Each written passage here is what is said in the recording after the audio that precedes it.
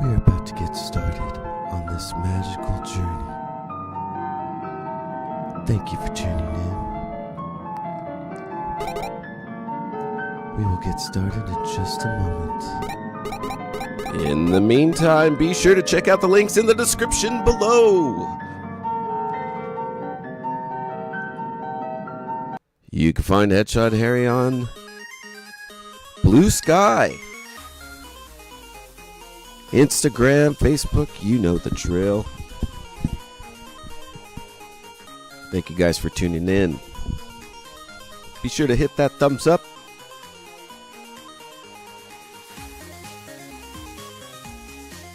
And if you're new here, welcome. Say hi, let me know where you're from. Don't be shy.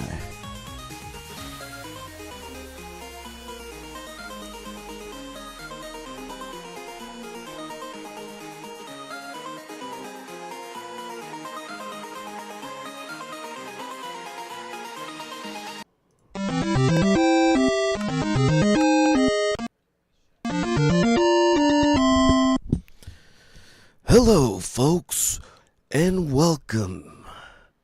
Welcome to the stream.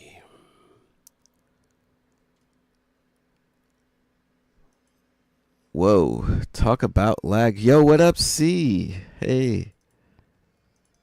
Yeah, you registered. That's so sick. Yo, I just had a big old lag spike right there. Holy shit. My computer is like, what are you doing to me? So, ladies and gentlemen, and hello, C. Thank you for tuning in at work. That's so ballin'. I can't express how ballin' that is. That's fucking awesome. Getting paid to watch this fucking awesome stream. If we could be so lucky.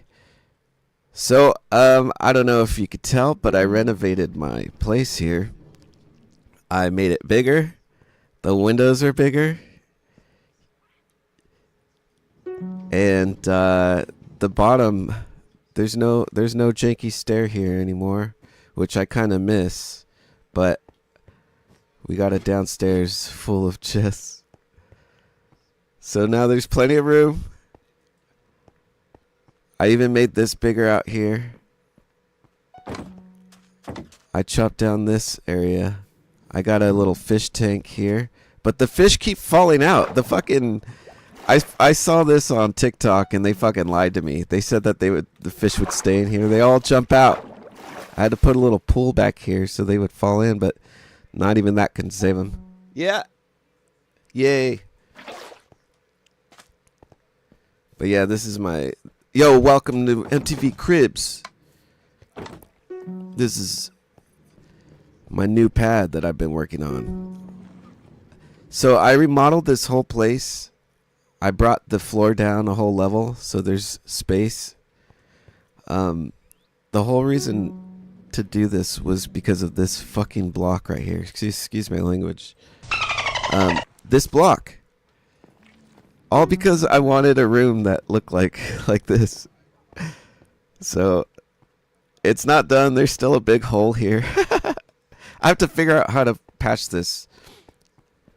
I kind of want a little walkway here. But I also need it. I need to cover it. But I was thinking of making it a window because this is a pretty sick view. So we'll see. Janky. Yeah, because we're from the 90s, yo. We had a lot of good slang in the 90s.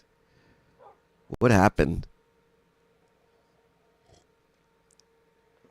What do kids say these days? Fucking skibbity?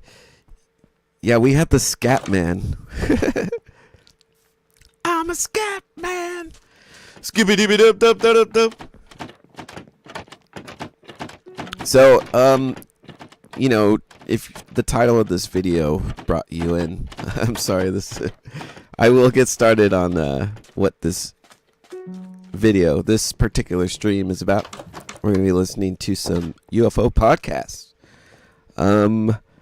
I don't know what we're getting into. It's kind of just a grab bag. I've got a few lined up. And I'll be playing some Minecraft in the meantime. Yeah, if you're just tuning in, welcome. I am gonna get started in just a minute. Hey, CSC, thanks for saying hi. I will. I have to pause the stream for a minute, but I will be back, and I will continue with these podcasts. This is a sneak peek. Sneak peek. I shall return shortly.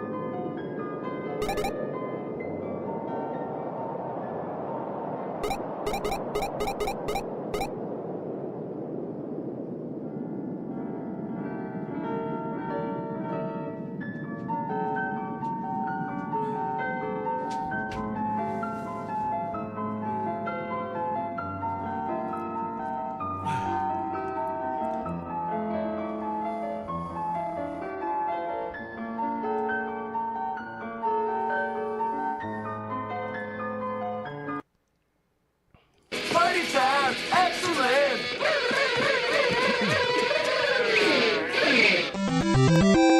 All right. That was kind of an awkward start to the stream, I gotta admit. But because C said that C said, look, it's doing it again. There we go.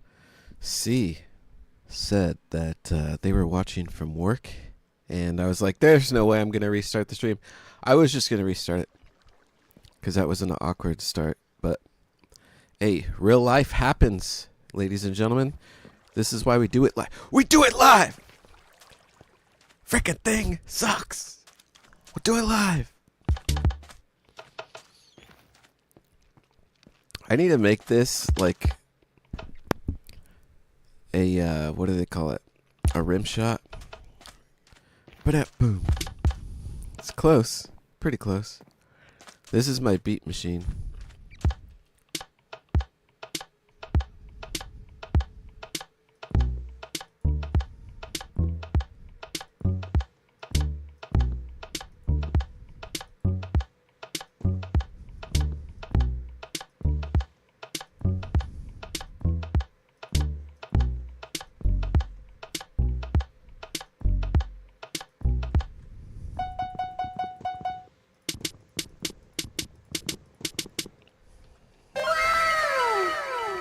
This is my boardwalk piano.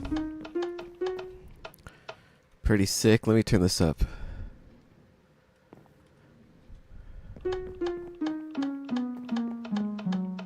Yeah, never had a lesson. This is my carousel. Look at this beautiful block. I can't wait to use this. I figured out what it does.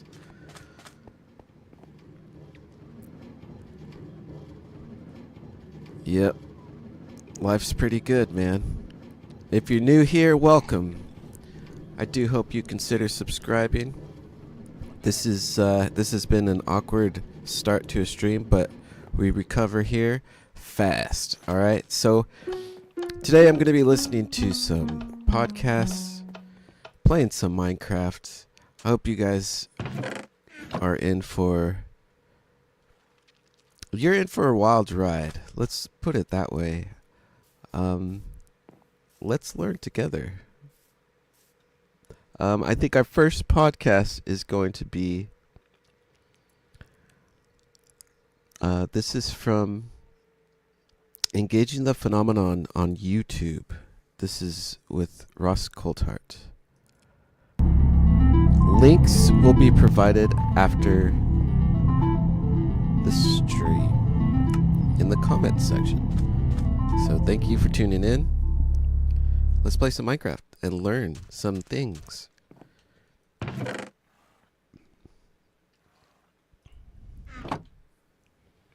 My lights are broken. Hey everybody, welcome back to Engaging the Phenomenon, and today I'm excited to have Ross back on, Ross Coulthart. So welcome back, Ross. My lights are broken. G'day, James. How are you, mate? I noticed you've been super busy over at News Nation and breaking a lot of stories, and a lot of people I know are grateful for everything you've been contributing recently. So, again, thank you for bringing forward all the stories you have. I mean, even since the David Grush story, right? I mean, that was just incredible. And this newer one with Jake Barber and his colleagues, I think it took the conversation forward another 30 years at least, and I'm gonna get into why I think that is. So, speaking of the Jake Barber story, of course, firsthand crash retrieval witnesses, like everybody's been waiting for that. They got it. They're not satisfied. What do you make of that? Oh, look, I don't think UFO Twitter will ever be happy, to be perfectly honest. I mean, it's a viper's nest of internecine squabbling and bickering, and I hope it's not truly representative of the way people feel about things. I mean, I'm proud of the work we've done on the Jake Barber story and the David Grush story, and I can tell you that there's more to come. Jake and his team are incredibly courageous people, and but they're the tip of the iceberg. Forgive me, I feel like sneezing. So yeah, I mean, I think the interesting thing is going to be the next few months, because there are a lot of people I'm talking to who are also talking to other people who are making a decision about whether they come forward.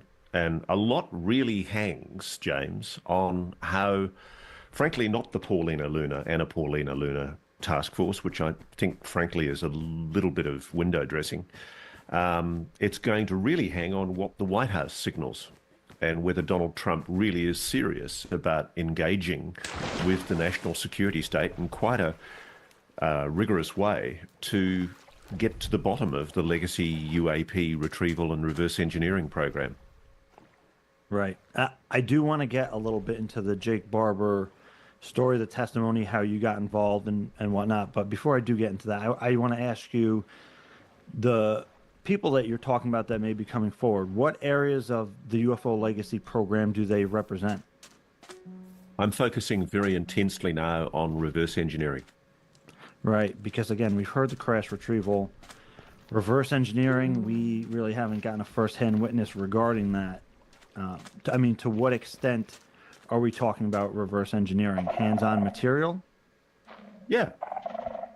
People who are working directly with recovered NHI materials and involved in the attempt to recover it, to reverse engineer it. And so we've got people who are scientists in the main, but also security people who are basically aware of what's going on and who think that you, the public, have got a right to know about it. They're very, very scared. They're apprehensive of sticking their heads up because they are being threatened with violence and death. And there are people who are utterly ruthless at the heart of this program who are basically determined to keep it secret even from the current president. And would you say that this or these reverse engineering witnesses have credentials and bona fides that stack up to, say, like Jake Barber or David Grush, where, in my opinion, if you look at Jake Barber's background and David Grush's background, in my opinion, is beyond reproach. Completely credible sources. And so we're saying that these witnesses are on that level? Yeah, I'd say actually probably more demonstrably so, because particularly in the areas of material science, you can verify people's credentials by looking at perhaps sometimes the academic papers that they've been involved in writing, or indeed the training that they've received, or the associates who've been their mentors. Right. I'm surprised by how overt some of this is, and how, this, without wanting to sound like a scratchy record, James, how, if just for a gazillionth of the time that it has for its purported investigative resources, a newspaper of the record of New York Times devoted its investigative teams to going down the burrows that I'm going, they would find the same thing. And what I'm most concerned about at the moment is the inertia, the lack of momentum in the media, but also in the political leadership. I know there's individuals in the UAP caucus who are coming forward and making noises, but I really want to flag here that I'm genuinely concerned that this all might go back into the box if the political leadership is not galvanized to start taking it seriously. And unfortunately, they take their leadership a lot from masthead mainstream media, which is conspicuously failing to run with the ball on this. Right. It's I mean, in a sense, they're complicit. So Yeah. With all that in mind, I want to circle back a little bit to the Jake Barber testimony. Obviously you came into contact with him, and I need to know, you described a little bit in your recent episode of how that occurred. When did the term psionics first come up in your conversation with Jake? It's funny, actually. It had come up previous to Jake with somebody else I'd met inside the program, and I freely admit I completely dismissed it. Right. Right. I thought this is just bullshit. I'm being fed disinformation. Yeah. And one, I'd never heard of the word before. Interestingly enough, it has been in the literature for about 30 years, apparently. But what's really interesting is when you actually look at some data points that have long been on the fringe of UAPology, it has been there all along. And I think a lot of us, myself included, are guilty of basically ignoring it because it just seems so crazy. There's a lot of terms, psychoenergetics, CE5. There's all different terms in the literature which point to similar phenomena. Yeah. Even if you want to talk about ESP and remote viewing, it's all been there. But it has, and in fact, my understanding is that the remote viewing program never really ended, and the US Air Force's interests in psi phenomena never disengaged. I mean, officially, the official position is that the US Air Force was basically persuaded that there really was nothing to this, and the official findings were supposedly that there's nothing to proving any benefits to the psi phenomena, when in fact I'm hearing completely different. The Pentagon's still using psi remote viewing. It's been using it for intelligence purposes for much of the last 30 or 40 years. Right. And since we're on the subject, let me just get this out of the way. What do you know about the Scott Andrews story? I'm as keen as everyone else to get into that story. I'm chasing it. I'm aware of that individual. He's vouched for, as you know, by Lou Elizondo. His book is apparently out in July, August. And what he describes mirrors very closely what I'm being told by Jake and his team and by other people. And is his Look, just to make the point, what's really interesting about the Scott Andrews story, and it sounds crazy, it sounds like an episode of Stranger Things, but this is meshing with what I'm being told by people who've been in the psionics program. Recruitment for the psionics program, the selection of people to be psionics in the United States, in the area of the United States, was started through the GATE program, through the Gifted and Talented Education program.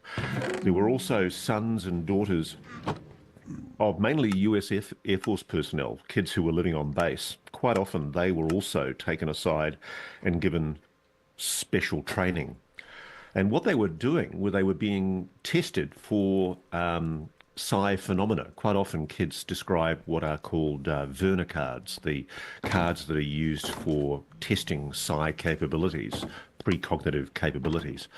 And what's really interesting is Scott Andrews, whoever he is, that's not his real name. right. He describes in the blurb that's been published by his agent or his publisher, he describes being suddenly being made aware of records that he found after his father's death that showed Scott, had been in the Air Force and given some kind of commendation at the age of 9. Yeah. And I know that sounds crazy, but what I've discovered is that prepubertal kids have a neuroplasticity about their brain that makes them more able to be, how does one say, manipulated, trained, conditioned to use the psi phenomena that they have inherently. And Yo, what up, Rita? What up, dog? Dude, look at this shit. Haha! Okay, look, that's not even the best part. Watch this. I could stick it on my shield, motherfucker. Look at that shit. I feel even more powerful. Oh, yeah. Now that's a shield right there. With the gradient. Gradient creeper shield. Pretty sick. Yo, this is my pad. Check it out. Look at my my living wallpaper. I know. It's fucking awesome. Look at this shit. Where have I been? Fucking streaming. Every day almost. I stream when I can.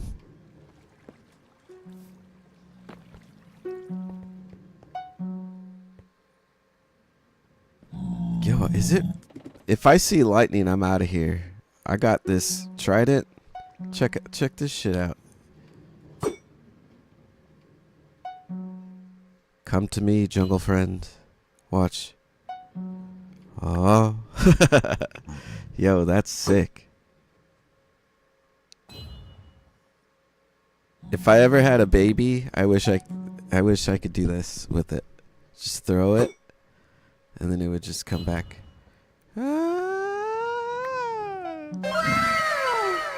Anyways, this is my pad. This is my aquarium that doesn't work. If you want to see what I mean, I'll show you. I'll show you what I mean. Here's we'll do a queen angelfish. She sounds pretentious. Let's stick her in and see what happens. That's not a queen angelfish. I got trolled right now. I think that's a Euclid. I'm probably wrong. Don't listen to me. Butterfly fish. Oh, chicklid. Kicklid? Chicklid. A chicklid? Chicklid.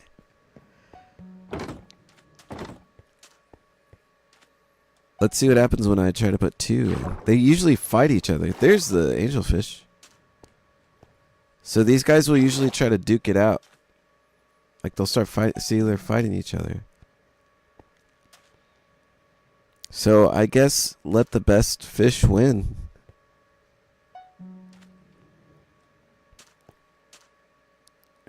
I bet you anything somebody ends up in this pool of water. That's how it always goes.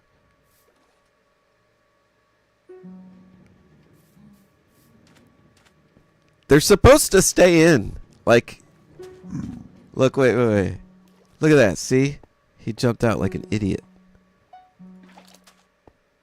Well, I hope this one stays. That one's actually pretty. Anyways, I was listening to some interesting podcasts, and you should take a listen. You should listen to this stuff. I'm going to play it right now. I just want to say, what up? I know that medical science, modern conventional science, the materialistic world of modern science would dictate that there's no such thing as psi phenomena. And I freely admit I still wrestle with this, were it not for the fact I've seen it in operation. It's quite incredible. But basically there are multiple people now telling me that as kids, they were taken into something that sounds like something out of Stranger Things. It's horrendous. Because one of the things that works to help synchronize the two hemispheres of the brain is the flight or fright syndrome, you know, where basically you're scared or your fear reflex is Damn triggered. it, I did the wrong one. And I won't go into a lot of detail, but basically little children, prepubertal children, were scared, terrified by US scientists in what have to be some of the most unethical experiments. Unbelievable stuff. And I'm still wrestling with the enormity of what these kids, now adults, are telling me. If it's true, and I have to preface that because it's just such a monstrous allegation. I know the name of the corporation involved. I know the name of some of the doctors involved. And I know the name of the organizations that were used as front organizations to help facilitate this program. And unbelievably, the education system of the United States collaborated, quite knowingly, I suspect, in these children being diverted from the main education system and selected for their psi potential. And I don't for the life of me understand how this can possibly have been allowed to happen inside the very ethical world of modern education systems. But the evidence is there in school paperwork, and it's horrendous, James. I'm shocked at what it reveals, and that's one of the stories I'm working on at the moment. Yeah, and they, it's said that sometimes that trauma can help facilitate or induce these kind of like openings in somebody's awareness.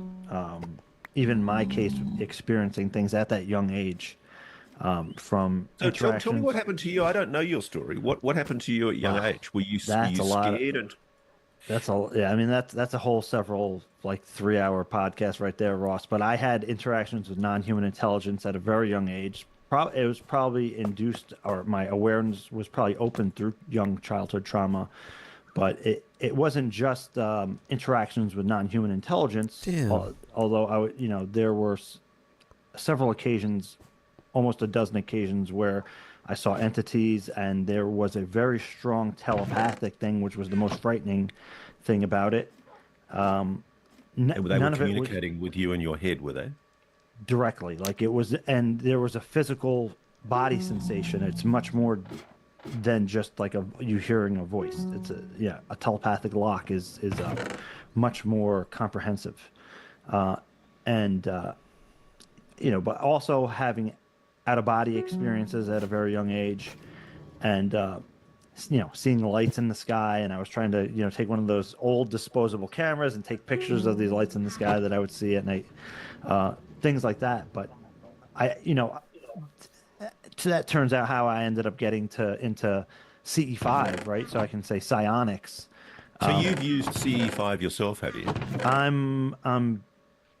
don't want to toot my own horn, but I would, if there's a level of expert on that, I'm on the professional level. I have more than really? thousands and thousands of hours of experience in CE5. I mean that's how I came to do this channel and the work that I'm doing, because starting in 2009, I created the first social networking groups focused on CE5, and I was going out in the field. I went out in the field with hundreds of CE5 field workers over the years. I was coordinating. You weren't ever given any tests in school by any chance, were you, James? No, that's the whole thing. I mean, as far as I know, I was completely under the radar, because I would never talk about that stuff in school, or for sure. But I mean, we'll talk about my experiences sometime, because that is a whole thing. And CE5 is something, and we call it contact work, CE5, human initiated contact events. There's a bunch of names because we don't want to just tie it to Stephen Greer, although he was a strong proponent of that. He really popularized it in modern day. There were other groups doing it from at least the 1950s in the modern UFO era. Yeah, the contactees were all talking about telepathy. They would go to California and Big Rock and use telepathy to invite UFOs in and stuff. That's It's the whole funny. thing. I got up in the middle of the night last night because I'd forgotten to turn off a hose. And so I put on my dressing gown, walked out into my garden in my slippers and my dressing gown, and turned the hose off. And as I was walking back inside, I looked up at this absolutely gorgeous starlit sky, and I thought, let's give this a go. And so for about 10 minutes, I tried to clear my mind and engage the phenomenon. And James, not a bloody thing happened. My friends who are capable of doing this tell me that whatever the phenomenon is, it's trying to keep me skeptical, so it's not going to show itself to me. But I'd love to have an experience like that. I've been there when somebody's done it, and I've watched somebody do it, and it's fascinating. I mean, I can't say it's a causation, but I can certainly say there appears to be a correlation between somebody meditating and on that, right, and on that level, there is something a colleague and I are working on called interactivity, and it does, my friend, the Hermetic Penetrator, and it does talk about the correlation. I've always thought that I must meet your friend, the Hermetic Penetrator, because I've always thought that was the most awful name. It is. He must be doing that on purpose. Excellent work, though. But the idea of are we actually initiating it, or is the phenomenon kind of like prodding us to initiate it? There's a whole dynamic there of, where does it begin and end? Well, I had a few people angrily retorting to me when I talked about the psionic thing, saying, it's not us who are drawing the phenomenon, it's the phenomenon that's drawing us. And I think they're absolutely right. Yeah. My feeling at the moment, very strongly, is that the phenomenon is increasingly showing itself. It's manifesting itself to more and more people. If my inbox is any indication, the reason I'm so tired and run down at the moment is because I am just overwhelmed with people wanting to talk to me about their experiences and the engagements that they've been having with the phenomenon.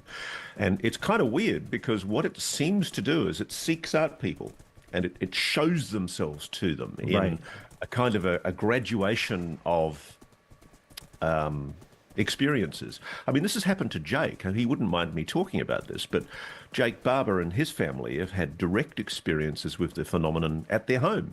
You know, Me too. Yeah. There's been entities that have manifested themselves that they call angels, which, you know, and Jake cops criticism, of course, from some UFO trolls who mock him for his candor. But the simple fact is, for him and his colleagues, Fred and Don and John Blitch, it's an incredibly spiritual experience. And the thing I find fascinating is, and I wrestle with this, I still wrestle with this all the time, why on earth would the US government want to suppress knowledge of this? It's beautiful. It's quite extraordinary. And you know, I don't purport to know everything about it, but having seen it up close, I'm shocked at how loving it is, or at least what I've seen of it is. I'm not naive. Yeah. I know that there is malevolence in some parts of the phenomenon. There's the trickster phenomenon, and there's also downright evil at times. But the entities that I've seen people engaging with appear to be incredibly loving, kind, and probing, almost inviting engagement. That's the experience in my case, so that I can only speak to my experience in that regard. Although I'm open to other people's experiences, and you know. Hey Poon, I was asking because we still have that game that what is it called, Back for Blood, and I haven't played it yet because I was waiting for all of us all to be on at the same time. 4-man. So if Muck gets on and High Fry's on, we'll do Back for Blood. Let me know. Like Jim Semivan, for an example. I talk with Jim often, especially on here, and he has a little bit of a different lens. He had a little bit of a different experience, so I respect and honor that, and I actually enjoyed having a different conversation like that.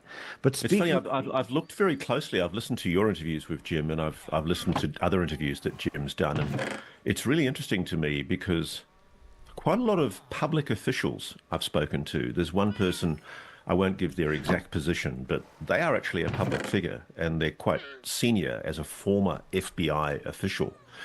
And this former FBI official told me an absolutely terrifying account of him and his wife being in bed and having an encounter with the phenomenon that, you know, was something like out of the Dementors from Harry Potter.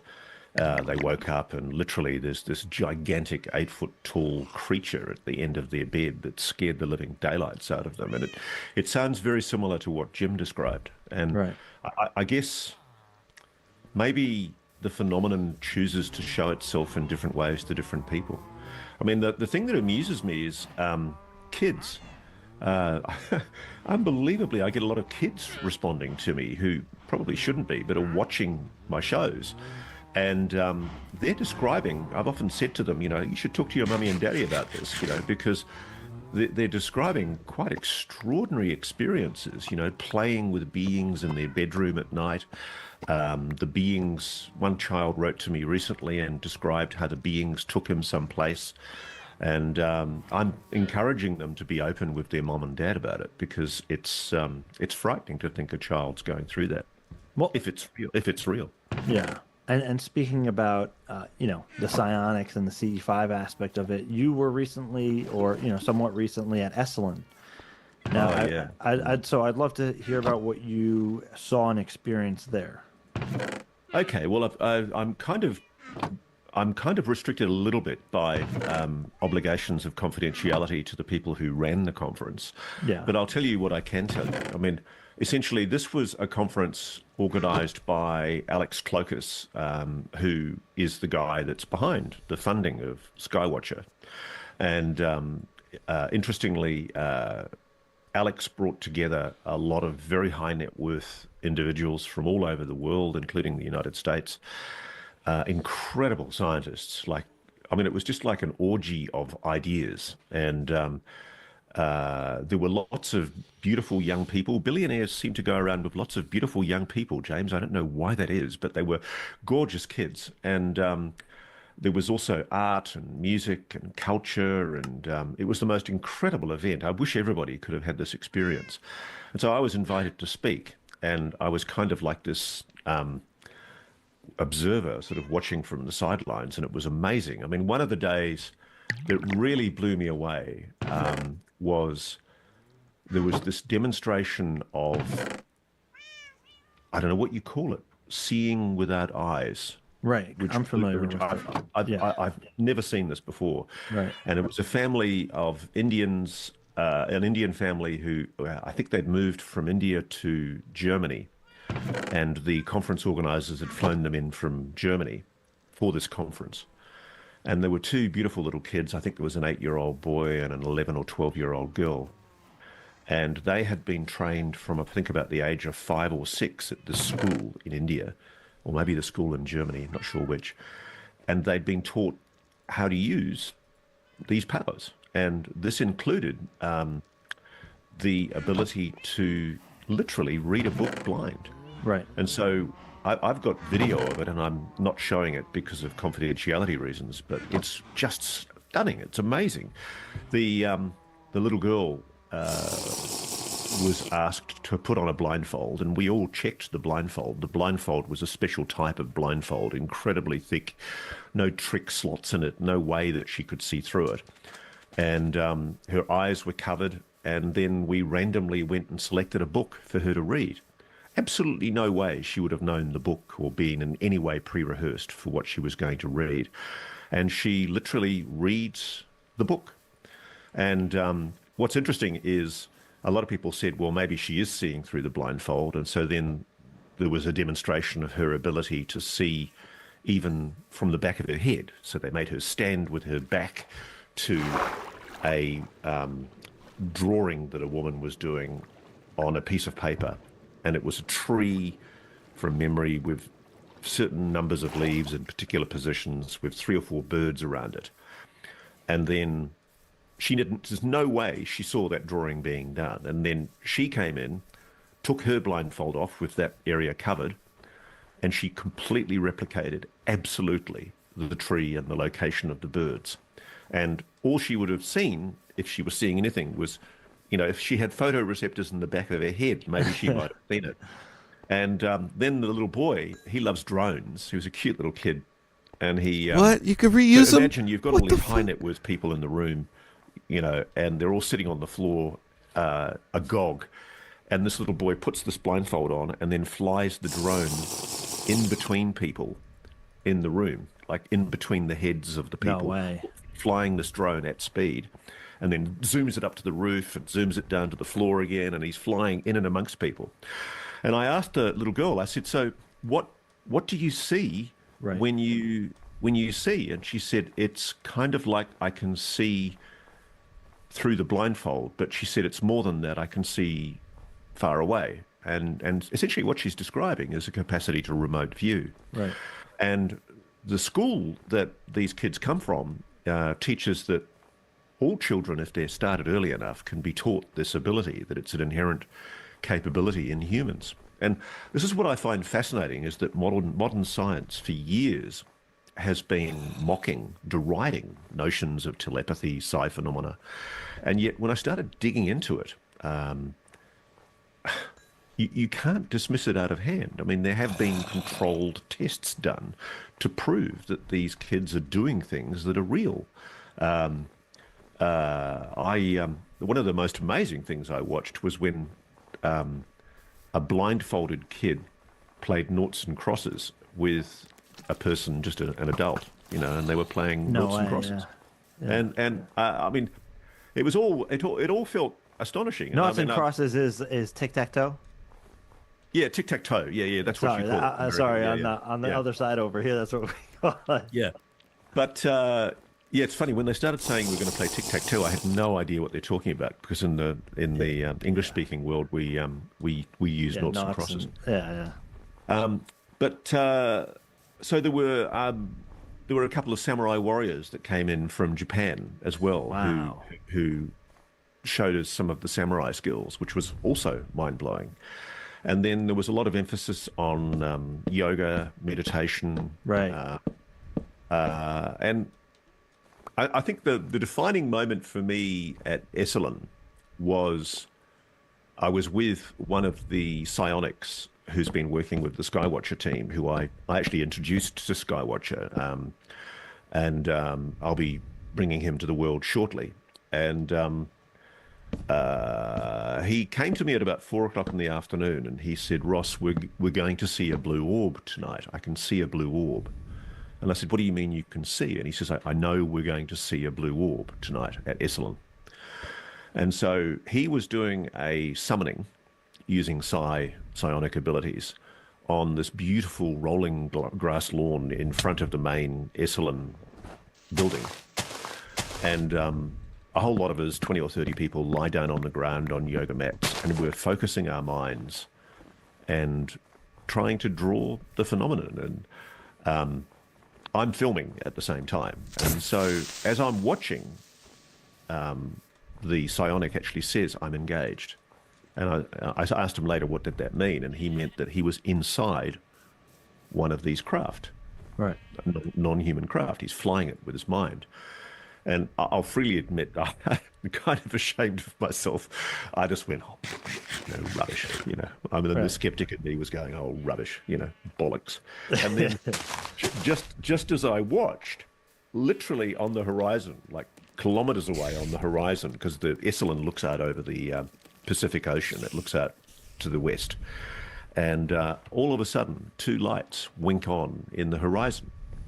And they're kind of glowing, orby-shaped lights, and they're kind of moving slightly, pulsing. And then there's I won't use his name, but there's a very high net worth individual, big Asian gentleman, lovely bear of a man, and he stands up and he's going, "We love you, come closer, come closer." And these objects react. I mean, as I'm watching, they're coming closer and closer and closer, and it's almost like they're puppies, inquisitive, and they come pretty much to the trees adjacent to the Esalen compound. And it's really dramatic. My heart rate's going crazy because I'm thinking, I cannot believe I'm seeing this. And all the way through, the psionic is sitting in a chair, and he's lying on the ground, and he's engaged, and he's clearly in some kind of deep meditative trance. And that's pretty cool, because we'd watched these objects literally come from the horizon to the edge of the clearing. Yeah. And it was like I had a really strong sense of them being curious, like little puppies, taking an interest in us. And also, I freely admit, and I know this may sound corny, but it was the whole beautiful group of gorgeous people was suffused with love. Like it was a really loving, warm, happy, joyous event. And I remember a sense of elation. And I hadn't been taking drugs. I hadn't been drinking alcohol. It was just a raw, natural experience, something I've never felt before. And we were all blown away. The audience was amazed, and I've got that on my camera. I'll use that at some stage. But what really amazed me was I was talking to the psionic. And I came out of his trance, and I congratulated him, and I said, "Yes, but we didn't see anything blue." And he looked quite confused. And then literally at the moment that he and I are talking about why we didn't see anything blue, we hear this yelling from the top of the hill. And somebody had a camera at the top of the hill, and they'd videoed this beautiful glowing blue orb floating adjacent to the hot springs where all these naked boys and girls from Esselen were swimming in the hot springs in Esselen. And I was far too shy to take my clothes off with all these gorgeous sort of supermodels that the billionaires had flown in. But a lot of young guys were very happy and willing to do so. And they were having a riotous old time down in the swimming pool. And I think the phenomenon, I love the idea that the phenomenon was drawn to that kind of naked innocence of human beings, because there's a photograph of kind of the orb kind of coalescing adjacent to the pool. And it looks like faces. It looks like there are faces inside these blue shapes. And then there's another photograph of what is clearly either a hexagonal or octahedral object. It's not clear to me, on the beach further away, way down the beach. And when I showed it to the psionic, when he saw the image, he went, "Oh, that was it. Oh, it did come." So, I mean, I can't say causation. I can't say whatever he did, his psionic engagement caused that event to happen. But he definitely predicted to me that there would be a manifestation of a blue orb that night.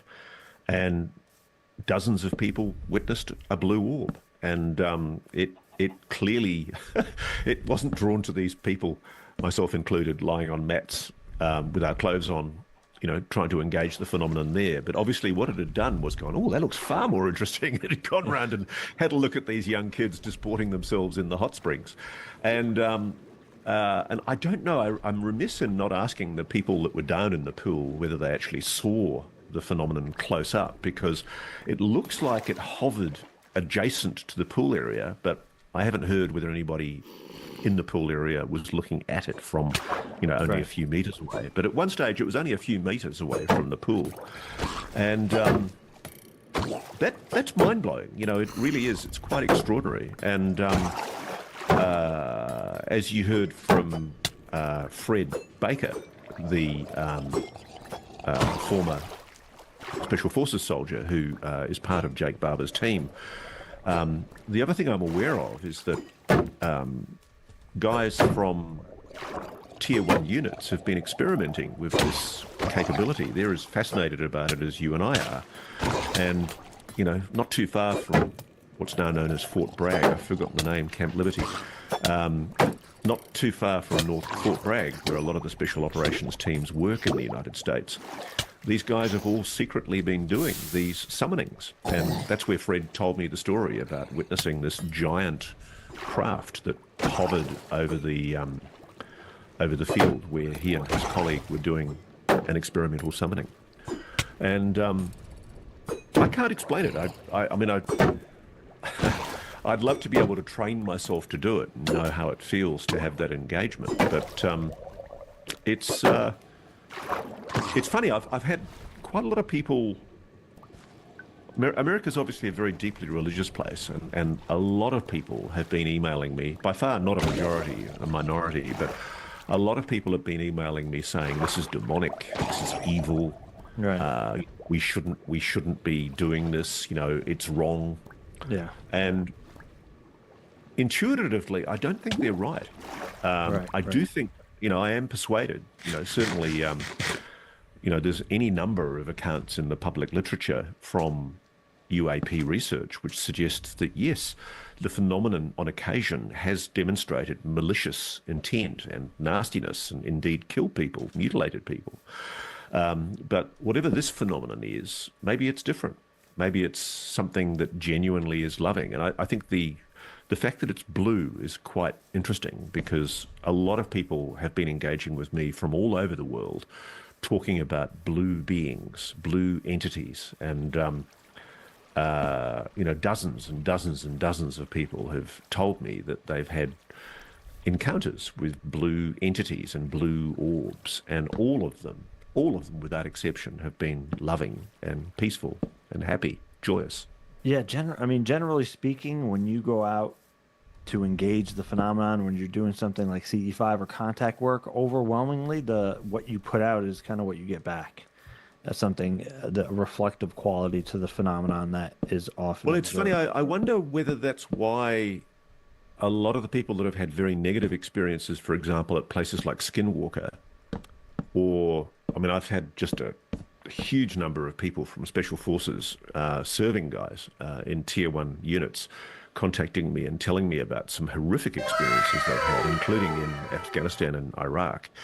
And maybe if the phenomenon reflects back your feelings at the time, maybe if you're a warrior on location involved in a war, maybe it reflects back at you what you are at that time. Because, yes, I mean, some of these people have had terrifying experiences. And I think that's why for a lot of these guys like Jake Barber and Fred and Don, that's why they want you all to know about it, because they've seen the very worst of human beings. They've seen the most evil things in the world. And for them, this has touched a part of them that I think is really important. And, those guys, I know Don particularly, he spoke about his religion. He's a very deeply committed Christian, and he doesn't see any conflict between his deep Christian beliefs and his sense that this is something real and it's worthy of investigation. But look, I do think also we should be mindful of people who say that this is evil or wrong. I do think we should be skeptical and careful because, if this is what we think it is, and an engagement with a non-human intelligence, you can't rule out the fact that there have been encounters that humans have had that have been incredibly negative, incredibly dark. And, people have been hurt, people have been mutilated, people have been, Well, Polaris. and that's the reason why we need the transparency. Yeah, because otherwise we can't sort it out, because there's the positive experiences. And look, I've had, very similar to Jake, absolutely beautiful transformative experiences where your consciousness merges with the non-human intelligence, and that's the whole thing. And I'm open to the idea even that, hey, I mean, in my heart of hearts, it felt as genuine as can be, and these entities kind of told me that we're related in some way, and everything like that. But at the same time, and I had a download. Forgive me for interrupting, but have you ever tried to ask them why the secrecy? Why not just show yourselves far more overtly? In my communication, or whatever you want to call it, they told me at least that they wanted people to know about them. Okay, I accept that. And they do. They clearly do. But why not be? I mean, what do you think, for example, about the drones situation? I think there's something terribly wrong right now with the official White House response that the press spokeswoman gave a few weeks ago, essentially asserting that the drones are authorized research drones. And I'm sorry if this sounds like a tangent to what you and I have been talking about, but I want to come back to this.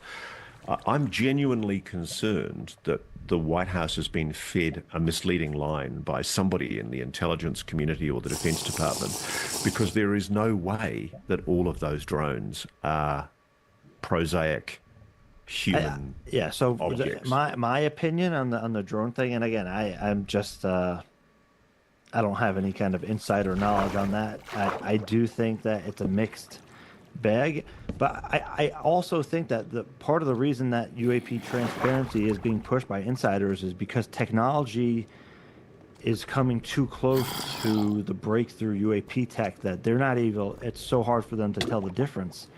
And even if other nations and black programs are starting to mimic UAP tech to whatever level, and they're employing it more and more in the field, and those are black programs, so you can't read local law enforcement in. It's becoming too much of a problem where it's blurring the line. They can't even tell the difference anymore between. But you think at least some of these drone technologies are advanced, technically advanced drones built by humans? 1,000,000%. Now, why do you think that? Because there are sources of mine in the intelligence community who say categorically it's China. The reason I'm telling you that is from my own experience with non-human intelligence and non-human intelligence technology, is that when it's true NHI, there's no question in your mind, right? In the sense that it is freaking weird as hell. I'll tell you something. one of the psionics that I talked to who's working with Skywatcher, they went with Jake, and people completely missed the significance of this.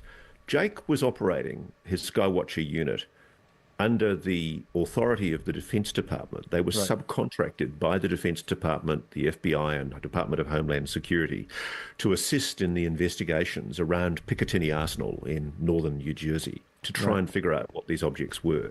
So nothing shows the lie more to the notion that these are authorized research drones. Right. That a team hired by the Defense Department was actually asked to go and investigate. Yeah. You know, I mean,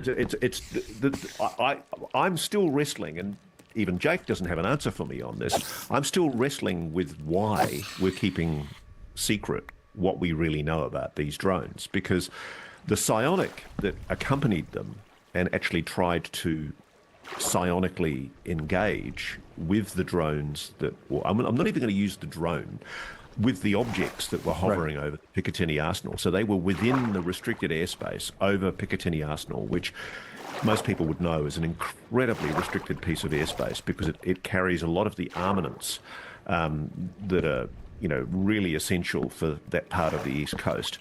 And, you know, there's some really dangerous weapons there. And for obvious reasons, it's a secure national security facility. And the commandant of that base, the commander of that base, was genuinely concerned that there were these unauthorized overflights over the base, which, by the way, are still continuing. You know, no, they haven't gone away, these objects. And the psionic attempted to engage with them to see if they were NHI. And the psionic told me they weren't. And I want to caveat that a little bit. And if you go back to slide 9, right, it says on the slide that these are technologies and breakthroughs that we have, right? Psychotronics, even.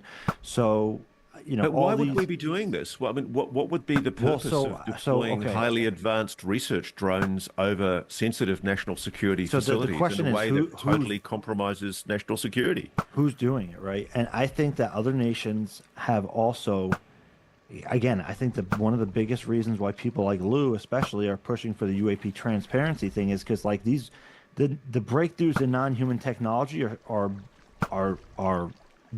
there. You know, there's been breakthroughs, I think, by other nations, and they're starting to employ them.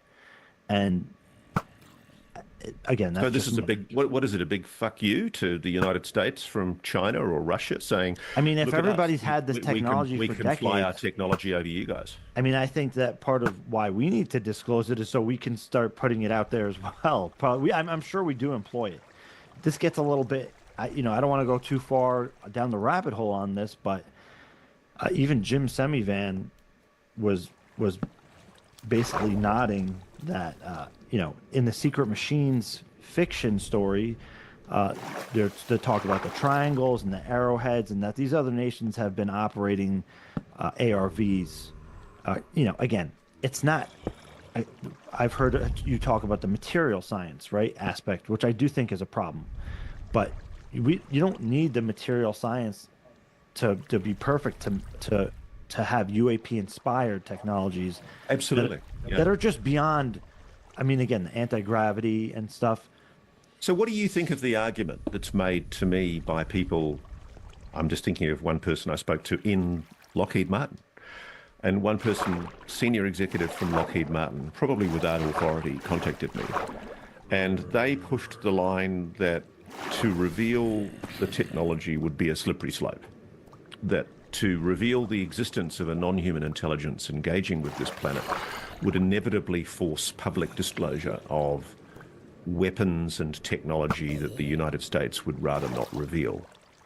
And they didn't really have an answer when I came back at them and said, look, I know you guys think that you can operate under a PED, a Presidential Executive Action Directive or whatever it is, you know, which was signed by Eisenhower in about 1954, which apparently is the sole legal basis upon which this whole program is being kept confidential. But I said, on what legal basis are you not briefing the commanders-in-chief, successive commanders-in-chief of the United States military and Congress? I said, Article 1 of your Constitution dictates that you're legally obliged to do so. And I think what really blew me away was the arrogant, hubristic way in which that person dismissively said, Congress would leak. And it's the idea that Congress can't be trusted with this information. And that certainty, and that wasn't too long ago, that conversation, that certainty with which that person dismissively made that assertion really concerns me, because it makes me think that they're just going to let Congress bloviate and make noises, and we're going to get entertained. Are we not entertained? You know, there'll be lots of, you know, whispers that's this interesting stuff happening on the Lunar Committee. But it's essentially a toothless committee, a toothless task force. You know, essentially they've got to ask for permission from Coma to get a subpoena. There's no resources, there's no staff. It's essentially a task force in name only. I'm genuinely worried we're being snowed again, and that the people in the program know full well that really there's not going to be any meaningful disclosure unless Trump, Nash Patel, Tulsi Gabbard, John Ratcliffe at CIA actually make the decision that we've got a right to know about it. And I would argue very strongly that we've got a right to know about a non-human intelligence engaging with this planet, and that the US has known about that, as have Russia and China, for years. I do accept that there are technologies that ought properly to be concealed and protected from foreign adversary intervention. Because we don't want our foreign adversaries to know just how advanced we are in the development of those technologies. But if, as you say, the drones are a foreign adversary, if they really are, and people are saying that to me, then the implications of that geopolitically are enormous. Because what it is, it's probably China, I suspect, spitting in the eye of America and saying, you guys can't touch us. Here we are, operating with impunity over one of your most sensitive arsenals, and you can't touch us. You can't bring us down with your high-pulse microwave weapons. You might think you've got a strategic advantage. Don't screw with us. Well, it's kind of like, and it's like the only way we can is if we disclose the tech that we have, in a sense. It's so I don't. I guess I don't want to sound. I mean, I'm often accused of being a far too willing collaborator with the national security establishment and not revealing things. But journalists are obliged to represent what the law says and to honour and respect, you know, legal restraints on journalistic investigation. And, you know, we do have laws that stop the media from revealing certain things of high national security sensitivity. And I am aware of weapons which have allegedly been developed using NHI technology, which scare the living daylights out of me. You know, they are end-of-world weapons if they were to fall into the hands of some zealous extremist nutjob. I can understand why you would want to protect the planet from inadvertent release of those kind of technologies. You know, and I can understand why China, if they are responsible for these overflights of these alleged drones, I can understand why they might want to be demonstrating to the US, please don't think about a confrontation in the Taiwan Sea. It's not a good idea because we have this technology too.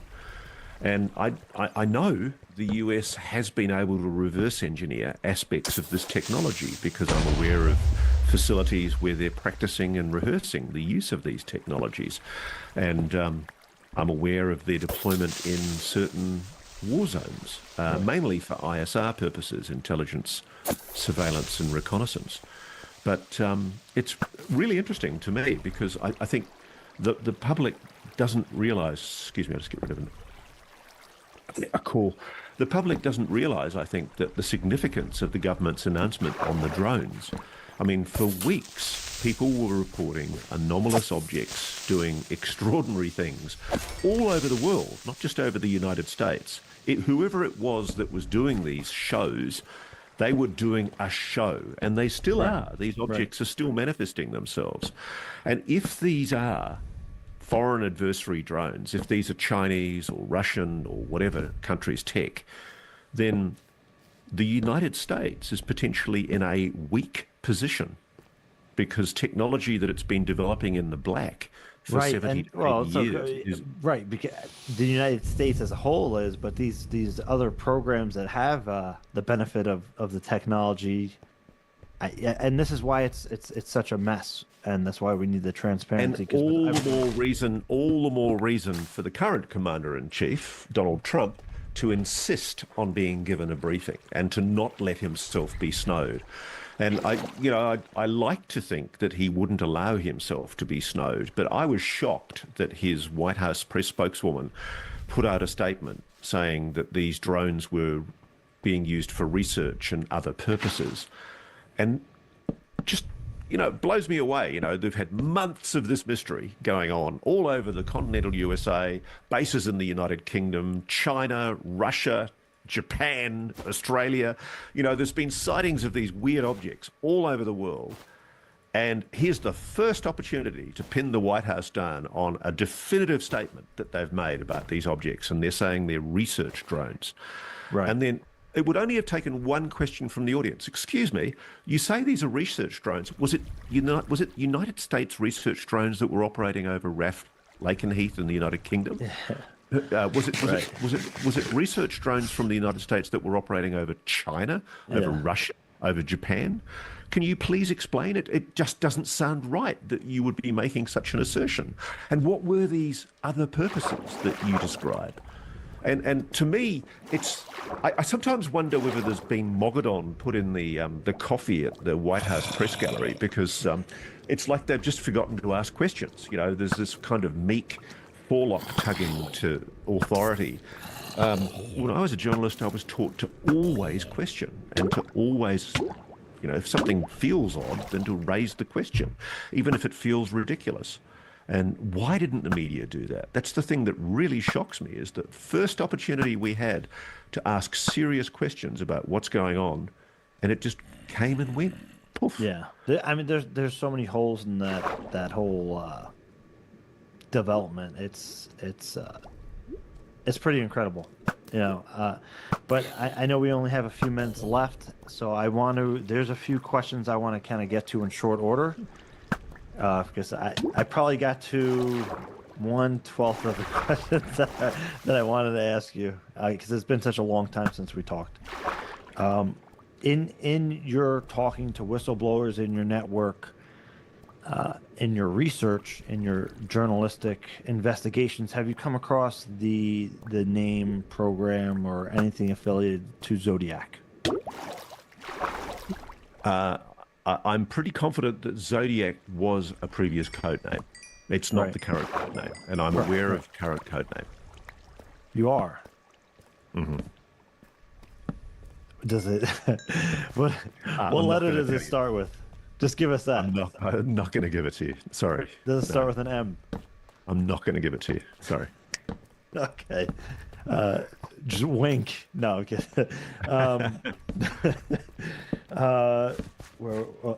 So we've heard of Jake Barber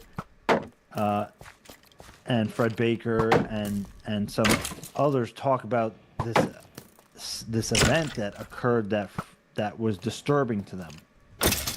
What is there any other kind of detail or speculation you can address on that?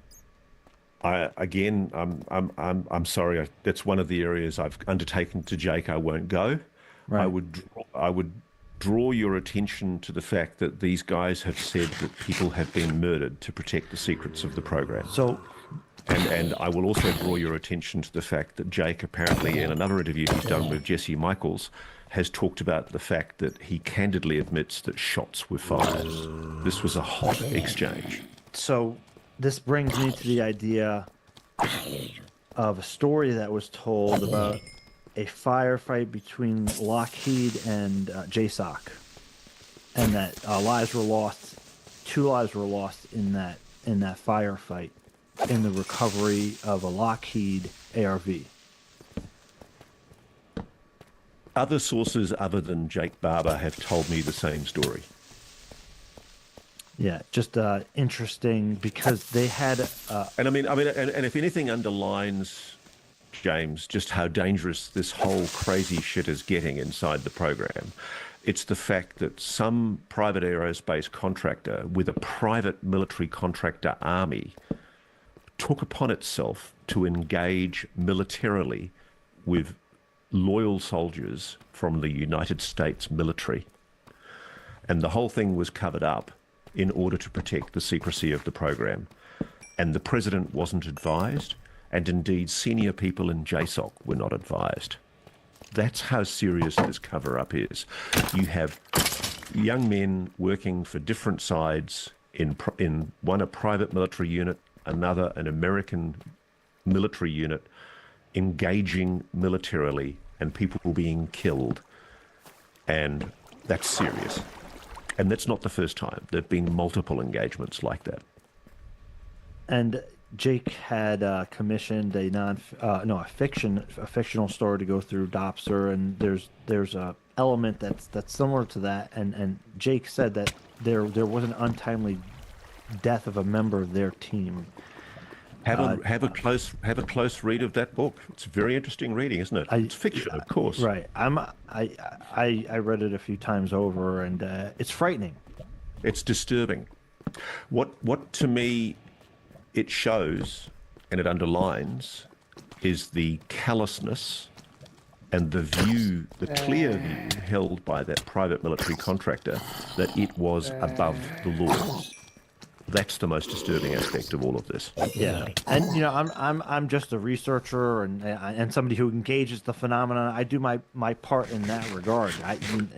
When you hear stories like this, it's upsetting, and there's nothing much I can do except support the people that are coming forward. And also, what have the families of those poor men that died been told? Right.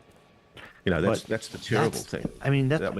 To the extent we can. I mean, that's why we have to take things in our own hands, because what is going to happen when one of these NHI weapons is utilized? It's inevitable. It's going to happen if we don't disclose it. Another nation or whoever, a rogue actor, somebody's going to use it, and we're just not going to be prepared in the case when we could have been.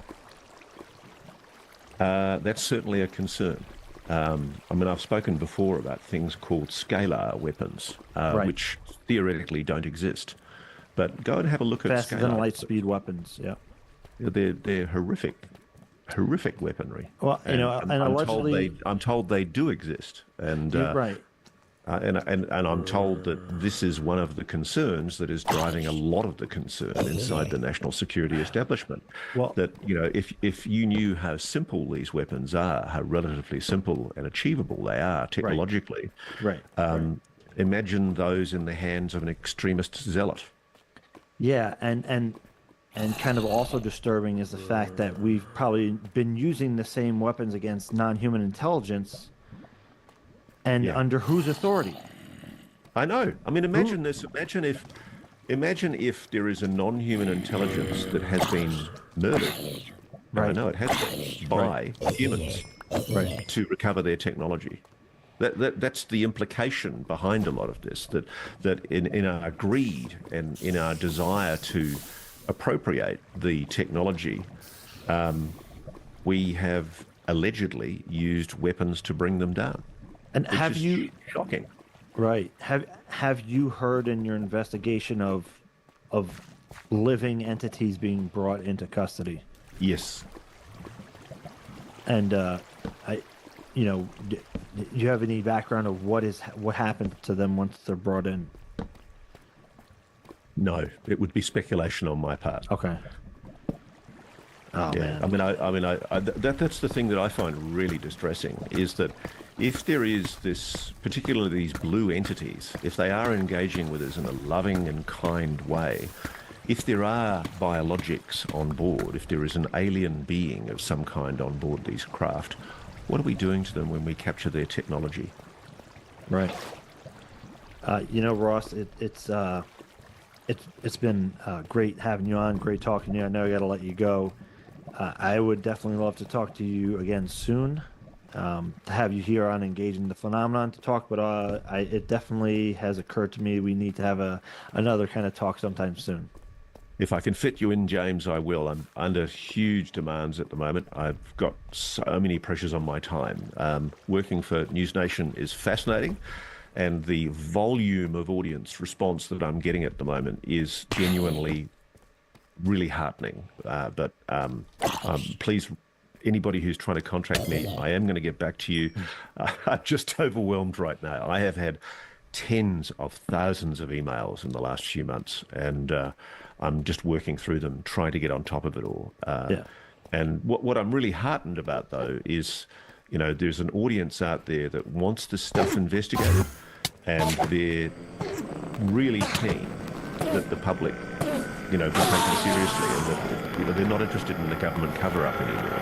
And I think that's the thing I'd like to leave your audience with is, if I was Trump, I would make the decision that the public has a right to know, at the very least, about the existence of a non-human intelligence engaging with this planet. In the same way that we told the American public in 1945 that we developed an atom bomb and then later on a thermonuclear H-bomb, we don't have the right to know the details of how those weapons are made, constructed. They're dangerous. Right. And there is a lot of national strategic advantage that's derived from the possession of these technologies and biologics. And it's important that, as a democratic nation, the United States develop that advantage as best as possible in the face of authoritarian regimes like the Russians and the Chinese. And I can understand why that's an imperative. What I think the American government is losing its credibility on is, as each month and year goes by, where it continues to lie, not only to the American public, but to the world, it's undermining the credibility and the goodwill towards America broadly. There is a cover-up.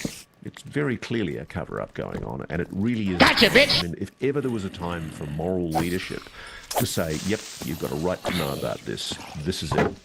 Right. And I just want to say, even on their end, they can't even develop the technology optimally because they're so siloed and compartmentalized. They can't even properly work on the technology and develop it.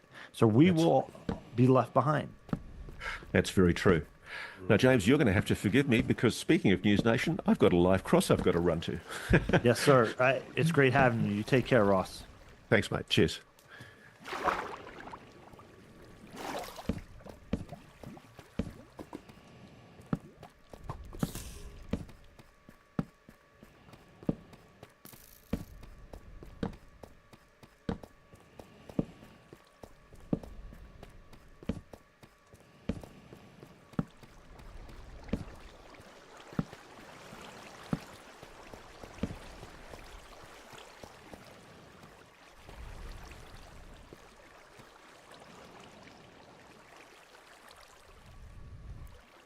Fuck.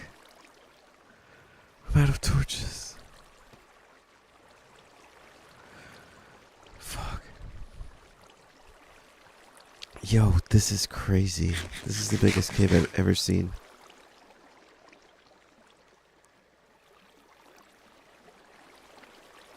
I need to get some water. I'll be back in just a minute. This shit is crazy. Holy shit.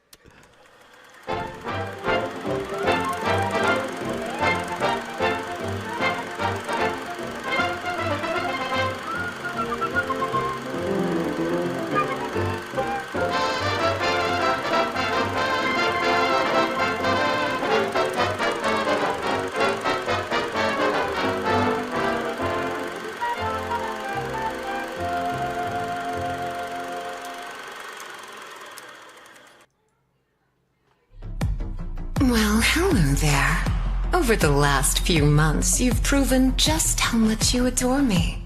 And I assure you, the feeling's mutual.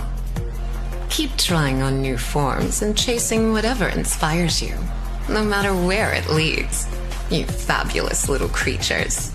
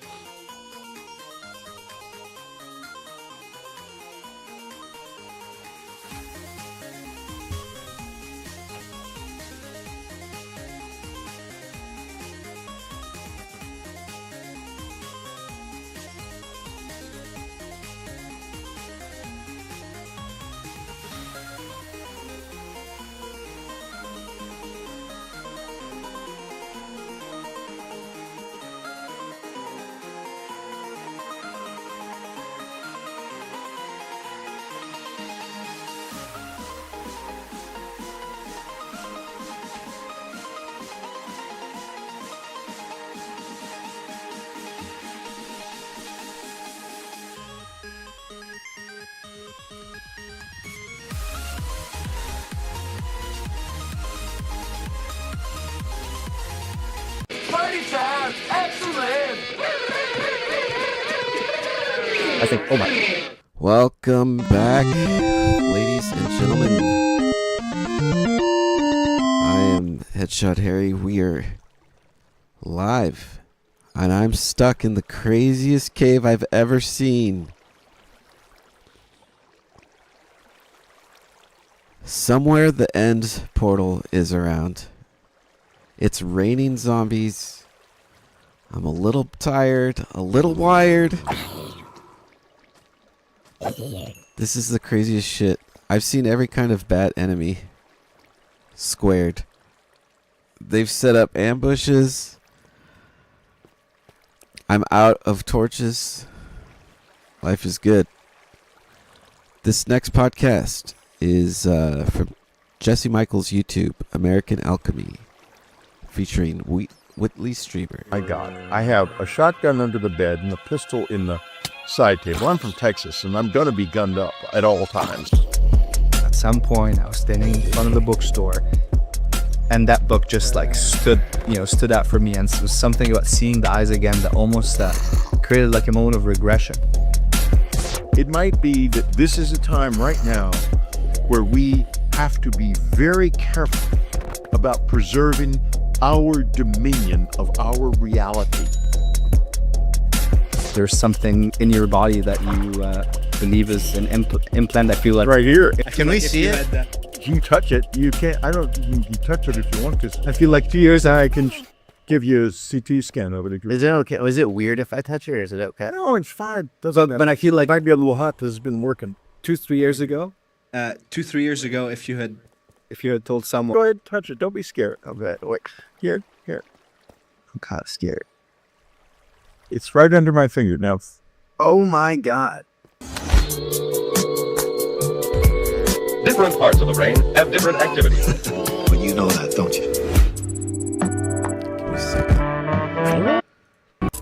Outside of writing maybe the archetypal alien abduction book, Communion, in 1987, which sold an incredible amount of copies, inspired a Christopher Walken movie, and has started all sorts of mythological lore and really made it acceptable for other direct experiencers to come out, along with doing so many other things. I mean, I literally just bought a book by Stanton Friedman called Top Secret. It's about, the Majestic 12, and you wrote the foreword to it. And so you seem to kind of pop up everywhere. And I'm also joined by the amazing Amar Kandil, who is the #1 supporter of American Alchemy. He is 1/3 or 1/4 of Yes Theory, founder of Yes Theory, and I'm always so honored to be graced by his presence at our very small, humble operation at American Alchemy. it's my favorite operation on YouTube, that's for sure. and it's always an honor to just do this together and meet all the amazing people that you just brought into my life over the past 3 years. Appreciate you, man. Well, you've been really pushing me to do this. Yeah, you and Whitley met. We all met actually at the Soul Conference. We got lunch before that, but we kind of reconvened at the Soul Conference, which was held by Gary Nolan at Stanford last year. And you guys really hit it off. And since then, Amar's been like, you got to interview Whitley. Yeah, well, I'm glad you're doing it. adding to Jesse's intro and even emphasizing the title legendary. I mean, I put this on. It's my first time wearing it, and I think about like it's just this figure, our modern depiction of the Greys, and how much that was massively influenced by you and the book and Communion, and you being able to have the sketch be so accurate that it just awakened something in millions. It was the eyes mainly that awakened something in people. I have to say though, if they finally land and come out and they don't look like that, I will experience the most profound embarrassment in human history, in my opinion. Because you think that they will look slightly different. No, I don't think they'll look different. I think they're not going to look exactly like the cover, but they're going to have those big eyes. I'm pretty sure. You're responsible for the emoji we all use while texting. I know it. No, and it's been such a theme over the past 4 years of looking into this topic and meeting people with Jesse and without Jesse. Constantly come back to, in the 90s, at some point, I was standing in front of a bookstore and that book just like stood out for me, and something about seeing the eyes again that almost created like a moment of regression for so many experiencers. Yeah. And I almost reflect now, this is the end of 2024. The entire country seems to be talking about drones and UFOs, and it's like the most in the zeitgeist that's been in my lifetime. And I think about like the other moment that, before the 2000 where that happened was when Communion came out. Right. But there's a significant difference between the two times, because when Communion came out, it's very interesting. I was told a publication date, and then all of a sudden the books were in bookstores. And my editor was very coy about it. I said, "What? You jumped it." In other words, boxes of books appeared without warning at bookstores all over the country. And he said, "Well, we felt like there was some kind of resistance." I said, "What do you mean?" He said, "I'm not sure." And I don't know whether he meant, "I'm not sure I should tell you," or "I'm not sure of the resistance." But for some reason, they jumped the book about 2 weeks, and it showed up. When I was writing that book, it had crossed my mind that it was going to initiate contact for the ordinary people, which is exactly what it did. I don't know. I might have frozen up. It never occurred to me, never even crossed my mind.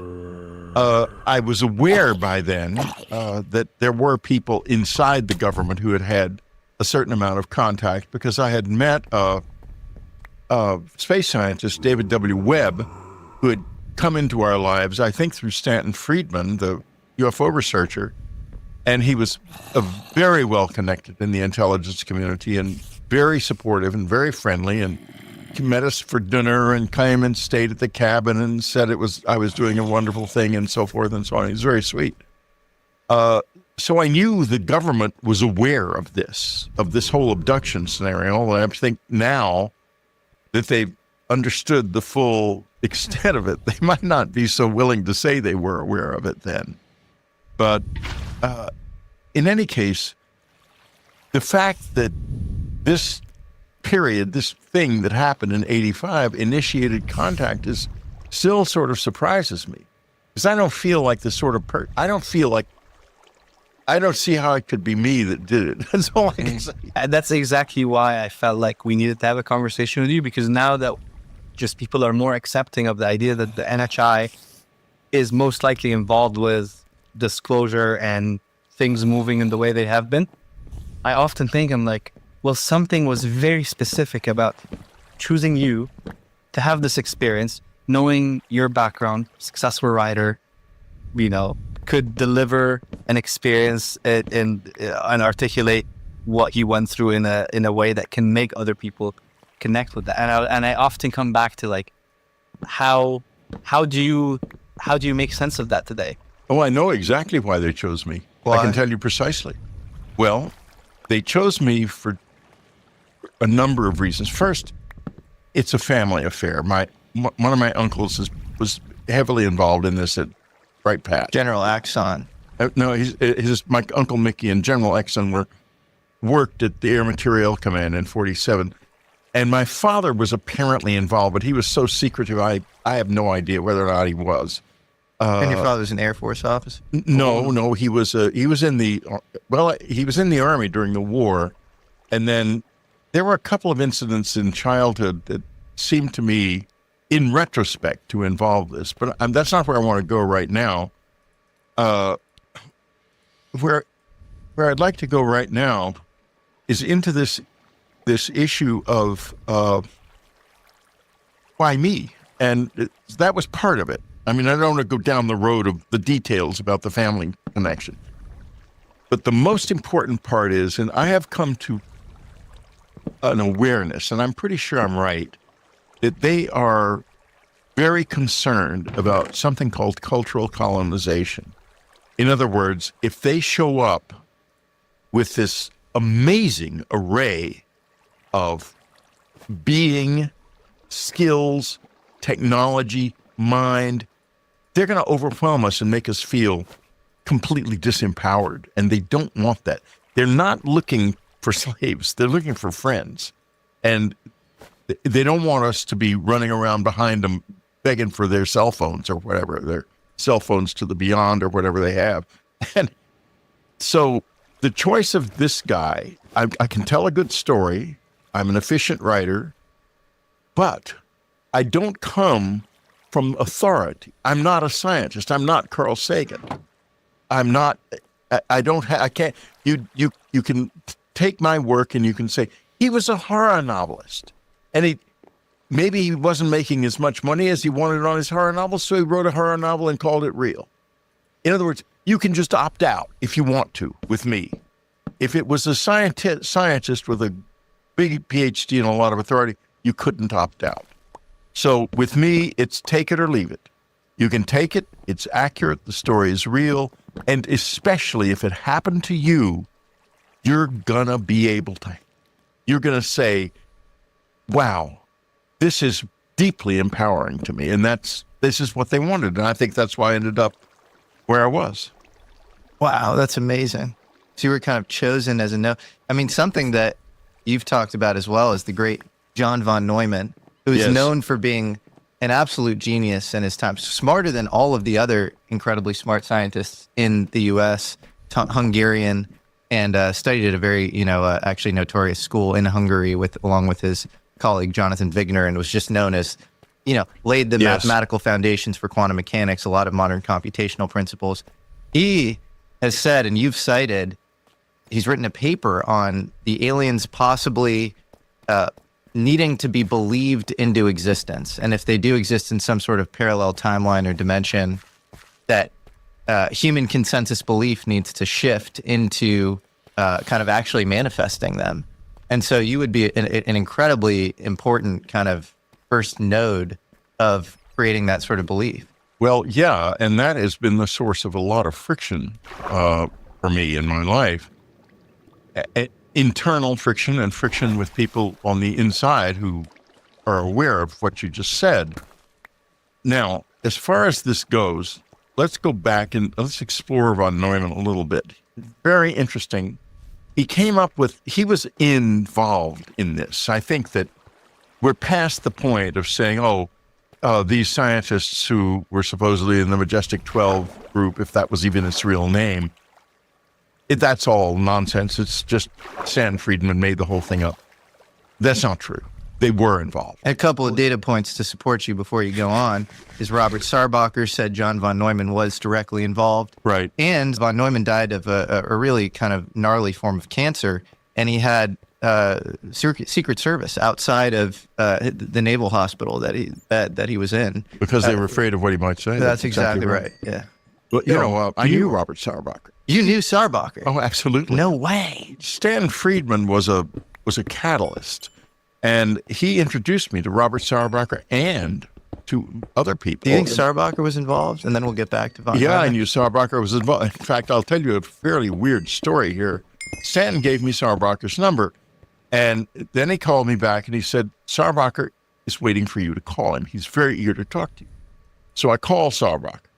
Sarbacher proceeds to tell me all kinds of detail about the materials that he was working on at the Battelle Memorial Institute, about how when electron microscopes became operative, they understood that there was a molecular grid, a designed grid inside this very thin material, and that was what made it so strong. And I think that's probably been extrapolated out into our military technology in many different ways, and possibly civilian as well. And he asked me, I narrated my experience to him. This is before Communion was even written. How'd you meet him? Through Stan Friedman. Yeah. Okay.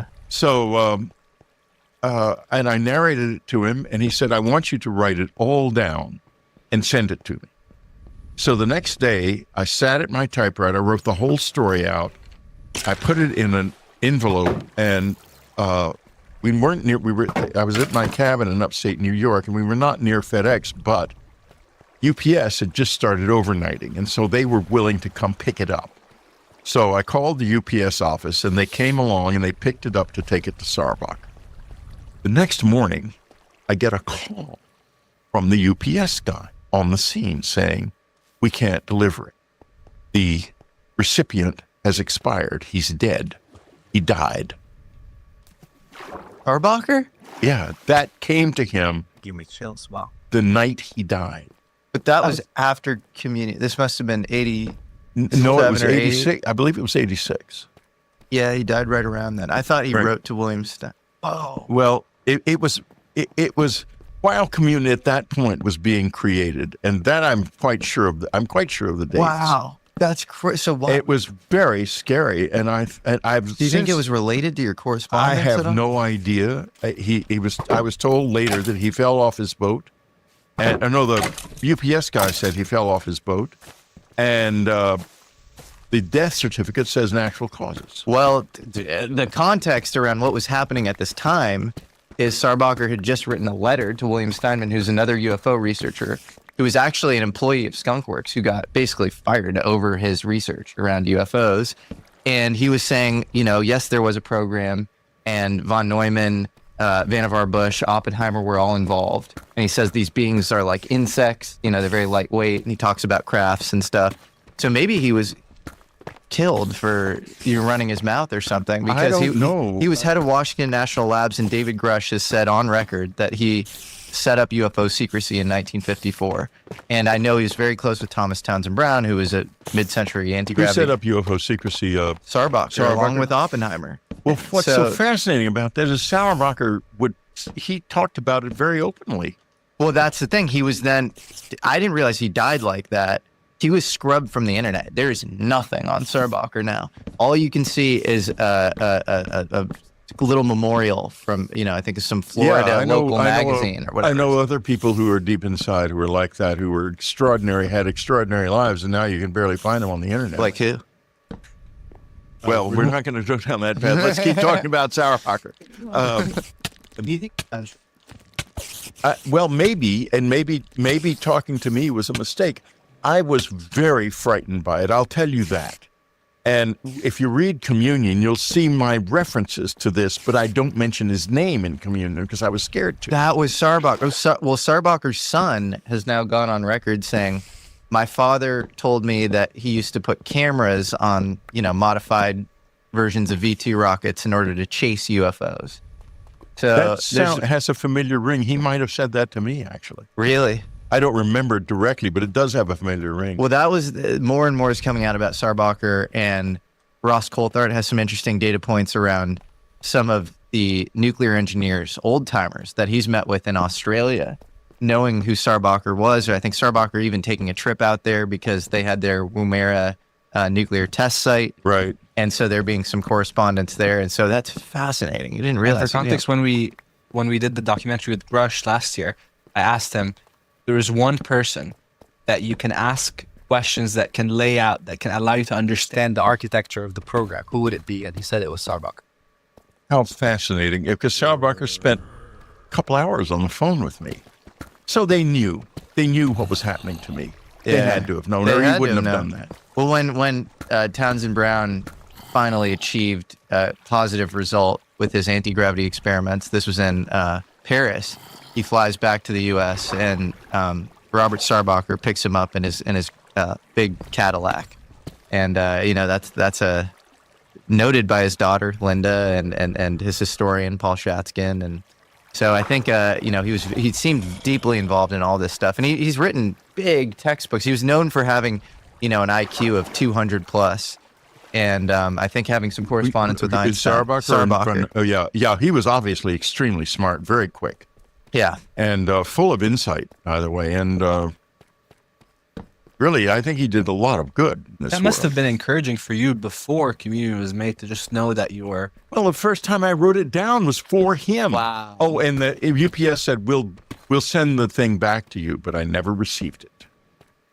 He's written a book, too, about ultra-high frequency physics, which is basically, if you think about what happens at ultra-high frequencies, that's the stuff that the National Science Foundation is now quietly admitting, unfortunately, the necessary and only impetus that will allow us to release suppressed science is kind of game theory vis-a-vis other countries and national security. But they're now releasing this model of extended electrodynamics which you could say people like Starbucker were probably looking into in the 50s because these were sort of microwave, really extremely, high up the electromagnetic scale, very short wavelengths that may have all sorts of weird effects, and explain a lot of the biological effects as well when it comes to UFOs. So.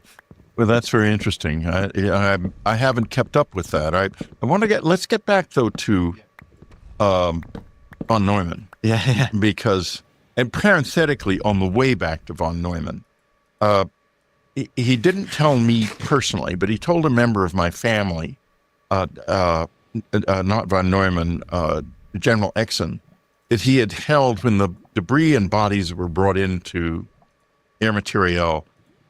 He had held one of the bodies, and he said, "This is from the Roswell crash." Yeah, 1947. He said it was like a big insect. Yes, yeah. And that's certainly my impression of them. Only they're not big. I mean, some of them are very small. Some of them are bigger. But that was that night when I woke up in that room.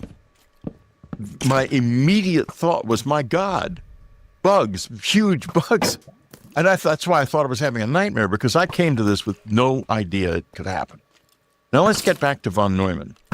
Von Neumann, there's two things. There's the von Neumann machine, which is he postulated a machine that would replicate the species that built it and would then move around the galaxy looking for planets that it could seed. What if that's what we have here? Only von Neumann, in his, I don't recall if it's in very much detail in the writings he did about this, but he does mention that something like that over vast amounts of time would inevitably have a certain amount of deterioration of its memory. What if what we have here is something that was programmed to seed planets like this, but not programmed to find someone else, because they had as much trouble as we're having finding other people and decided there weren't any.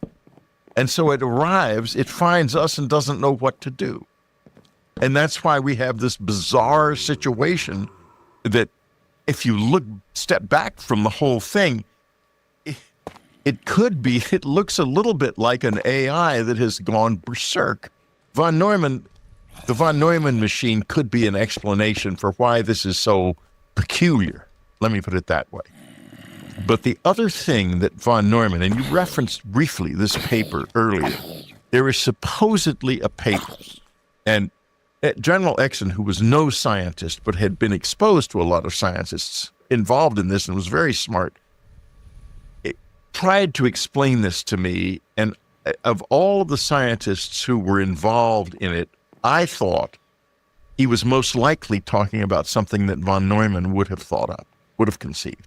There could have been other scientists involved in it that I don't know about, but the paper supposedly is just a couple of pages long, and if it even still exists, because a lot of this stuff is gone with the wind, I'm sure by now.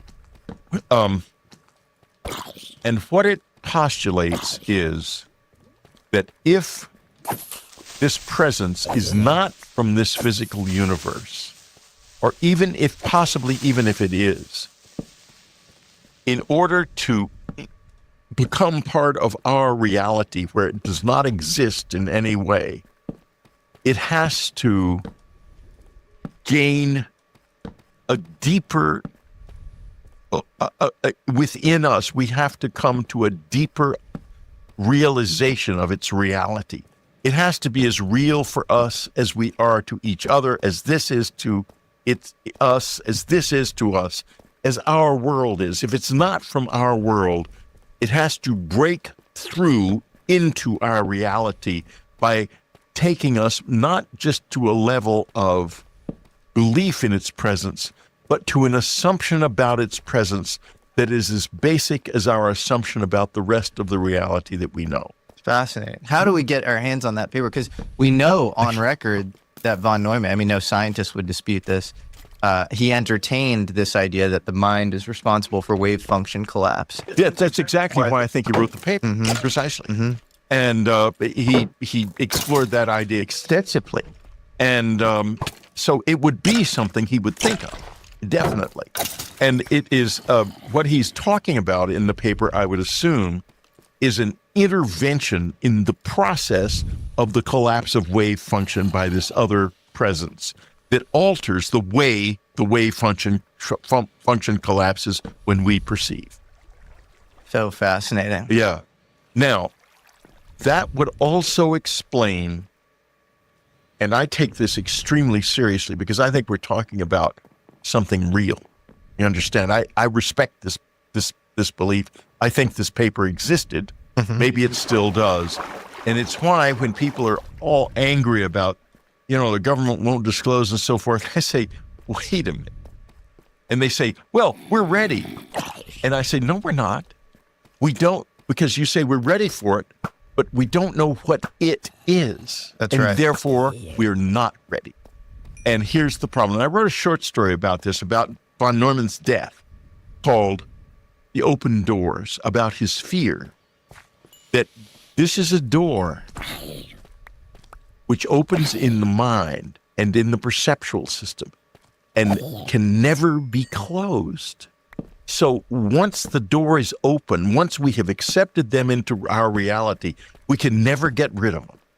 We can never tell them, no, it turns out we don't want you here because we don't like you and we don't like what you're doing to us. We can't do that.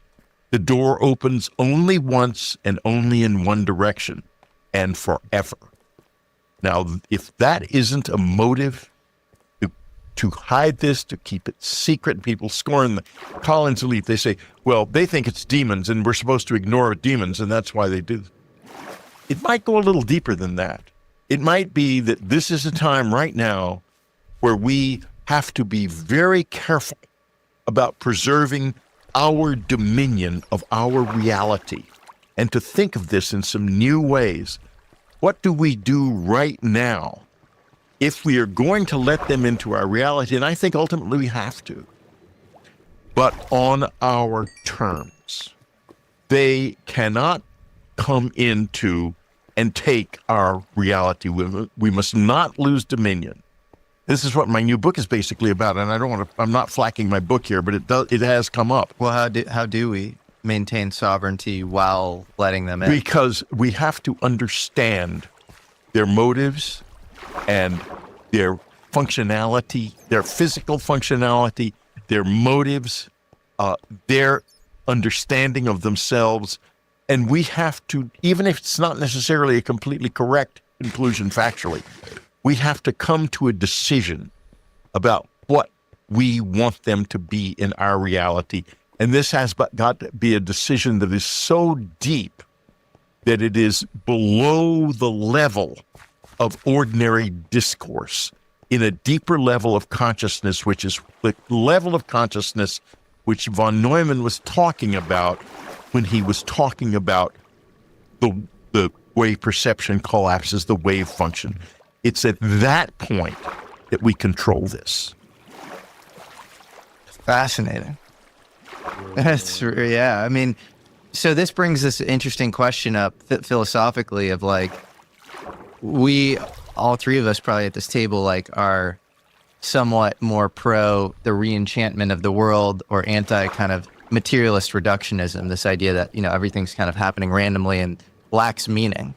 But once you kind of let that into your life, the idea that, maybe there is a hierarchy of being, maybe humans aren't at the top of it, maybe things are way more magical than they seem, it is a Pandora's box.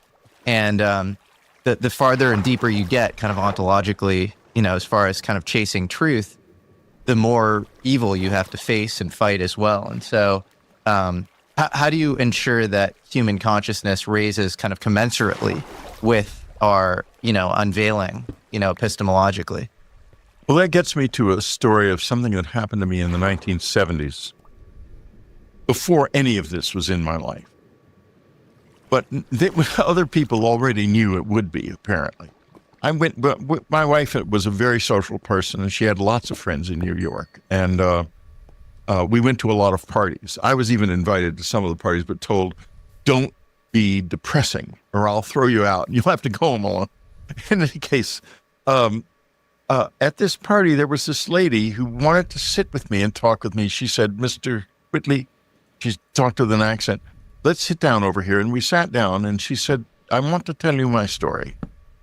My story is this. I was doing the magical working, she said, in a shtetl in Poland in the 1930s. And we pushed away the dark side. We had made extraordinary progress in animating a golem. But we absolutely walled off the dark side, which kept trying to enter our working in different ways. Suddenly, across the river, there burst tanks with men in them in black uniforms with death's heads on their caps. And we realized that we had forced the dark side to come in on its own, and it had broken down the door. This woman walked from Poland to China over the next 6 years, and there was still an American presence in China when she arrived, and General Stilwell got her to the United States, where she rejoined the same community that she was in Poland, which had moved to the United States. It is terribly important that we understand what the dark side is and not say it's demons and we don't want it, we push it away. We have to understand that it's the wellspring of knowledge, and we have to take care with it. I mean, you do not dance with the tiger, but you respect the tiger's presence in the world. So how do you do that? Because you've said on record many times you think you are where you are as far as your worldview because your curiosity trumps your fear. It does. I know that for sure. On the one hand, you have all these myths like, the Philosopher's Stone or the Holy Grail, or, you're seeking truth and you find it and you realize it's within or something, and the outer is the inner. The Siddhartha, you have all these stories like that. It's kind of hero's journey. And then you also have stories like Faust and Prometheus of going for the forbidden truth, for the knowledge, and then getting burned. And so how do you toe that line? Well, the first thing we have to do is to understand that all of us contain Faust. All of us are Prometheus, and we always will be. That's called being human. And the best way to do this is to fully embrace in our deepest hearts the honest truth about our humanity, its dark side and its light side. We all want to be good people, but that's not all we are. Not one of us. That's not our nature. Our nature is to be sentimental about the good, but enjoy the bad and the dark. And that is, look at the whole expression of rock and roll is about that. It is an incredibly important expression, a new kind of expression of the human spirit. So I love it so much. Although I don't have the ears for it anymore. Unfortunately, I have to put earplugs when I go to concerts. I hate it. Who's your favorite? I'm not going to get into that. I don't want to go down the rock and roll road. We'll be here doing that all day, and your fans will sing, why did you talk about rock and roll for 2 hours? Come on. They want to know the real Whitley. Well, no, the real Whitley is actually also a huge classical music fan and an opera fan. Okay. So I'm a real culture vulture on many different levels. Amazing. Yeah. What do you think, speaking of the dark side, you obviously experienced this famous, abduction, if you will, in 1985. Prior to that, you had a very interesting childhood, and you hint at possibly having undergone secret experiments. You grew up next to Randolph Air Force Base in San Antonio. Well, something happened. I know. Let's go back to that. let's go back there in time. I'm not saying let's return to it later. I'm sorry. Here's what happened as far as I can put it together. First of all, I was 7 years old when this happened. So therefore, my memories of it are very confused and very sparse. But I have a very close friend we grew up together in Texas. And like a lot of Texas families, our family connection probably goes back to before the Civil War. Family friendships in the South are quite common. And we're still closest friends. He's my closest friend in the world. He is very high up in this world in a completely different area from anything remotely connected. Is it science or is it? No, it's another area. It's something to do with government. Interesting. But we are, we spend every New Year's together. I'll be with him and his wife in a few weeks, and a week and a half. He was also recruited, and when I told him the story, he's read all of my books in manuscript. He knows all the story backwards and forwards. And you'd laugh if you saw how very different his place in the world is from mine. And we keep our friendship secret. Don't bother to probe about it, because I won't go there. Because we have to. And not because we want to, but because we have to. So, in any case, he remembers, he was 9 and I was 7. I don't remember anything about them recruiting me. He was recruited, and he was in the living room when the Air Force people came, and they knew them. We knew a lot of Air Force, but I'm sure my parents knew them too. And they said to the parents that it was an accelerated learning program for children with very, very high IQs. And there would only be 3 or 4 children in the program in San Antonio, but the implication was nationwide. And maybe I'm saying a little more than he said, but I think it's logical extrapolation. And they asked about the program, and he remembers them saying that it involved the use of a Skinner box, which I would assume my parents had no idea what that was. But his parents did know, and they said no. This was a box that a person was put in. So, for the context for the audience, the B.F. Skinner was a mid-century psychologist that worked on kind of behavioral conditioning. So, how do you honestly often manipulate biological systems to like do certain things over and over again? You ring a bell or what? It's kind of like Pavlov's dog sort of thing. Yeah. It was repetitive learning. It's what it was. Trapped in a room in a little box with repetitive learning. All I remember is a dark place I couldn't get out of, and noise, horrible noise. I don't remember any repetitive learning. That's all I remember. In any case, come October, this started in August of 1952. Come October, I began to get sick constantly. I was getting one cold, and so my mother takes me to the doctor. It turns out I have no immune system. It's broken. Gone. It's broken down. So they take me out of the program. I don't even remember any of this. I was told this. I wasn't told. My mother never told me anything about the program. But I surmise I was taken out of it, because the next thing I do remember very vividly is I end up at Brook General Hospital. A little 7-year-old, thin little 7-year-old boy who's being isolated in a room and given gamma globulin shots. And by these doctors who, these huge needles. I mean, this is the early 50s, right? Needles are like gigantic, and these huge needles are coming at me, and they would get so nervous, the needle would go through my arm, and the stuff would drip down my chest. It was just awful. And then after a few days, I'm taken home. I can't see anybody. I'm fed separately. I'm isolated until after Christmas. I go back to school finally in January. My mother kept my report card. It said absent due to illness, month after month, all of her life. And we found it in her personal effects after she passed. And I said to my sister, I want that report card.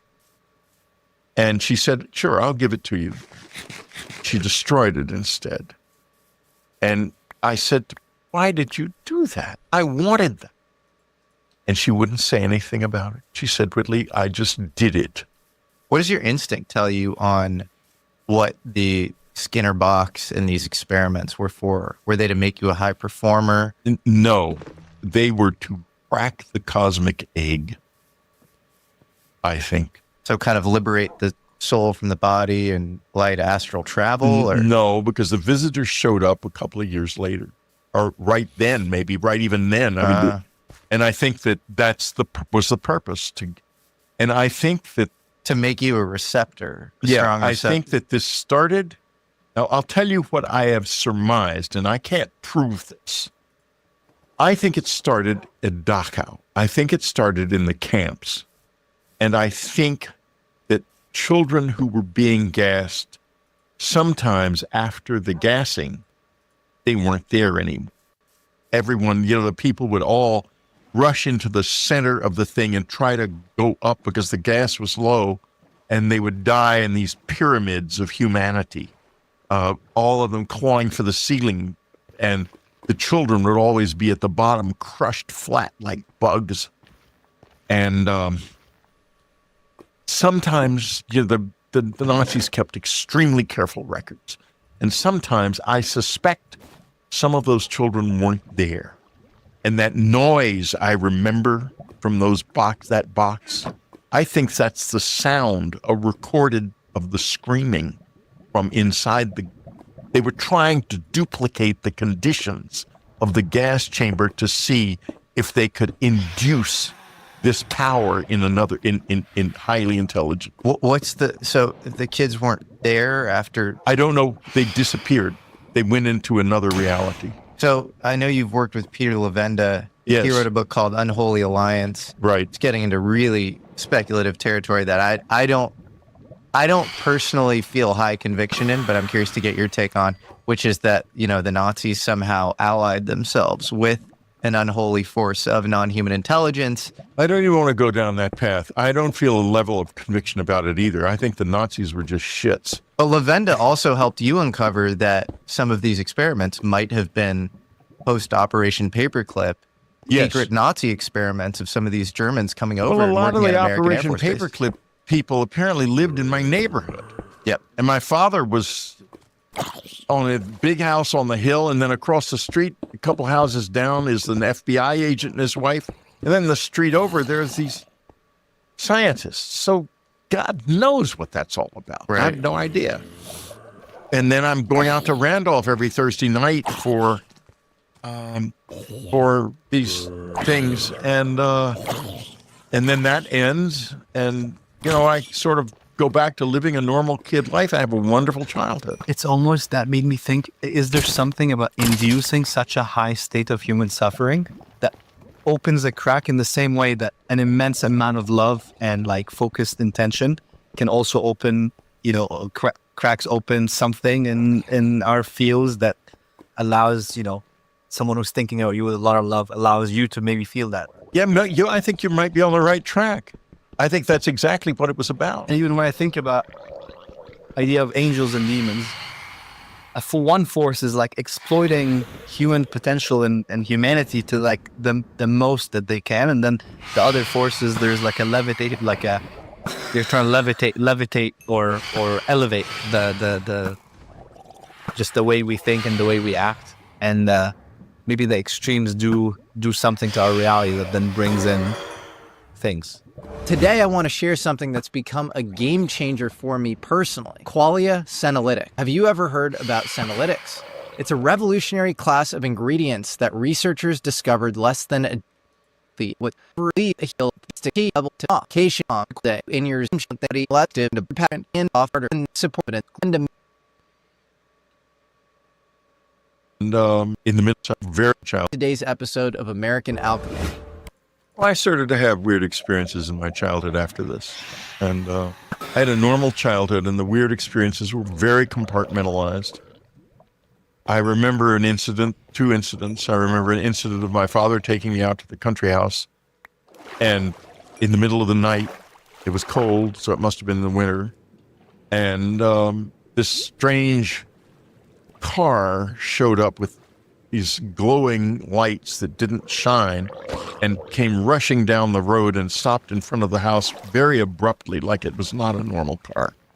And then the next thing I knew, this object that was squared off came tumbling across the sky and went into the back pasture behind the house. And it was back there glowing.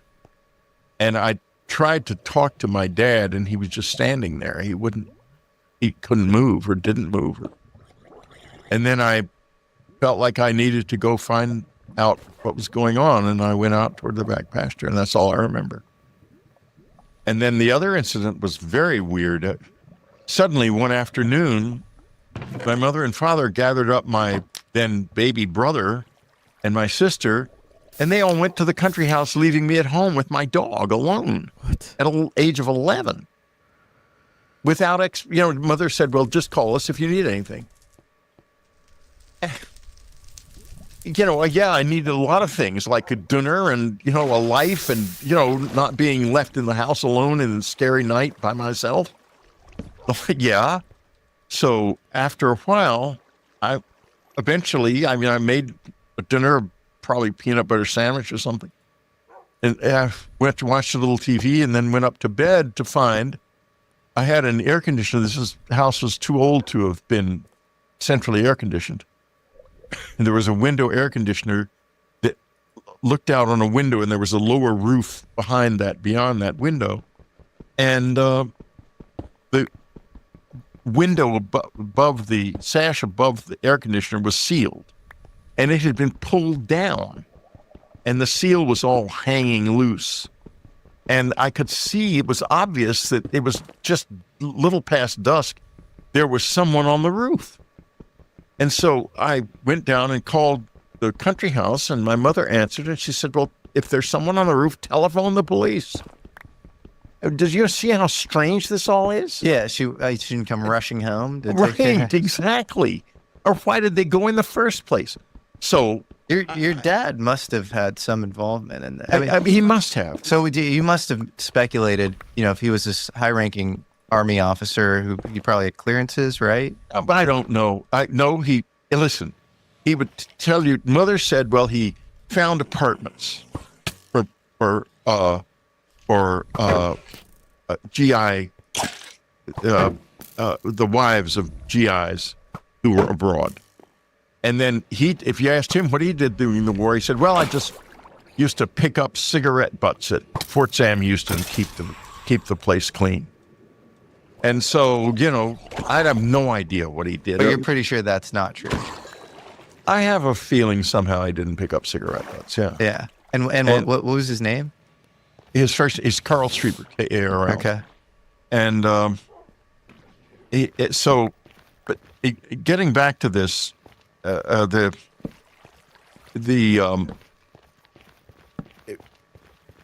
went downstairs to call the police, but there was no 911 in those days. I didn't know how to call the police. So I've got the phone book. There's a man in the house upstairs coming in the house at any moment. And I'm looking in the front of the phone book for the Terrell Hills, the local police. I finally find the number. I call them. And the lady answers.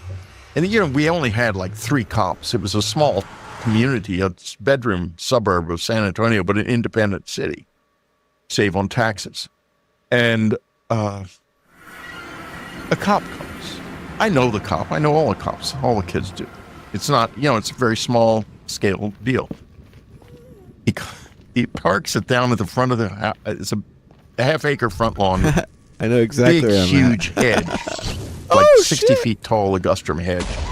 And a bower kind of and he comes through, and I see him coming up out of the shadows, and he's got his gun out like this.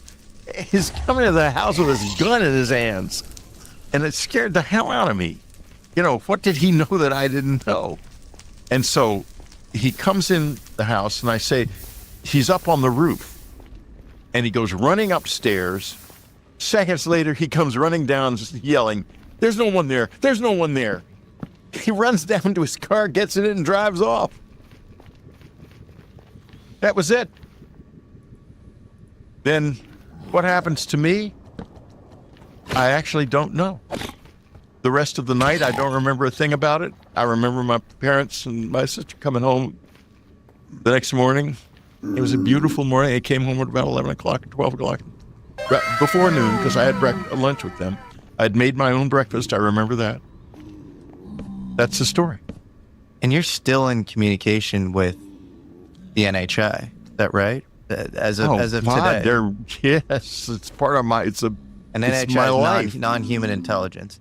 I am in communication with something. Do they manifest themselves as grays for you, or still? No, not often. Once in a coon's age, about a year ago, I'm pleading. I want you to come in front of the cameras. I've got 2 different camera systems in the house. I've been trying to get pictures of them since the 80s. Do you have any? No, I do. I have very little stuff. A few things. They got pissed off at me a couple of years ago, and they all these explosions, strange explosions, got picked up as a result of that, and on the cameras, and I've got that. And they like me to wake up at 3 o'clock in the morning to commune, I guess. Yeah. And is it at a specific time? Well, it's an hour. If I'm right about what it is, there's an ancient yogic tradition of Brahma Muhurta time. The time you're nodding your head. Yeah. Because in Islam, it's also there's like in a lot of religions, that time is like very sacred. You do commune with God, like the highest. In Islam, the prayer that you do around that time is the one where you're supposedly closest to God, and I think it has something to do with actually like having gone to Joe Dispenza retreat. There was a whole thing around like melatonin being there's something mystical about that we still don't understand about how melatonin makes the brain act when we're asleep, and that's why some of his meditation would make you wake up during that time. Well, I wake up during that time every night, every single night, and in fact, for years after my wife passed away, back in the 90s. Well, what is Brahma? Between 3 and 4, or is it? Well, the interesting thing was that it is supposed to be an hour and a half or an hour and 30 minutes before dawn, and so that's why at first they would wake me up physically. They would blow in my face. I would get a little kiss. I wrote a poem. I have a book of poems out called The Hidden Garden, which has been read by, I think, 12 people, and another 14 people listen to the audiobook. But, poetry is not... Go out and check out Whitley's poetry. Come on. Yeah, do it, folks. Do check it out. It's a nice poem. Anyway, I wrote a poem about this experience, and it was not an unpleasant experience. You get to the point where you have to learn something about sleep, healthy sleep, or you're going to go crazy getting waked up at that hour every night. And, they do not stop. So after she passes, back in the 90s, there was a period of time where they were waking me up at that hour. Then we lost the cabin. We leave the cabin. And that doesn't happen. Then she gets ill and she passes on. And a few days after she passes on, it starts again. They start waking me up at 3 o'clock around that time. And it becomes a very big part of my life. Very important, because I can feel the communing going on. I can feel it really intensely. And part of it seems to be involved with my wife and other dead people, and the dead and the aliens. It kind of all... Do you think, we talk about the communion of the saints in Christianity.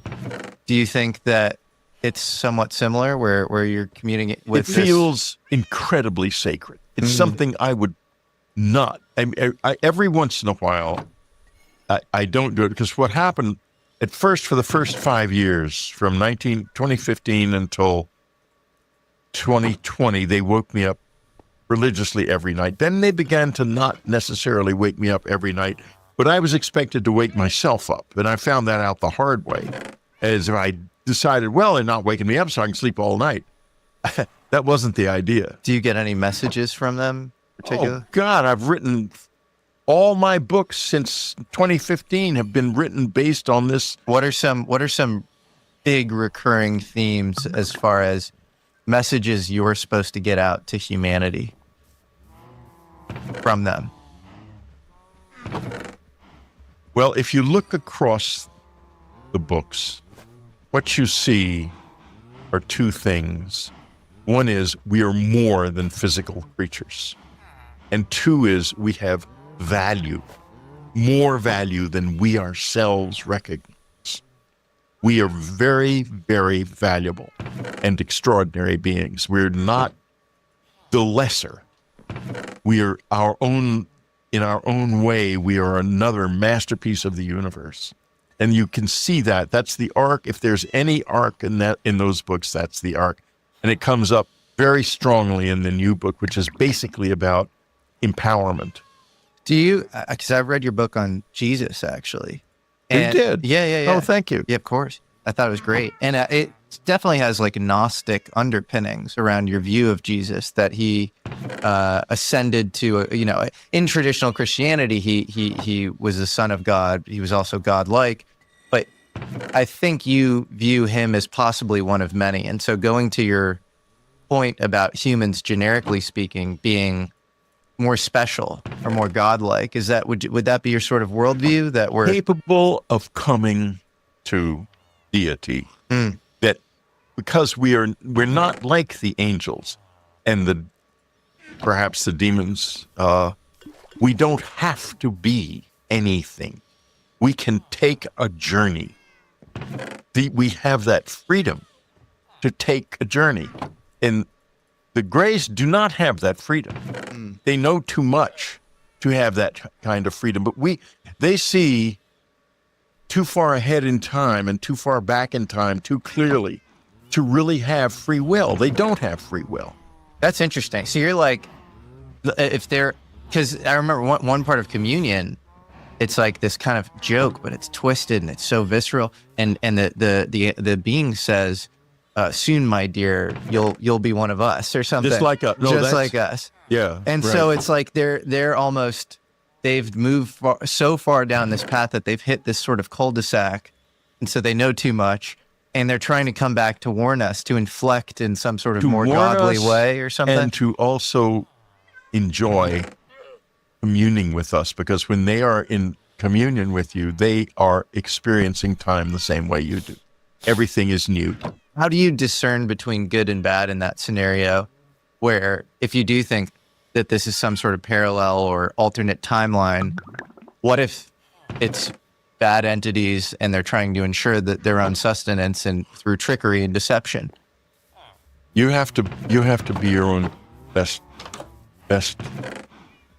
counsel, your own wisest counsel. You have to live a good life.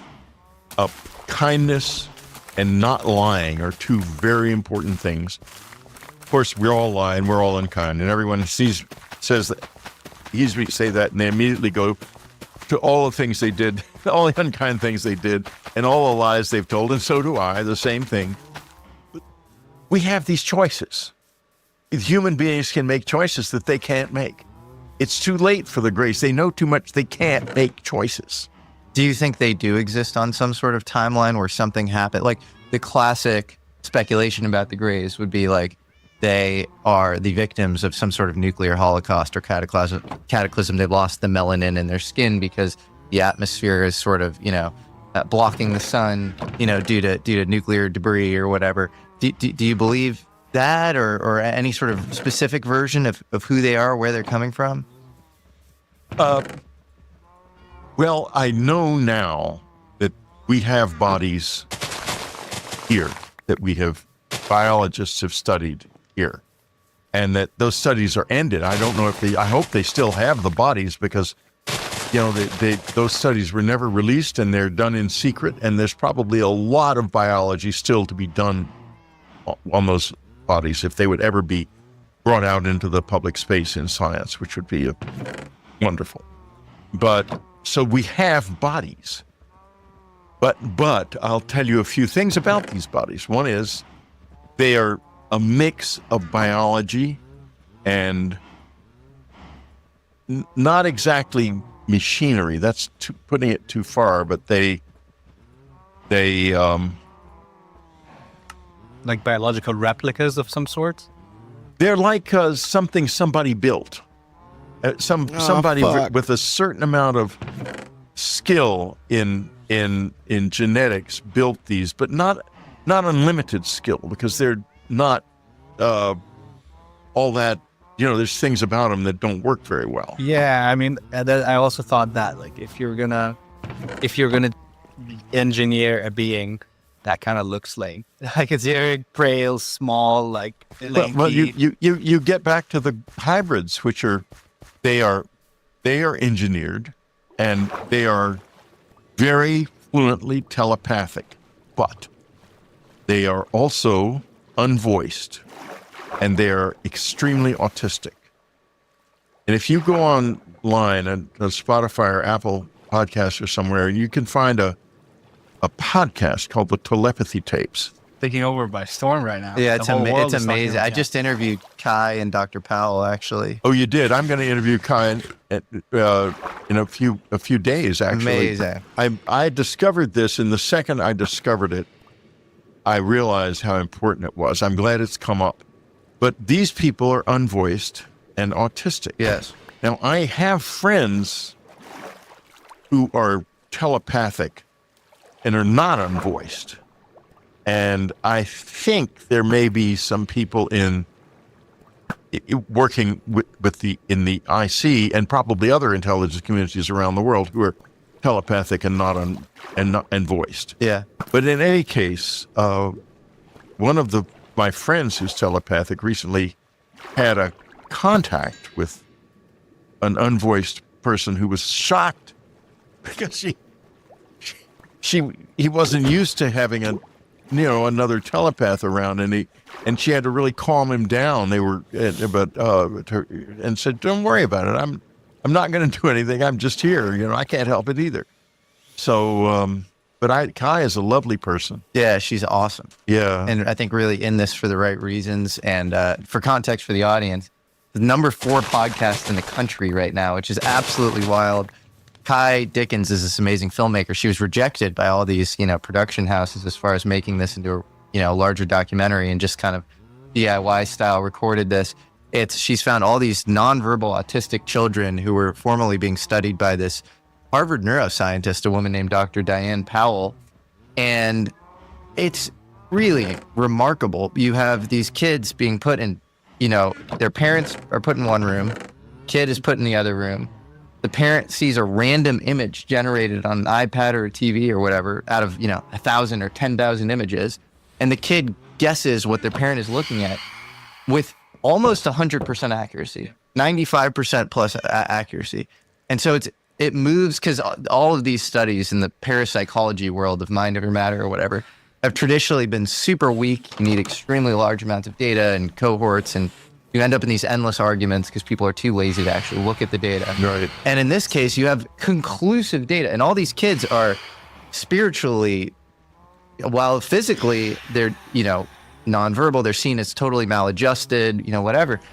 Spiritually, they seem far more evolved than all of us. They meet up on the hill together, and they hang out, and they talk about God constantly in the kingdom of heaven. And they seem to have faith in some sort of higher world that we all just have limited access to. And kindness and truth-telling are essential in that and world. They're savants. They know everything. They know languages better than the Spanish teacher without having learned it. It's absolutely amazing. Sorry. They are. And it's, it gets me to the hybrids who are, I don't know, I know a few of them. And are there some that are functional? Are there aliens walking among us? Well, okay, here's the functionality issue. The ones I know are not voiced, which immediately makes them essentially profoundly crippled in this society. Oh, so they're nonverbal. That's what I'm saying. They're non-voiced. They can't talk. And they often have to use techniques. There's one called RPM to type. Right. out what they feel. But they live in an they don't do that. I mean, they're not interfacing with the world around them, which is a huge problem. I've talked to Kai about it. We're going to get together and try to figure out, can we help them? Because they're very autistic, and they are fluently telepathic. And I'm telepathic, but passive telepathic. In the sense that if I'm around a telepath, I can have telepathy with them very easily. And I will pick them, if I'm near someone who's telepathic, I'll pick it up right away. Should we try to do like you think about a color? Oh no, I can't project it. In other words, I can't read your mind in your mind. But if someone who is telepathic was in the room, we could converse. That's that.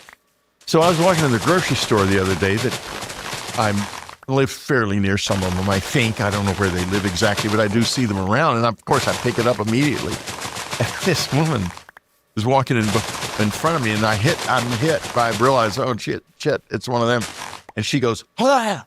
And she runs, looks around. She's got a skateboard, and she starts to come after me with the skateboard. And I think, holy shit. What am I going to be beaten to death by one of the hybrids because she's scared of me? And so she wants to leave the store. She wants to run out of the store, but I'm in the doorway. So she turns around and runs off into the store. And I think, just calm down, Whitty. Let her go. I'm not going to follow her or anything. And so I just go and concentrate on what I'm looking for. I do not put my mind on her in any way. I get my stuff and I go out. And there's often somebody waiting. Another one waiting, they have these old cars. They don't have much money. And so the other one that's waiting outside is there. And I come out and go into my car, and he looks at me and he goes like that. And I know I'm good. I've passed. They're not going to be pissed off. But that's reality. It's a reality, and I'm sorry. It's real. It's real. The telepathy is very real. Do you think any of the hybrids are functional human beings that are walking around? Not that I have met. And they also all smoke all the time. And why do they do that? Well, I went into this very extensively. I spoke to a psychiatrist who specializes in treating schizophrenics, and he really solved it for me. He said schizophrenics smoke not to suppress the voices in their heads, but to smooth out the nicotine smooths out the emotions.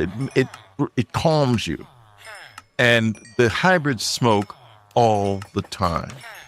They never stop. All the time. And, in this society, Santa Monica is practically has a no smoking sign on the city, on the boundaries of the city. I mean, this is not a place where you smoke very comfortably anywhere. And so, they're very isolated, and they're very unhappy, and they're poor. And I'm hoping, and this seems to me to be completely impossible, I'm hoping that we will be able to reach out to them in some way and bring them into society, because we've got wonderful people, regular people, caring, good people who can help them. Have you ever read the sci-fi novel Childhood's End by I Arthur C. certainly Clarke? have.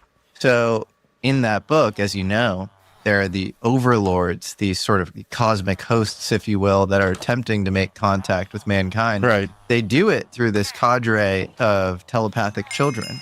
Yes. And these telepathic children are sort of the Paul Revere's, if you will, of humanity, that are starting, this communications channel to this higher kind of Borg-like being. What do you think of that? Do you think that's a case of fiction becoming reality? Or he was obviously a very extraordinary man. He was Arthur C. Clarke was fascinating. Fascinating man. He's probably MI6. Oh, probably, yeah. He lived in Sri Lanka. He wrote a book about a portal in Sri Lanka on the top of a mountain, and now you have to speculate that he actually thought that there was one or something. Well, of course he did. I'm sure he did. Yeah. I had the strangest experience with him. I had a friend, Mike Smith, when I was living in London. He was also an American. He was a very good artist. And in those days, the English were easily fooled by fake credentials. So he made some fake credentials for a paper called the Chicago Citizen, which didn't even exist. And we used to use these credentials to get into places we didn't belong, like Ask at Opening Day and the premiere of which one is 2001? Was Space Odyssey, yeah. Yeah. Arthur C. Clarke's the movie, The Earth. Okay. Yeah, Arthur C. Clarke, Stanley Kubrick, based on actually a novel by Arthur C. Clarke called The Sentinel. Right. So Arthur C. Clarke is there. I end up sitting beside Arthur C. Clarke in the movie. No way. I'm telling you the truth. That's crazy. And so, I'm very quiet, of course, because I don't want to get thrown out, and I don't think it'd be too long before another American's going to realize that I'm there based on complete bullshit. And so I'm sitting there. Or you were meant to be there. Maybe. And I asked afterwards, he turns to me and he introduces himself as if he didn't know who he was. And I tell him my name, and he said, well, why are you here? And I said, well, I'm from the Chicago Citizen. The Chicago Citizen, he says. I said, yeah, it's a new paper. Oh, he says, well, what do you think? Are you going to write a review? He says, I said, yes, I'm going to write a review. And in the review, I'm going to say that you are a genius. And he says, well, you better say Stanley's a genius too. Wow. Awesome. So that was my contact with Arthur C. Clarke. Both of those guys were truly geniuses. They were great geniuses. And yeah. God, I have a feeling there's not too many places in the universe that create geniuses that are scot-free in the world like we are. In moments like this, I just often remember a specific interview that Dr. John Mack did with one of the kids from the aerial school. And he asks her why she thought the visitors were there. And she goes, in space, there is no love, but down here, there is. And I remember so viscerally watching that for the first time and that resonating on such a deep soul level that, and of course, you can make the case that it's wishful thinking. Of course, I want to feel special as a human, and I want to feel like we have something here that doesn't exist elsewhere in the universe. But there is something so profound that anybody that has experienced like a love and a sense of, to anyone that just experienced love, you can really you feel the transcendence of that. I mean, the most popular film for the past decade was about like transcendence of love, Interstellar. So like the whole thing was about that. Yeah. So and you could see how like it's almost like right now is the 10th year anniversary, and the people are talking back about the film because people are watching for the first time. Big fans are watching it again, and the convergence of even that, I was talking to Jesse about a couple of days ago. It feels so everything feels like it's making sense for the moment that we're living right now, on like in the way people are, in the drones popping up, on people thinking more about space with SpaceX landing, a tower coming from space back onto Earth. I really do think that we have something so profound here that we have to preserve, that we have to gather around to, like, as you said, really understand what is it that makes us who we are, what is it that makes them who they are, and so that they are here based on our terms. We know that they're not going to be the overlords that we have to like. That's exactly what we have to submit our entire sovereignty to, just because they're a higher form of intelligence. 2025 is about figuring out how to live together, and that does not mean we are going to have to accept overlords. If that's all we can manage, they don't want to be here. Maybe our current reality is more governed by entities than we realize. Like, where do thoughts even come from? And so I think there's kind of this perspective of, like, one of my favorite quotes is this Eden Philpott, the universe is full of magical things patiently waiting for our wits to grow sharper. Yeah. And that's a wonderful quote. It's a wonderful quote. And there's maybe some strata of beings that are waiting for us to ascend to their level, to truly, communicate at parity with them. And then there may be some other beings that, if you're not aware of them, probably have more insidious control of your life right now. Yeah. And so, like, it brings up all these sort of kind of epistemic ontological questions. When you're daydreaming, why are you thinking what you're thinking? You're not consciously constructing those thoughts. They're sort of entering your mind as if it's this antenna receptacle. And so then you have to ask what's on the, sending end of that. And, Well, on that point, I feel like we jumped straight into the communication with the NHI, but we didn't talk about the implant and the fact that there's something in your body that you believe is an implant. I feel like Right here. If you, I Can feel we like if see you it? had that, You can touch it. You can't. I don't think you touch it if you want to. I feel like 2 years. I can give you a CT scan of it if you Is it want okay? that. Was it weird if I touch it, or is it? Oh, it's fine. Doesn't matter. It might be a little hot because it's been working. Right here. 2-3 years ago, if you had told someone, Go ahead that and touch there's it. Don't be scared. Here. It's right under my finger now. Oh my God! Yeah, That is. not- Well, can you touch it? I'll come touch you, but I want to finish this point because I feel like that's not also normal tissue. yeah. No, it's no. not. I mean, there's the CT scan, there's a video of the surgeon trying to remove it, and the thing fucking moving at its own, like it's Oh, it's going evaded down the into my surgeon, earlobe. Yeah. and it just like goes down. And I remember watching that.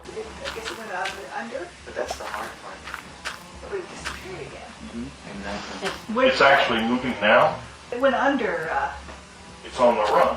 Well, kind of is because I could see it just bright as day, and now it's. I don't see it. Am I gonna have weird effects now that I? No, not at all. Listen, it's been in this whole. It's part of this conversation. It's been ears gotten hot and cold all through the conversation of the implants. Really? Yeah, it's. So you involved. think it's how you communicate with the beings? No, it's. I work with it. In other words, I can interrogate the implant while I'm talking. But you've had it was humans gave you Two the implant. humans, yeah. And This suits is and something we like haven't Men in touched. Black style. This is something we haven't touched on yet. Is the human level of this, and I can tell you a lot about the implant and and what it does, because I've learned about this I was taught this by a couple of people who came into the house. But let me just back up to the time it was put in. Somewhere in one of my books, it says it was 1992 it was put in. That's a copy editing error. It was May of 1989. And I was in bed in the cabin, and Anne was asleep at about 11 o'clock at night. I was still reading and just about to go to sleep. The cabin looks out on the swimming pool in the back. I had so much money then. I really wish I hadn't been destroyed. What happened?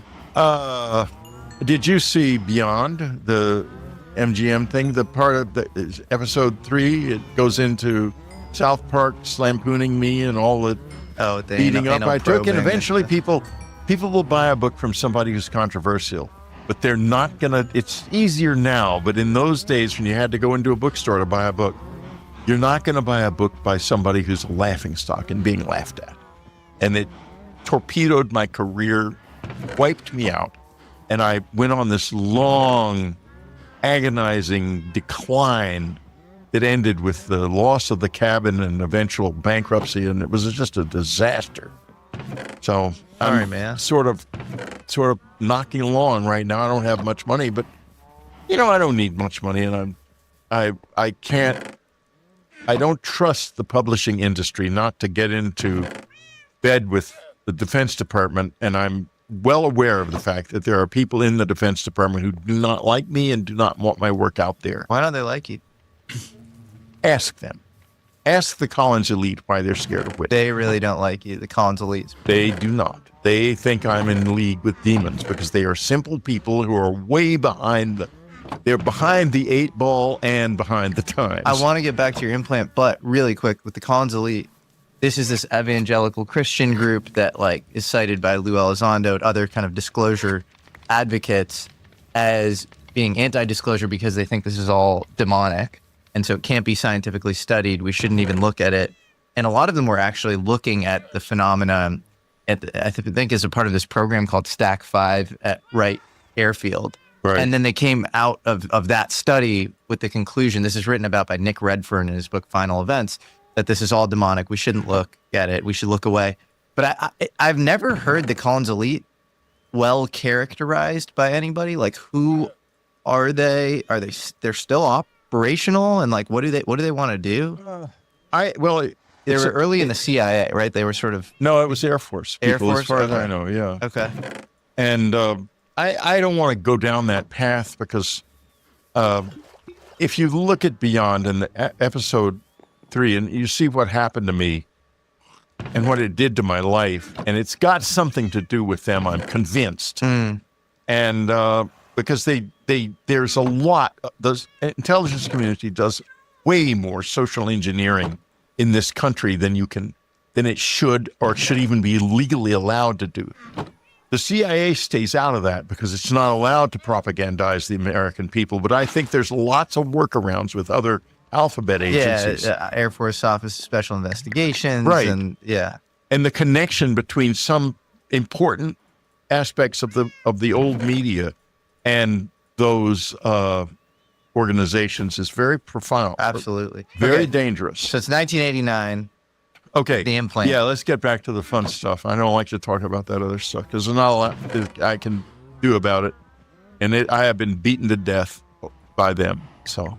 And maybe I'll just finish the point when you were touching the implant. Now people can accept that stories given, Lou Elizondo's testimony and him even bringing it on News Nation and talking about it. But I feel like, probably the time you were telling people they have an implant, people probably thought you were just nuts. Because, what do you mean? Not really, because actually... I guess you had a video, yeah. Well, no. Initially... anybody can, if they were in this room, could feel your ear.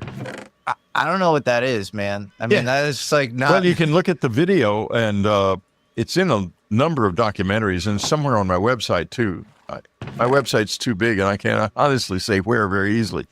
But you see the doctor try to remove it. You see, he says, my wife sees it. She's right there. Ooh, look at that white thing. She says it's a white disc. Because one of It's like a little tiny white disc. I mean, I got a little piece on. And the doctor he was such a cute, sweet guy. That's it. I'm not going to do anymore. But he didn't know anything about alien implants. And Aaron had said to me from the beginning, you're not getting it removed. You're not getting it removed. Then it's 1994 or 6, I believe it was, and we lost the cabin. We're living in a little condo in San Antonio, and we meet this guy. And we talk, and, he's interested in community and stuff. And I decide I'm going to see if I can get around Ann and see, because I'm very curious about it. I'd love to see this implant. It's not really working at that time. It's not essential to me at all. So I say to him, by the way, I've got this little cyst, and she bristles. I said, on my ear, would you feel that? He feels it. He says, yeah, it's just a little cyst. You want me to pull it off, pop it off? I said, yeah, I would. He said, sure, come over to my office tomorrow morning, Saturday morning at 10, and I'll do it. At home, Ann says, I'm sick and tired. This is your chance. We're going to have a big fight unless you promise me absolutely on your honor never to try again. I say, okay. I figure I've got her. I'm going to get the implant out, take it to L.A., and we're going to study it with Roger Lear, and, we finally figure out what this thing is. So we go into the doctor's office, and he's got his nurse there, and he opens up the slit, and Ann's there, and Ann's videotaping it. She says, it's a white disc. And the doctor touches it with a scalpel or something, a probe of some kind, and it goes down into my earlobe. At that point, and if you look carefully at the video, you can see he gets sort of still. And he's realizing, he said later, that I realized I was trying to take out an alien implant. And he says, well, I'd have to take your whole ear off. I pull out. Whoa.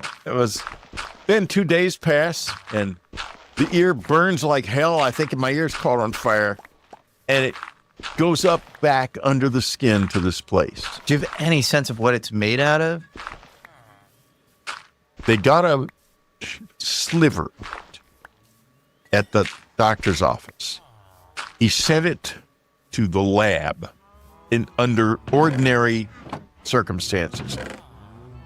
I receive a telephone call from Dr. William Mallow, the head of materials science at Southwest Research in San Antonio, which was founded by a family friend. Is that Texas A&M or no? No, it's not A&M. No, this is different. Okay. This is a private foundation founded by Tom Slick, San Antonio man, back in the 50s. And Bill is its head of material science and has been since the beginning of the foundation at that point. And somehow or another, it went to a lab, to a regular, ordinary lab. The doctor just sent it to a lab. But he doesn't get a report from the lab. I get a call from Bill Mallow about it. So it's gone from the lab to Southwest Research, which is 54 or 45% funded by the CIA. Bill says, I've got your piece of your sliver of the implant. And he says, it is a metallic base with febrile moving cilia coming off of it.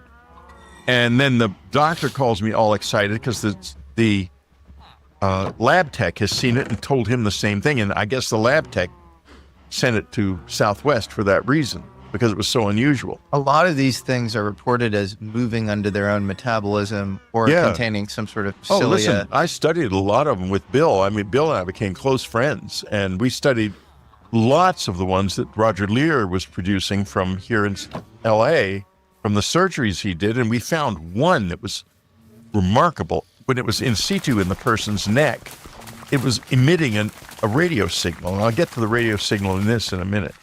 Do you think that? So yours... It does. I can tell you about it. Can you measure the radio signal? Because I just interviewed Bob McGuire, whose girlfriend has an implant, and he put like an RF detector over her head and could like measure the frequency coming out.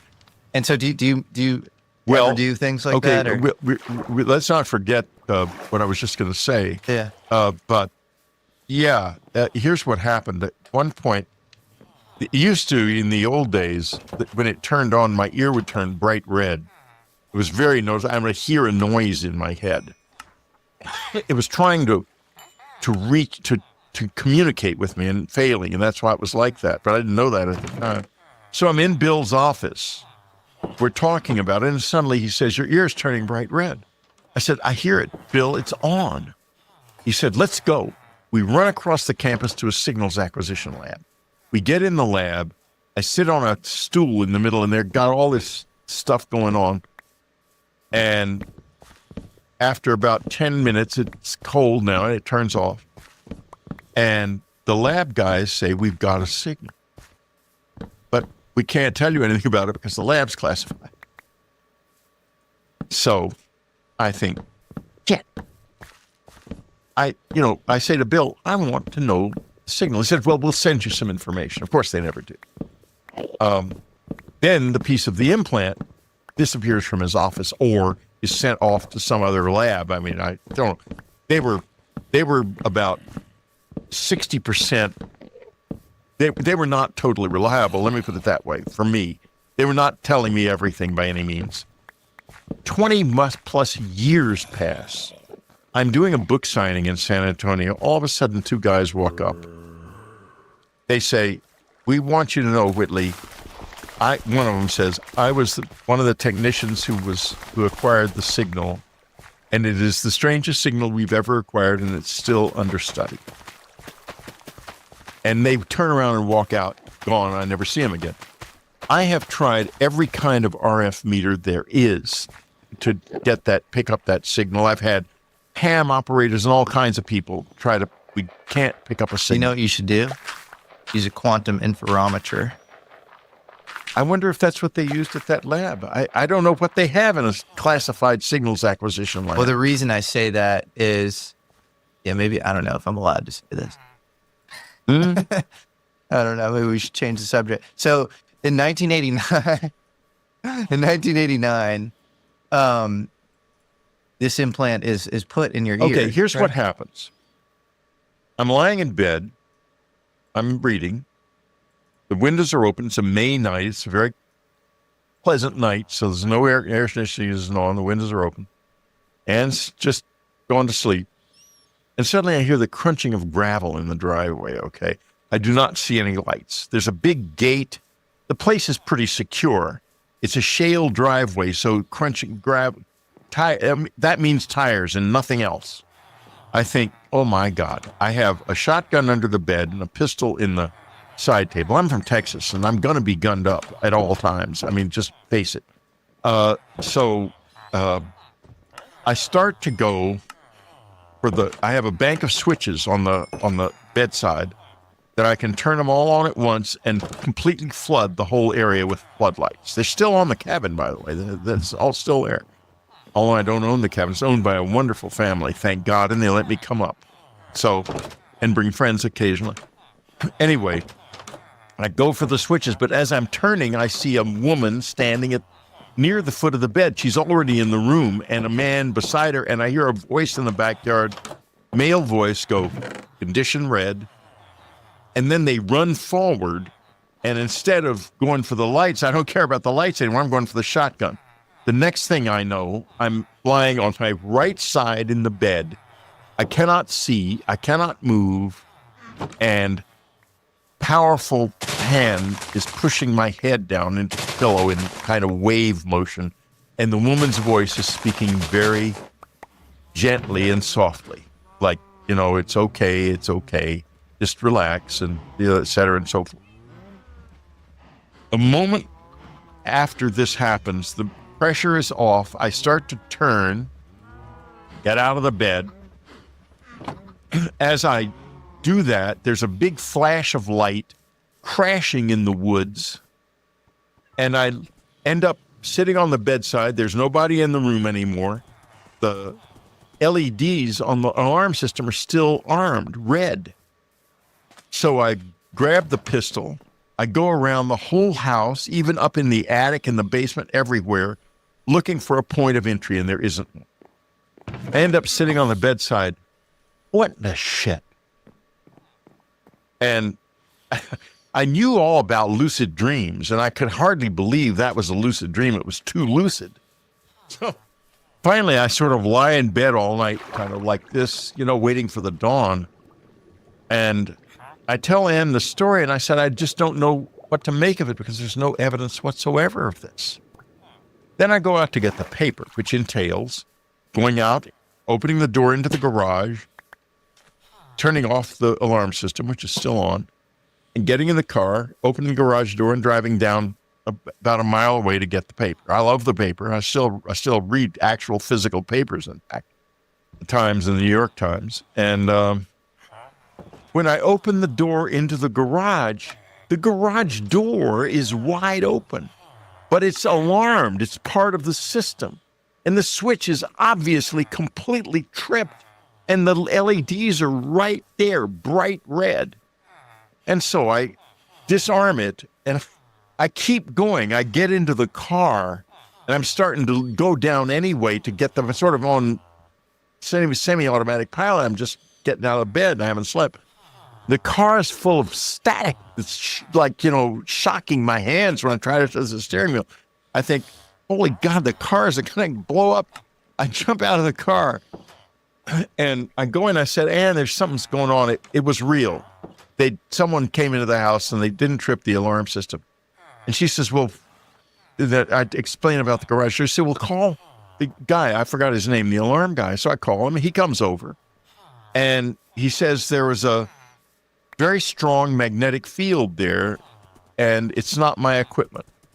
All I can do is, the field was still there. He measured. I saw him measuring with a Gauss meter. Gauss meter would go, the needle would disappear. He said, all I can do is replace my switches, which he did. And we tried to get some information off of the alarm system's records, but they were all garbled. So, a couple days later, it starts to hurt, and I realize I have this implant.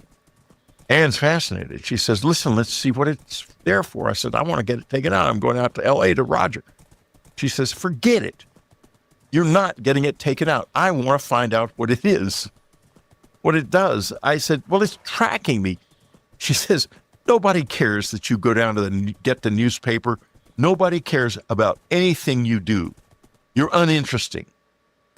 I said, well, yeah, true. I'm not a criminal or anything, so I leave it in.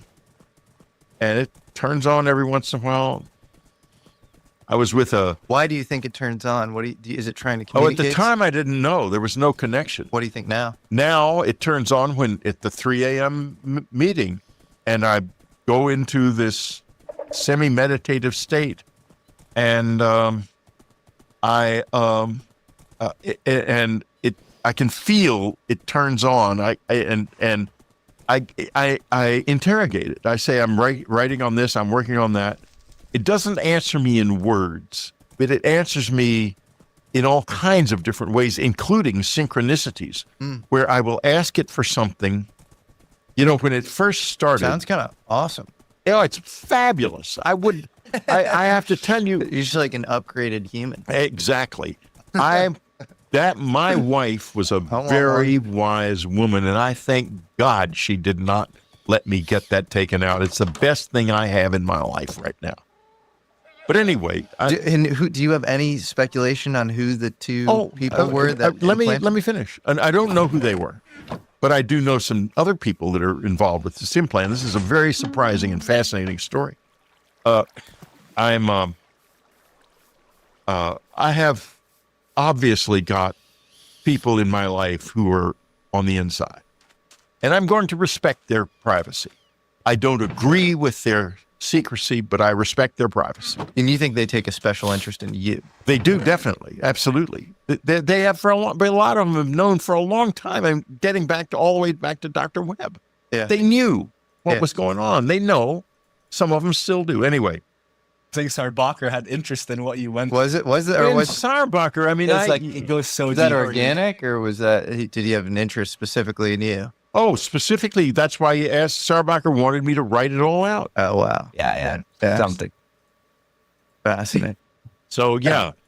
So, anyway, this gentleman, it's a wonderful gentleman. You both know his name, and I'm not going to say it because he also has a horrible temper. And now you know exactly. You're thinking, you know who it is. And if you say his name, I'm going to deny it. Plausible deniability. Okay, anyway. I can look at your facial gestures. Anyway, he wants me to get a CT scan of the implant. And I'm eager to do this, of course. I said, well, how am I going to do it? I say, because I can't go to my doctor and say I want a CT scan of my ear for no apparent reason. And he says, well, I'll call him. So I call the doctor, he says, and then he calls me back, says, make an appointment with him. I make an appointment with him. And he's all excited. He says, it's all set up. You just have to go over and they'll do a CT scan of your ear. And I go over to the Tower Medical lab or wherever it was.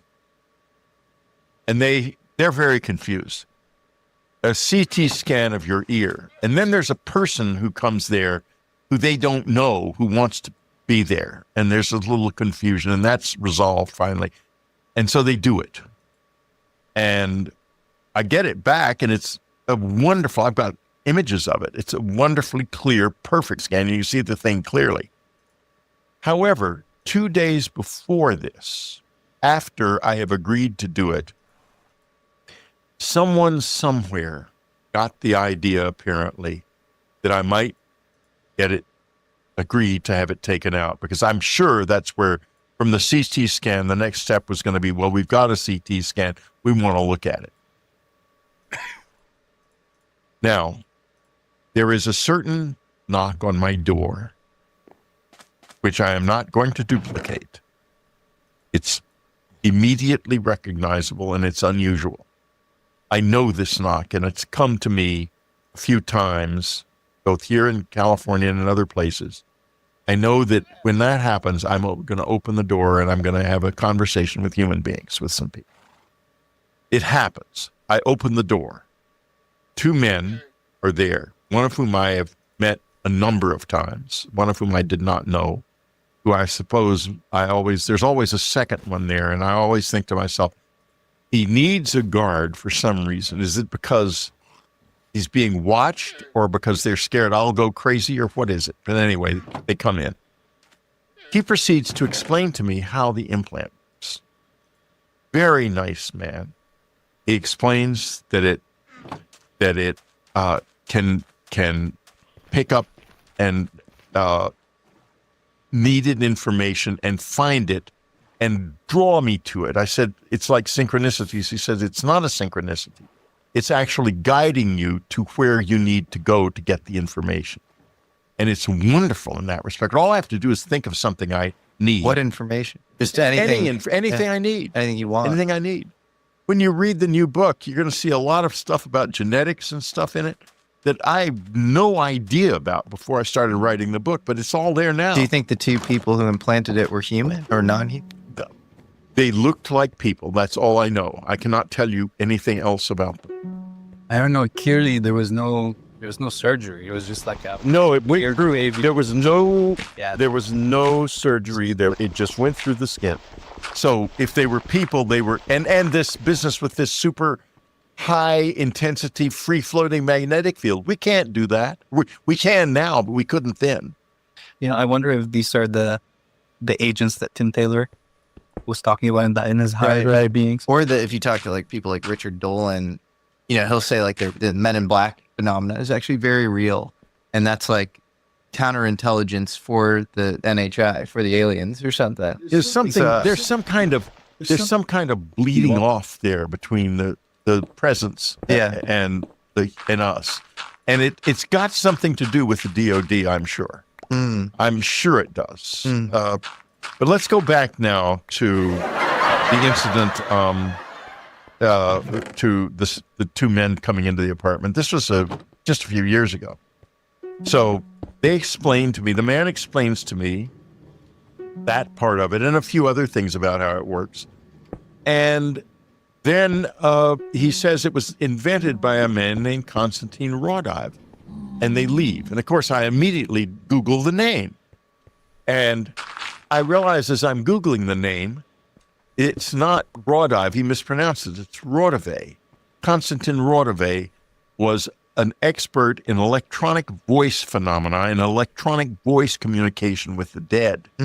No way. With the dead. With the dead. So like it's a technological version of mediumship or something. Exactly. It's technological mediumship.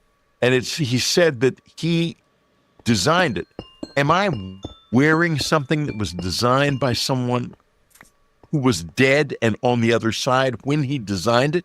Or did he design it before he died? I don't know. When did he live? He's passed He died away? in the 70s, I think. But there's lots on the internet about him. It's Raudive. Have you tried to match up his patents or pictures from his work to, and does it look similar? No, I didn't. I couldn't find You anything. couldn't find anything? No. But I did find this out. But that's fascinating that you describe your this heating up at night at the specific hour that's known historically to be when you commune. Yeah. And it's communion for you. You're seeing that there's a structure here. It's not random. Also, the other thing the implant does is it opens up a slit in this eye. Really, it's more in this eye now. But it opens up a slit, and you can see words racing through the slit. Too fast for you to read, except occasionally. And they all seem to be kind of nonsense words. I mean, they're words. They're English words for the most part, but they're not relevant to anything. And I asked him about that, and he said, he said, that's drawing up material from your unconscious that's relevant to what you are doing, what you're working on. And this is why when I'm writing, I can remember incredible detail about all kinds of stuff. And you've written 40 books? Yeah, but this is recent. This is after 2015. Yeah. I've only written about 6 books since then. So the thing came on starting 2015. It came on in 1989, and it started working in 2015. Oh, it started activating in 2015. But let's keep going here. Wait, how does this guy know this about how it works, though? How does the guy who knocks on your door come in? Because he is obviously part of the same world we're sort of talking about. That I think Richard Dolan, who is a lovely, brilliant guy, has got something. I think there is a breakaway civilization, and we're talking about it right now. Interesting. So breakaway human civilization that is systematically They sure look human to me. It's fascinating. Now, then what happens is I start telling my friends this story, and I'm talking about it. I tell one friend, and he's asked me not to use his name. I've specifically asked him if I could. Who says, well, yeah, oddly enough, I've had a slit like that in my eye for years. I've often wondered, and the words go through it and you can't quite read them. I said, I know what that is now. And I explain it to him. I said, and he says, well, that's extraordinary because, he's written some books also. But here's the weirdest thing. He's one of the world's leading experts on Konstantin Raudive. No way. Yeah. What? Yes. What are the chances? That gave me No, there's not chances. It's an experiment. It was been in him for longer than mine has been in me. Yeah. Where's Raudive? Where is he from? He was from Romania or Lithuania or somewhere like that. I don't recall offhand, but there's a lot of and this. Did this guy live in your vicinity at all, or is there any through line between you and him as to why he received this as well, outside of being connected to Raudive? There might be some kind of a through line. I can't see it. He lives up in Marin County. Why do you think yours activated in 2015? Why the delay? I'll tell you why. I can tell you precisely. And this is just stunning, but it's all part of this. And we're dealing here with something that causes onological shock. Okay, so let's just suck it up. After Annie passed away, is when it began to work. And I began to notice the slit, and I was walking across the street one day, and in bright sunlight, the slit's very obvious. You can see it. And I think to myself, who are you? And the words slow down, and it says very clearly coming across, it's me, Anne. Whoa. Wow. So your wife, when she passed on, you think she activated this to communicate? Activated it. Wow. And I think that woman maybe knew all along. I do not. Anne is a mystery wrapped in an enigma. She is? She is. So, yeah, let's go into that. Can I just tell you something since Anne came up? I remember the first thing I ever watched on you and Communion. I remember, after, I prayed for her because I could feel how incredible of a soul she was. And I prayed that, and I promise you this happened. I prayed that one day I find love like Whitley's. Oh, man. When one of the visitors, when I was in the abduction experience, said to me, you're the luckiest of the lucky, I thought, what crap. And then later I thought, well, I've written Communion and now I'm a big name. But that wasn't it. It was her. It was finding Anne. Well, and I'll tell you how I found Anne. How'd you find her? Well, I was living in London, and I like England. I spent a lot of time there. I came back to the States. Daddy got mad at me because I was supposed to go to the London School of Economics and instead matriculated at the London Film School. And a year later, he figured this out, and got all pissed off and made me come home. And so I'm back in the States, and I'm in New York, and I'm I want girls. I'm 23 or something. And I want a girlfriend. And I had girls in London. Now I don't have any girls. So I go to singles bars, and I've gotten a job. Dad said, well, you're on your own now. You got to find your work, do your thing, and don't come back to San Antonio. Just do your thing. And so I got a job as a media planner in an advertising, Benton Bowles Advertising. And I'm looking for girls. I'm going to singles bars and stuff. And all the guys in the singles bars, they're airline pilots, lawyers, doctors. They're all media planners probably too. It's the lowest of the low in the advertising business. At least it was in those days. So I come from a father who's never lie. Never lie. It's basic. It's in my blood. So I'm not going to say I'm a doctor or a lawyer. I said I'm a media planner. I was getting nowhere because I'm not the prettiest thing that ever walked yours. Come on, Whitley. And no. Don't sell yourself short. You guys have been. You might do better in singles bars than I did. I did not do well. So I see in the Village Voice. Now Amar and I just bring up aliens. Right now, That's exactly it was what different. He goes, you know how we met? He goes, it's actually alien. Yeah, sorry. So you're you're going to the single bars in New York. So I give up on that because I'm wasting my money, clearly. And I see this thing in the Village Voice for something called Mind Mates. And I think, great. My main problem has always been I want really smart girls because I want a girl. I want someone who's really, really, really smart, preferably smarter than me. I figure I'll try this. So I try Mind Mates. They send this packet with, I spend like 2 or 3 hours writing essays and filling out forms. It's a very serious deal. I mean, they're really into this. And then my stuff in. A couple of weeks later, a list comes back and it's got like 5 names on it. All of the names are the last names of fish or close to it, like salmon, Solomon, and there's trout, and all is. Think, what the hell is this? And there's one name on it, Maddox, that's just not a fish. And I think, is it the fish are all fake, and I actually was only sent 1 name when I was supposed to be sent 5? So I call one of the fish, and she's real. She is a fish. I mean, she is trout or whatever it was. So I can't just hang up on her. So we have a date. Doesn't work. I figured no more fish. I'm going to call the one that's not a fish. So I call Maddox.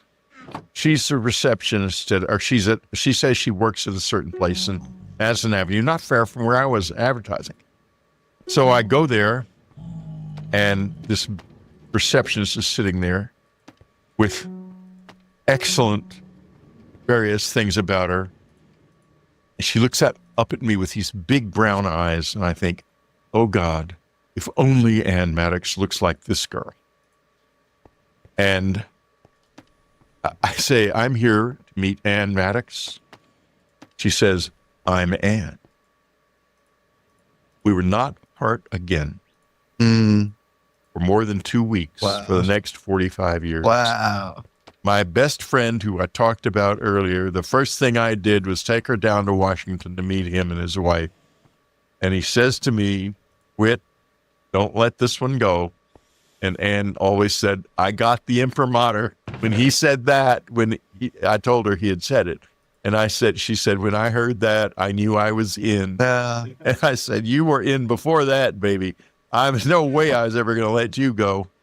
She became my wife, and Ann went back to school and got a degree in English literature to be my editor. And, I wrote 7 novels before I published The Wolfen. And I got close with some of them. One of them was so annoying that this agent calls me and says, I'd like you to come over. I'd like to talk about your book. And I said to Ann, it's a big agent, Candida Donadio or something. Jeff Brown, I think his name was. He was a big agent. So I'm very excited. I think finally I've got an agent. We go over to his office. He sits down across from me at his desk and he says, I just want to tell you, that book was the most annoying thing I've ever read in my life.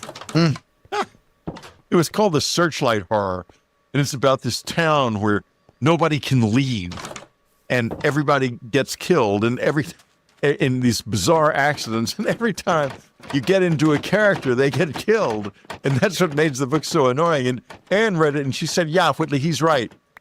This is infuriating. In fact, I'm not going to finish it because I'm going to beat you up if I finish it. Wow. So, but you're almost implying, before getting into describing her, that there's something very special about Anne as far as her role in your life, above and beyond a romantic one. Weird stuff started to happen as soon as we were together.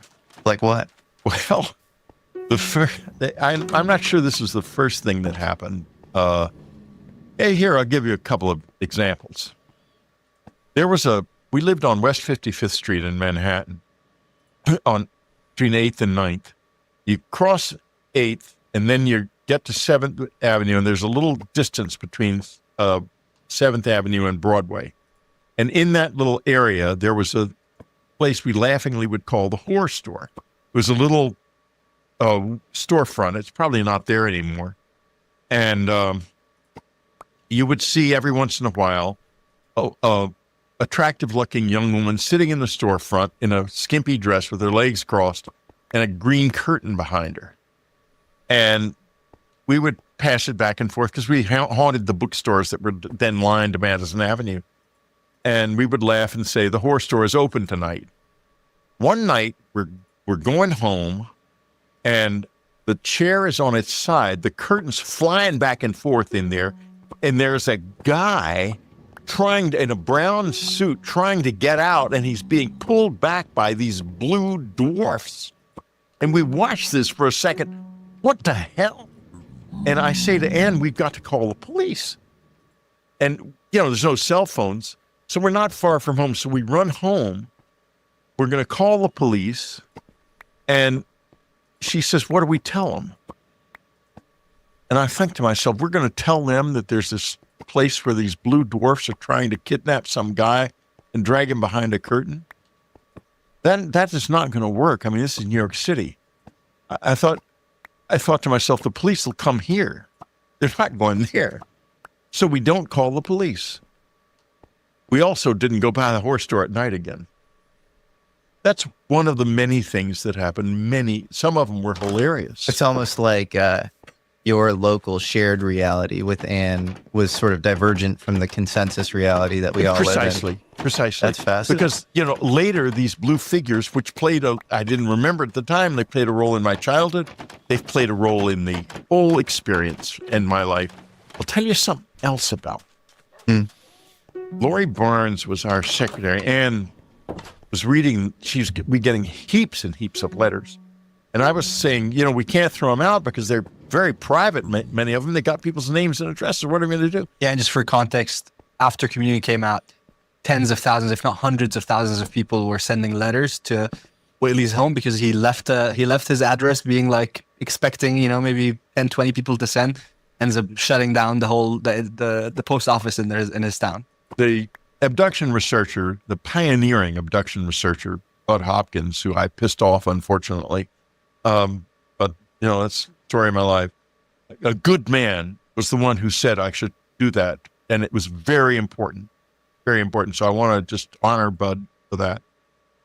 Anyway, we got these heaps of letters coming in, and I said I can't. What are we going to do? I mean, they're literally pouring them onto the living room floor in heaps. And I said, I can't read these. She said, well, I can read them.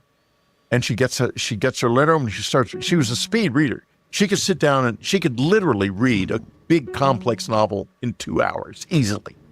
She was really smart. She was smarter than me. And that's exactly what I was looking for. I wanted to marry a genius, and I did.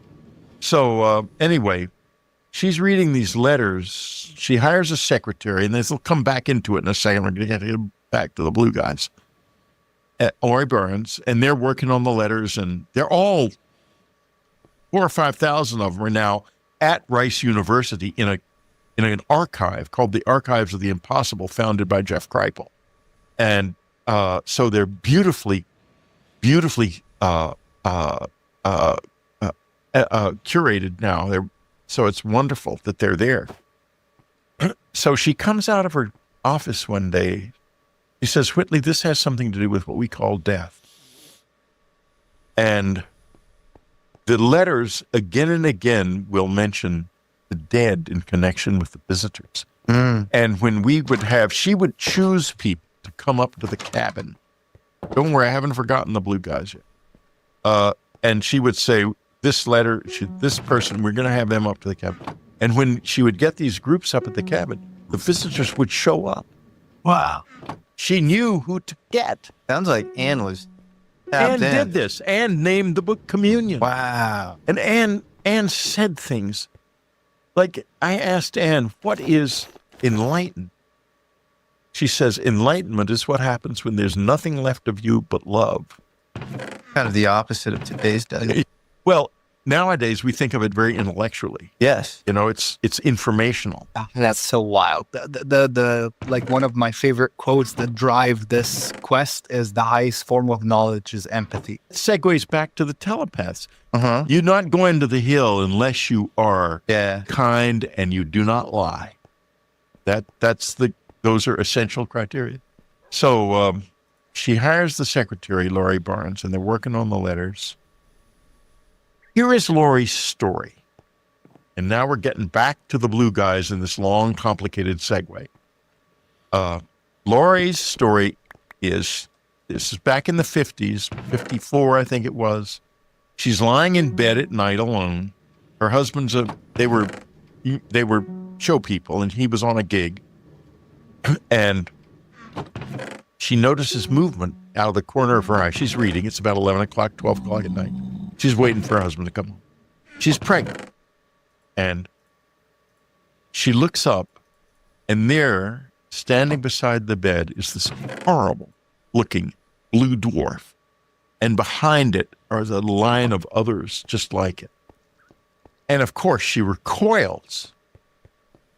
And it says to her, do not be afraid. We're not here for you.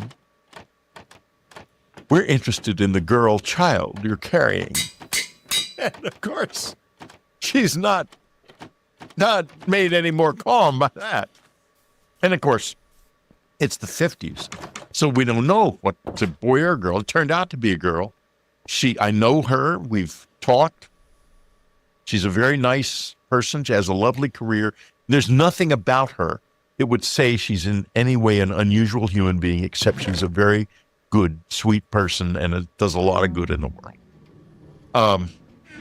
Okay, so this happens, and she recoils from the creature at that point, and it says to her, why do you fear us so? And she says, you're so ugly. And it says something now that gets to way deep into the heart of this whole thing. It says, one day, my dear, you will look just like us. Oof. Laurie has passed on. I have wondered if the little blue guy is going to show up in my life. But so far, I haven't heard any sense of her presence at all. I do get the presence of a lot of dead people, but I haven't heard from Laurie. What were John Mack, Stanton Friedman, these sort of legendary figures in the UFO world? What were they like? Because you knew both personally. Yeah. Well, Stanton died basically running through an airport. I mean, Stanton was the most driven human being I've ever known. He would go anywhere. He would do anything. He would not stop. And he was very coy about whether or not he had been activated. By activated, I mean, you see a UFO up close or you have a close encounter experience, you're activated.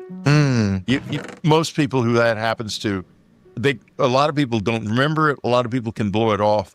But there are certain people who just will not stop.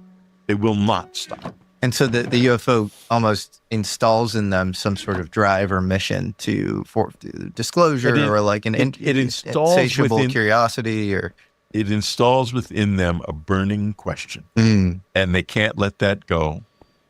It's a lot of the people in this field are much more wonderful than the outside world realizes. That you get a room full of close encounter witnesses together. They're all incredibly sweet and mild. You think to yourself, well, the Greys, they're little and they're fragile. Of course they abduct people who are mild-mannered.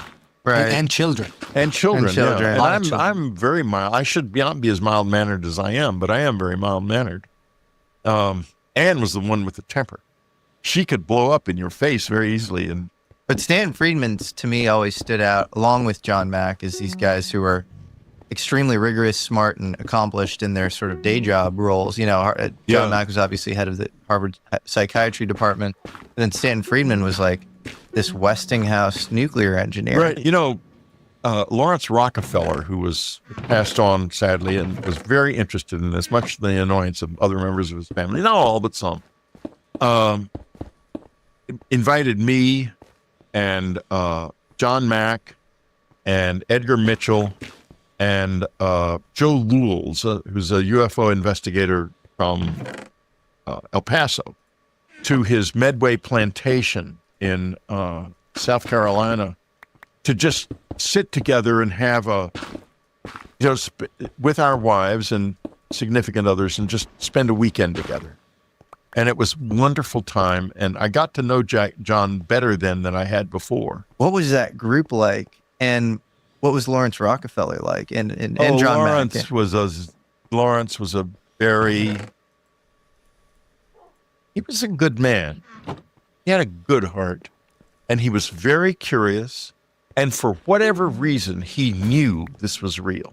Yeah, I find that so fascinating that some of these elite families have such a deep interest. And Lawrence Rockefeller, specifically in the 90s, was trying to get Hillary interested in this. Like, photo. Yeah, the photo of her holding Are We Alone by Paul Davies. Right. And it's a gift from Lawrence Rockefeller, who was trying to get her to be more into disclosure and understand kind of the reality of non-human intelligence. So you got the sense that he knew. Like, it's like he didn't even knew something. Lawrence knew something. And Bootsy Galbraith was also a friend of Lawrence's. And, I tried to worm out of Bootsy what Lawrence knew and what they knew, but she was quite coy about it. She'd been turned on in an interesting way. She was in Mexico with Stephen Greer, and he called in a UFO, and they all saw it.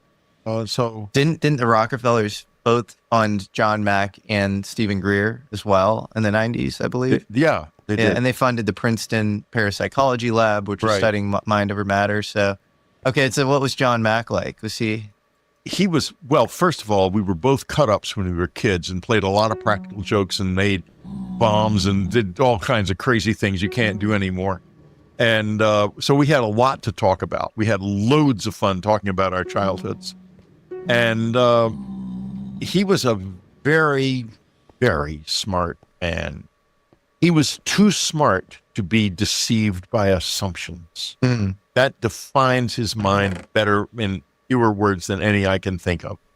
He was too smart to be deceived by assumptions. I will never forget the day I got a call, and he was practically in tears. He just had the ambush. And he said, they're going to try Harvard. At Harvard, yeah. He was invited to a meeting. It was actually an ambush. And they're going to try to take away my license to practice psychiatry. And they're going to try to take away my tenure. And I said, John, what are you going to do? There was a silence.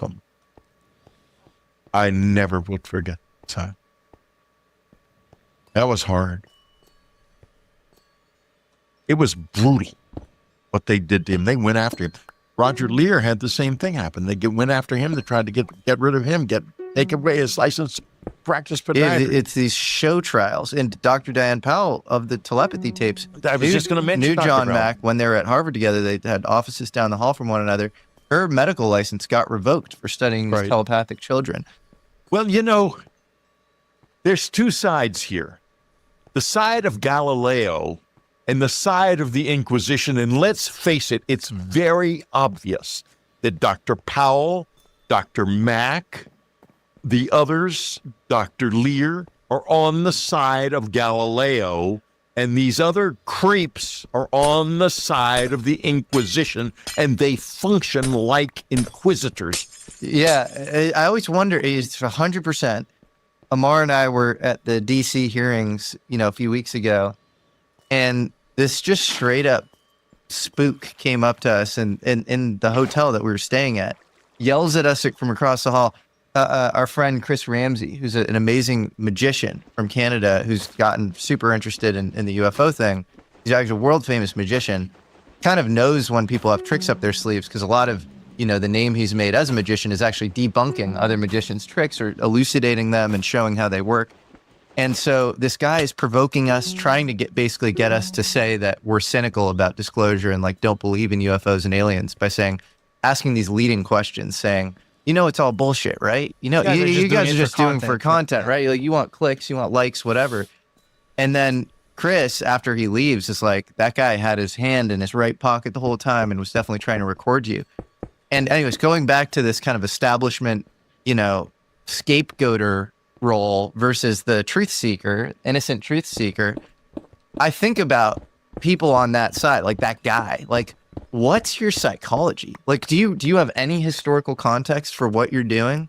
Like, if you're just persecuting people earnestly looking into, you know, truth, like, how do you live with yourself? And do you have zero, like, metaphysical understanding? Like, you don't think any of your earthly actions have any implications for what you do in the future? It's all just you're expediently aligning yourself with establishment force. You just want a promotion? Like, what do you think's going to happen to you? You know, you don't want to do that because you don't want. We have souls, and we're anesthetized to our souls for a reason, so that we can live free. But no, you definitely don't want to live in lies, and you don't want to hurt other people. You have to, and another thing Anne said, it's so powerful. I asked her what compassion was, because I'm really interested in compassion.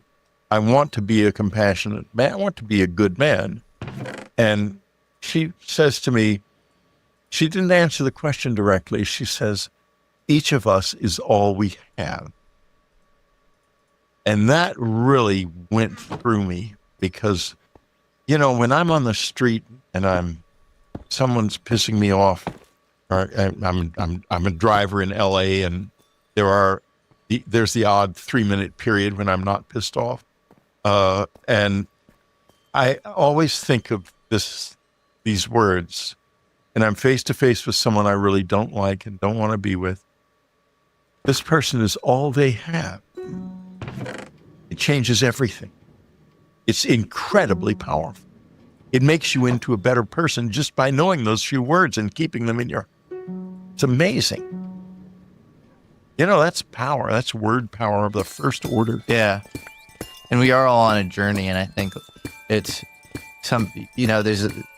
evil is typically depicted as being consciously tyrannical evil, you know, sort of like mastermind evil. Often it's just being unconscious. It's just, acting on sort of these primitive instincts that is often the default and emerges if you don't kind of consciously override it or seek virtue. And I think we all just need to look at ourselves. And she would always engage with homeless people and stuff. And Anne would, and I would say, how can you know whether or not, I always would, she said, just don't judge them. You'll feel which ones can use your help and which ones can't. Mm-hmm. Just don't judge them. Don't go there, Whitley. Don't go to that part of your head. You don't know why they're there out in the street, and you never will.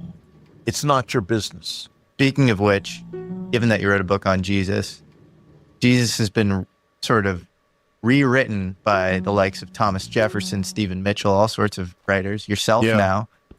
What do you think most people misunderstand about him? They misunderstand, well, a lot of things, but the most misunderstood thing is, in modern times, is the resurrection. Jefferson Bible takes it out. It should not be taken out. In Jesus and New Vision, I go into exactly why it actually happened. And this gets way back to the beginning of our conversation when you mentioned that suffering has something to do with these extraordinarily powerful states. It activates something. That happened to Jesus. Mm. What happened in the tomb was a real thing. And the book lays out exactly what happened because there's been magnificent research done on it that's ignored because it doesn't fit the paradigm. But in fact, he did come out of the tomb. Well, the tomb was empty when Mary came back. And looked, as a light being. And the shroud, remember he said, if you do not follow me, I will return as a thief in the night. And in Jesus and New Vision, I point out the time of that return. It was 1898 when the first photograph was taken of the shroud. That was the moment he returned, and we saw him on the shroud. The shroud is amazing, and I think it was studied by like NASA at some point, it was studied by a group of Air Force guys. Air Force, yeah. Yeah. And they claimed to debunk it, but they only took a little piece of it or something. Oh, no, I'll tell you the story. I'm very close to this story. Yeah. Father Peter Rinaldi was a friend of Anne's. She had, if you ever go to New York, when you go to New York, go down to LaGuardia Place. And between LaGuardia and immediately north of Houston Street and rather at Bleecker Street is 520 LaGuardia on one side, and there's this beautiful park on the other side called LaGuardia Park. If you go, you'll see a statue of LaGuardia in there, and you look down at the bottom of the statue, and there's a plaque, and all these famous social people are on the plaque, and so are the names Anne and Whitley Strieber. And one day, we lived in the building, 520 LaGuardia Place. She was looking down there, and she said, I'm going to turn that into a park. And it was just a place, it was a druggie hangout and stuff. And I said, how can you do that? I visualized her going down there with a shovel. She said, well, I'm going to do it. And she got all of her friends going and got them networking. And soon they had millions of dollars to build this park and to create the statue and permission from the city.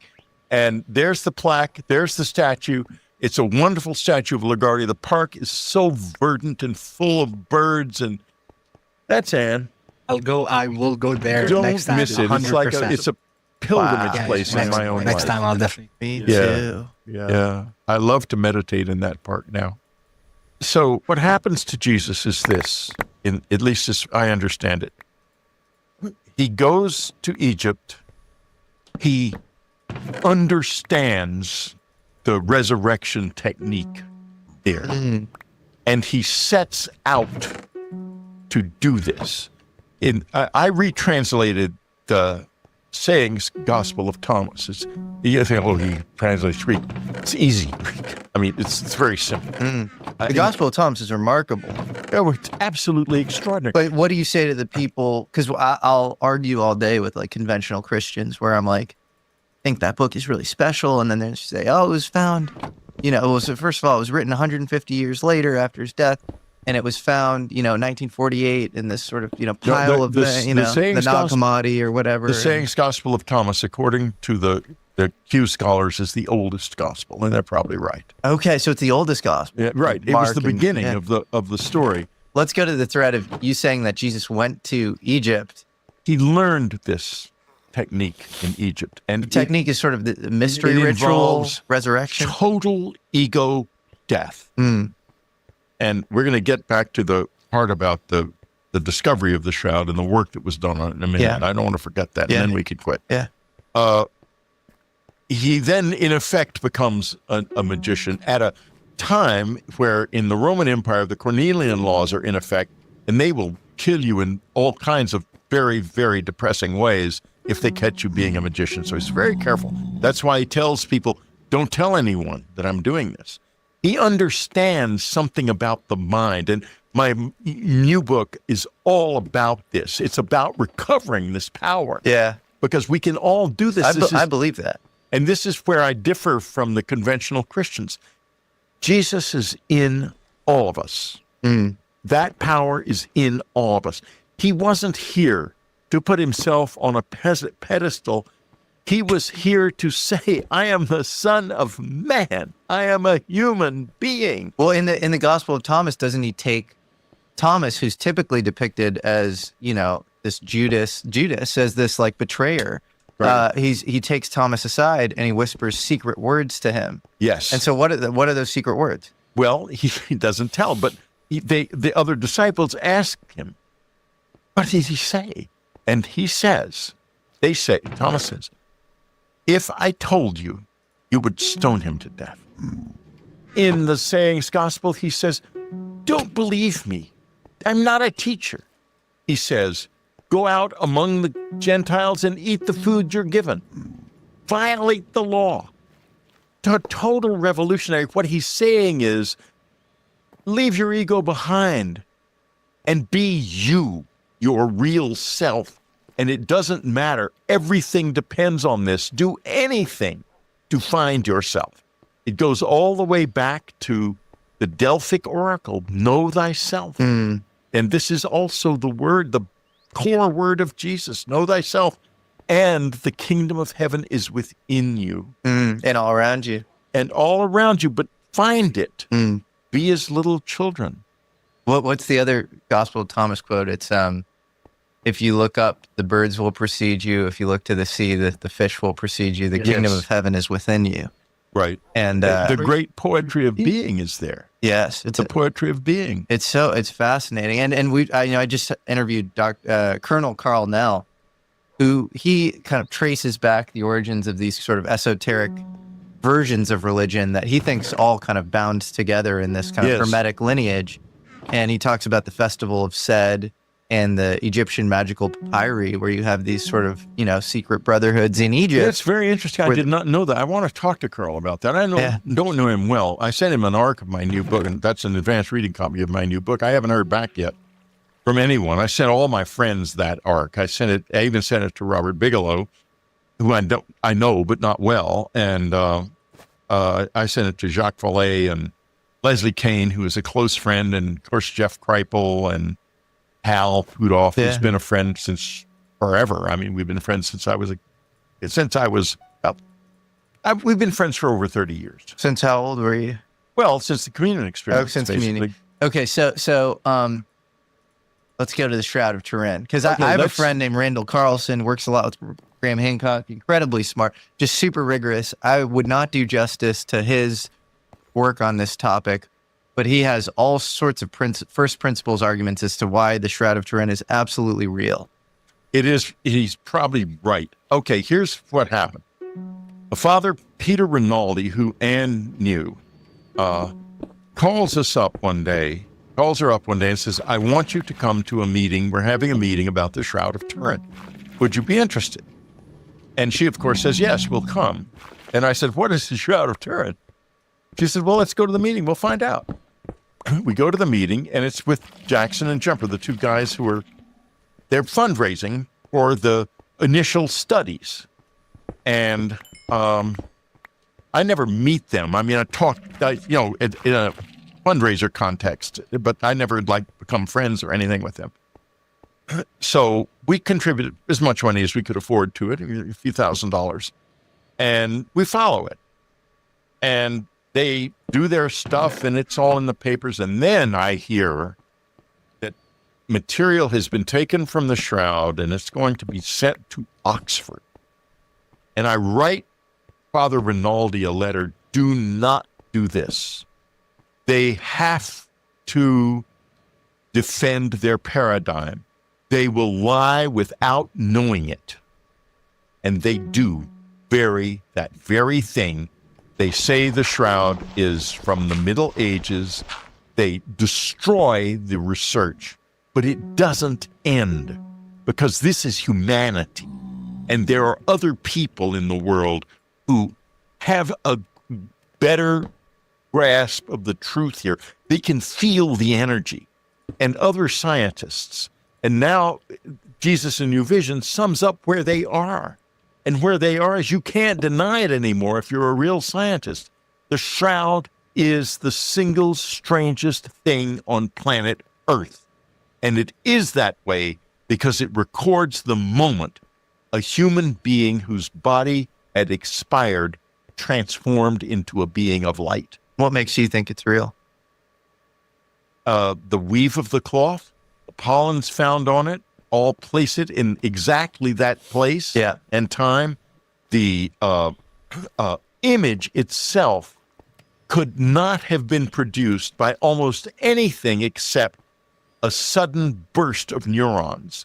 And remember the rending of the curtain in the temple and the earthquake? That was the moment of the resurrection.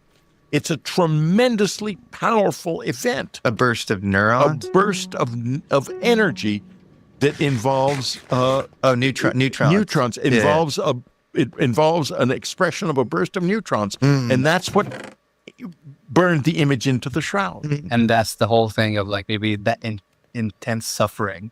It cried all the way back to and that kind of electromagnetic, the neutron burst, and then there are all these ancient art depictions of saints and holy figures traveling up in this kind of Kabbalistic, like, bubble envelope thing, like this kind of celestial ascent vehicle, Merkaba vehicle or whatever, wheel of Ezekiel, you know. The whole theme of this conversation, it goes back to what you just said. We've been talking about the power of suffering in all kinds of different ways over the course of this conversation. And now here we are coming to the end of it, and we're talking about the ultimate moment that the power of human suffering was expressed into the world by Jesus in his resurrection. And this is where we have to go. We have to go back to an understanding of that, which is also an understanding of ourselves, and face the hardest thing of all, which is this place is a miracle. It is a whole, this whole planet is a miracle. And that's why all of these unmiraculous but fascinated creatures are going around here, and why they do not want us to kill ourselves off. On that note, this makes me want to go pray. That's definitely what I'm going to go do. But like, yeah. We should do a prayer session after this. Yeah, for sure. I can't think of a better note to end on. Yeah. Whitley, we really appreciate your time. This was awesome. Oh, thank you. I'm so glad. It was such a pleasure to be here. You guys were really fun to be with. Thank you so much. Right back at you, man. You got a lot to say, and I hope the world understands how profound your message is, your experiences are. It will in time. I'll probably have become a shade by then, but nevertheless, they will. Well, you look great now, so. I feel great too. I biked 10 miles this morning. Oh, man, that's incredible, man. Yeah, I do it. I do it 3 times a week, or swim, or go to the gym. I'm a very active guy physically. Good for you, man. Well, okay. Well, thank you, Whitley. Appreciate it, man.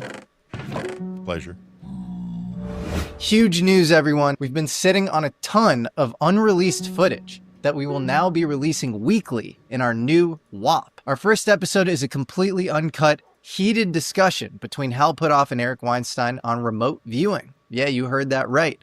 I still can't believe I experienced that firsthand, and now I'm happy to share it with you all as our first exclusive video on WAP. Head over to wap.com/American Alchemy Premium to become a premium member today. By becoming a member, you'll gain access to weekly premium videos, behind-the-scenes footage, and monthly group calls where we discuss the ideas we love most. Plus, you'll get early access to merchandise drops and be the first to know about the upcoming conference we'll be holding later in 2025. Our WAP community will...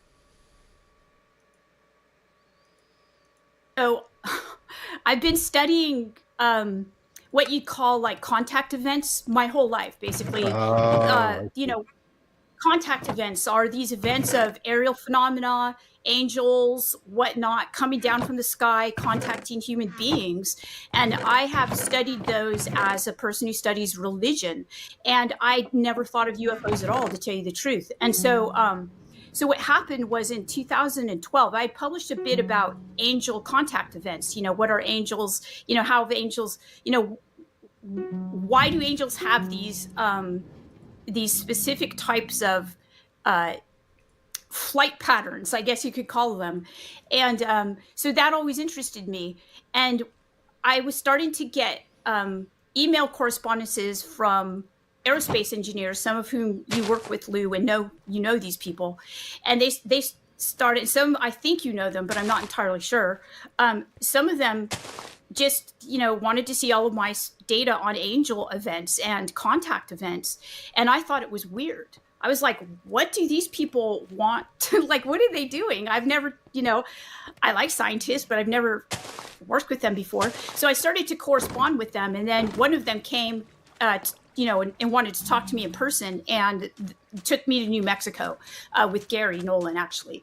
And so this is how it began for me. I started to recognize that they were looking at these contact events precisely as real events, whereas I was looking at them as historical events.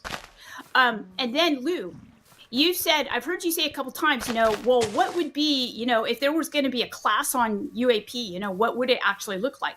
Hey, I've attended them, by the way. There's some interesting faces in there that I think try to disrupt. Yeah, they're interesting classes, to say the least. But I wanted to say to Lou, it's acknowledged by almost everyone who's doing this work now, that this phenomena has been around historically, right? And so I was going to say, well, look, it's people who do this study that can talk about it, and we can actually, like Jacques, a lot of his work is actually on historical contact events, just like the people in my field. Jeff Kripal, worked on this as well. So it just was like a meeting between my field and people who do this work. It seemed to be like a perfect type of collaboration. Well, I'm really glad to hear you say that, Diana, because I actually put something out today in response to the new administration coming in.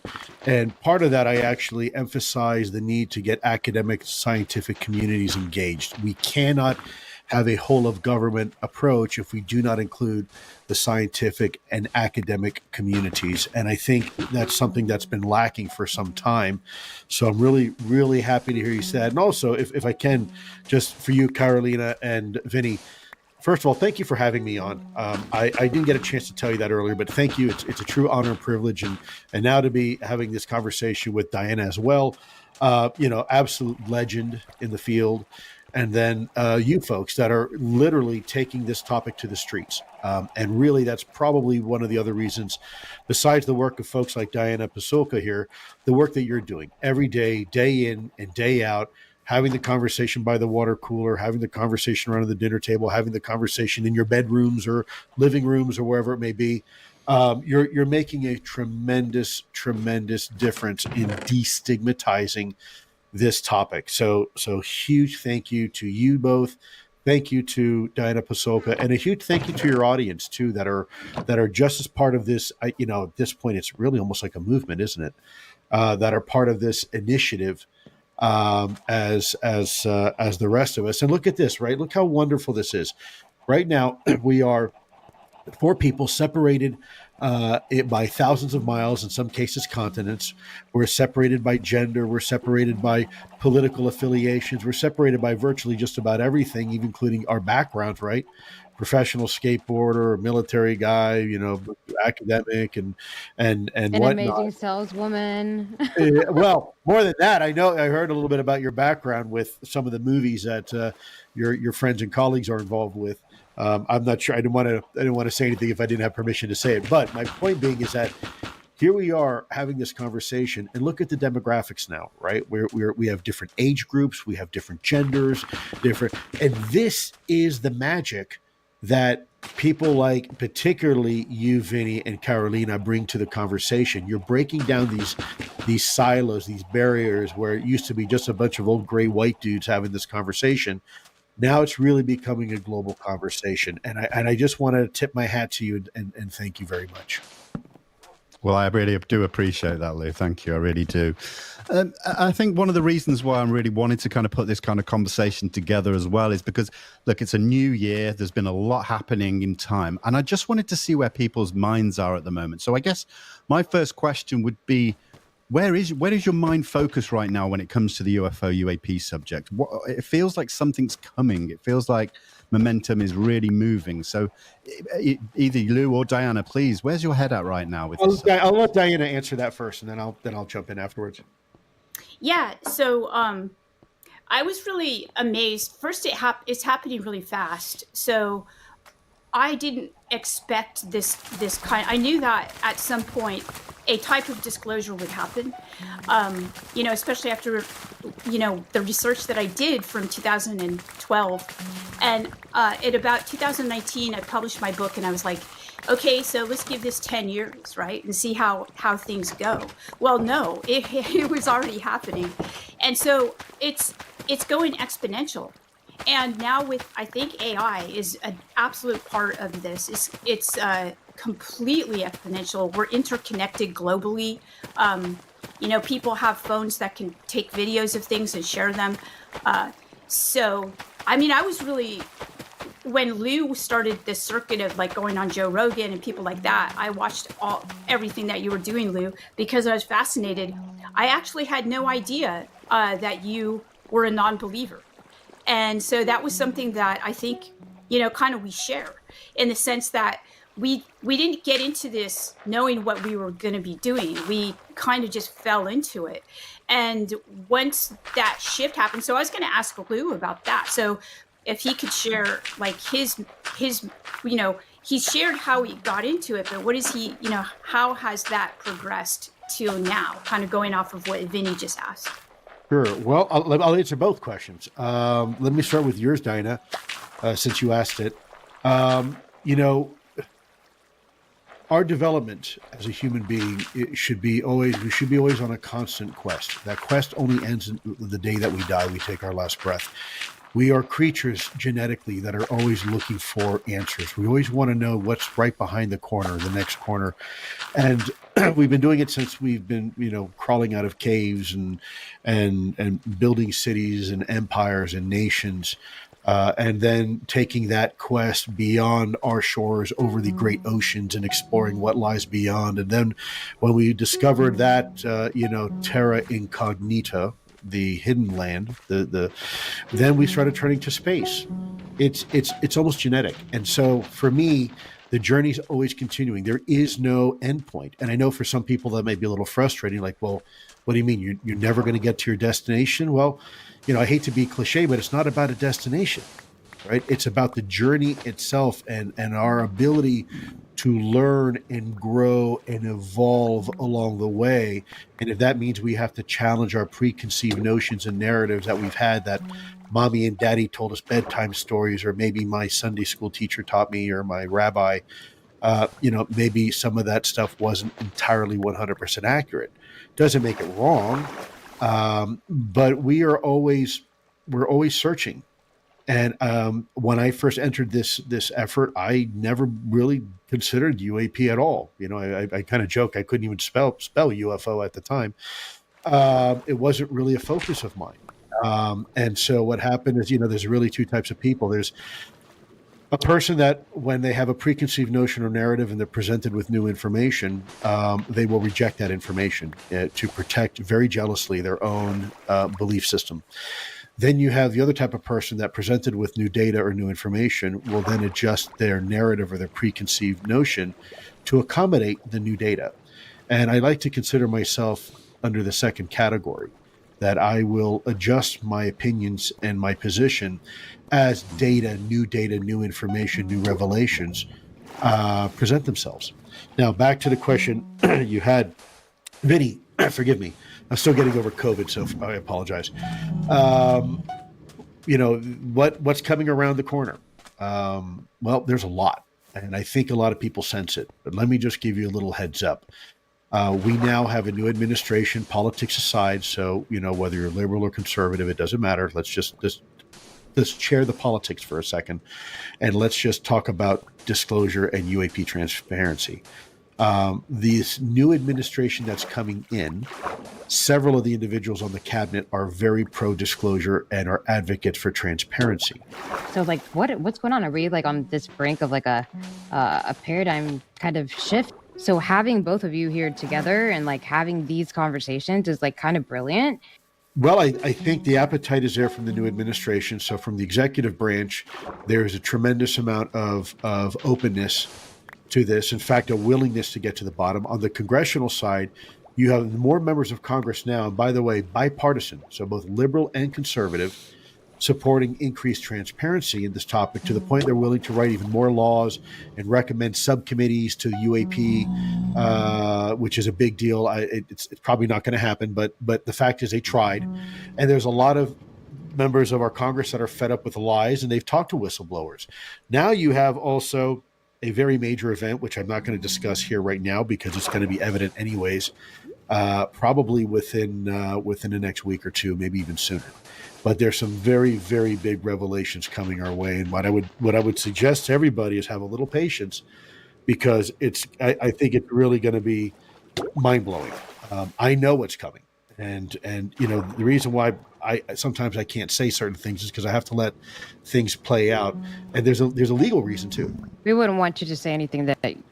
Well, I wouldn't want to jeopardize what's coming around the corner, right? So it's not that I don't trust anybody. It's just the problem is if I tell you four, I can't control who else knows beyond that because we're on a broadcast. So I think people will be very, very pleasantly surprised. And I think it's really going to add a lot to the conversation. And I think people like Diana here, my recommendation is to jump in feet first. You're going to have all sorts of stuff here that's going to come out in 2025 that is going to continue to change this conversation for forever.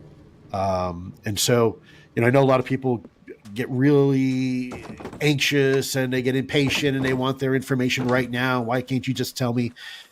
Because if we let it play out the way it's supposed to play out, then everybody's going to get what they want. And so this is not about clicks and likes for me. It's not about getting attention. It's just telling you guys, hey, look, I've been pretty accurate in the past when I told you things were coming. It's coming.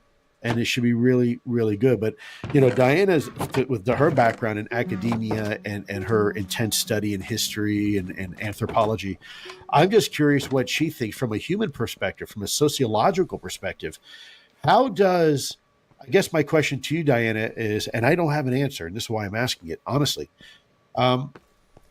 You have something called a human being. And that human being from a very early age is provided information and nourishment and whatnot. They grow up to be, adult human beings. But what is the toll on the psyche, on the human psyche, when people are, not young people, because their brains are very elastic and they can conform more or less to things. They're more flexible intellectually, I think, than adults. But as we get older, what is going to be the toll, or maybe no toll at all, on human psyche for those who are right at this cusp? Because there's going to come a point where people will have been either born before disclosure and those people who were born after disclosure, right? And so for the people born after disclosure, it's no big deal, right? Yeah, we know the moon is there. Yeah, we know the earth is, revolves around the sun.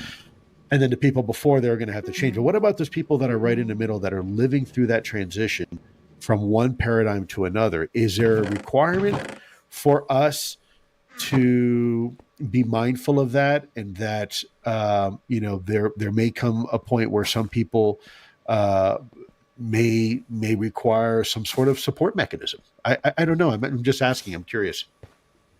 Yeah. That's of course the most humane, important question. Is the question that Jacques Vallée talks about, and since I've known him, has always put that foremost. I am at 4 hours. I'm gonna take a quick commercial.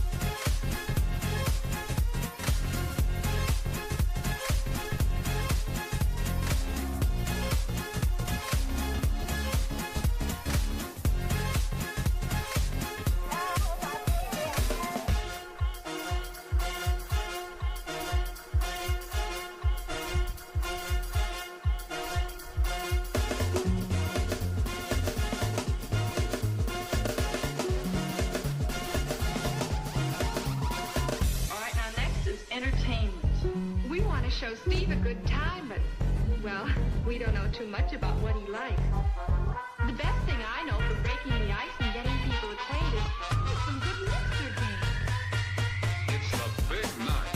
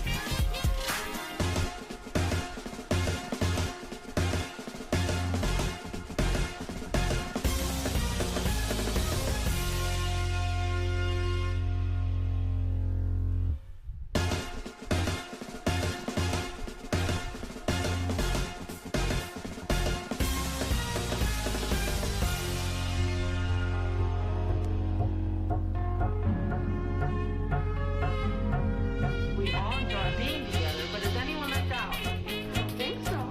Well, that's our guest list. Now, invitations. Should we write? Dear Alice, would you like to come to a party at my house Saturday, March 24th at 8 p.m. and so on? So I thought we could write. This is just an informal party. Let's just phone everyone.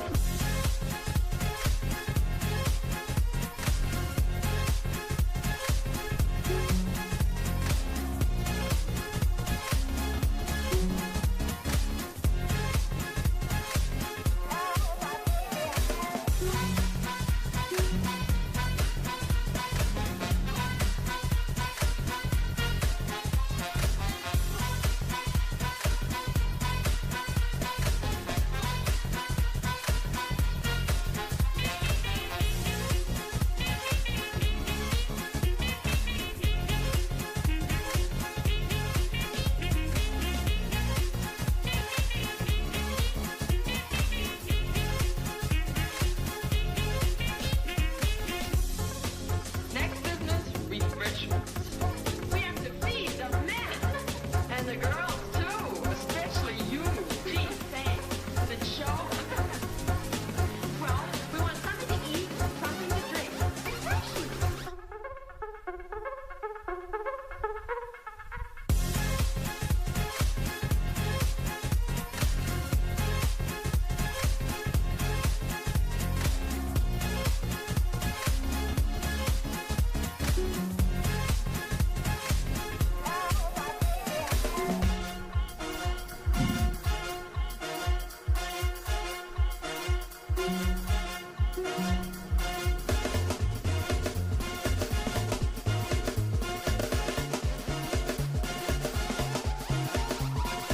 All right, now next is entertainment. We want to show Steve a good time, but, well, we don't know too much about what he likes. The best thing I know for breaking the ice and getting people acquainted is some good mixer games. It's a big night.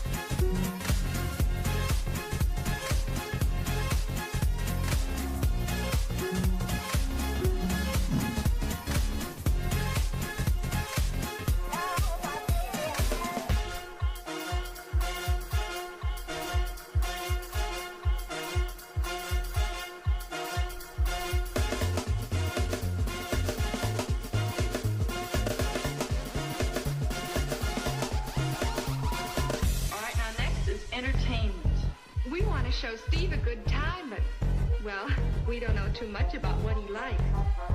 The best thing I know for breaking the ice and getting people acquainted is some good mixer games. It's the big night.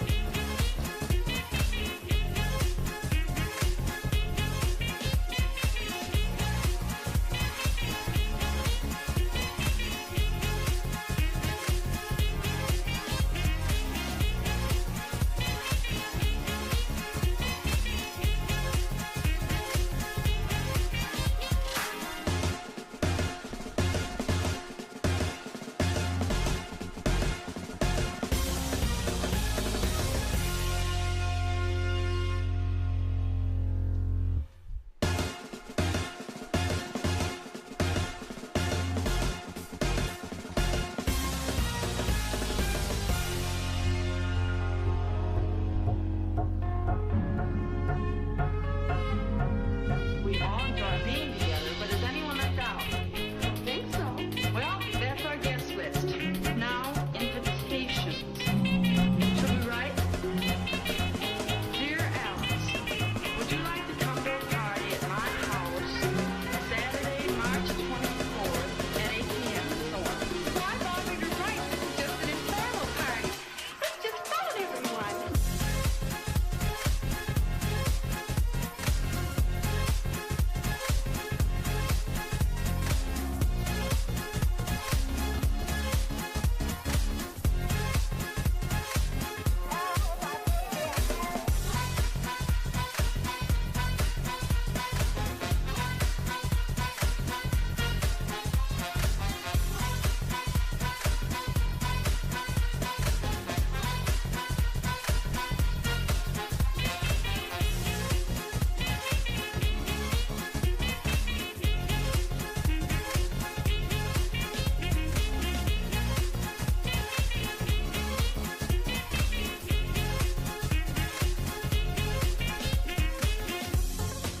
Next business, refreshments.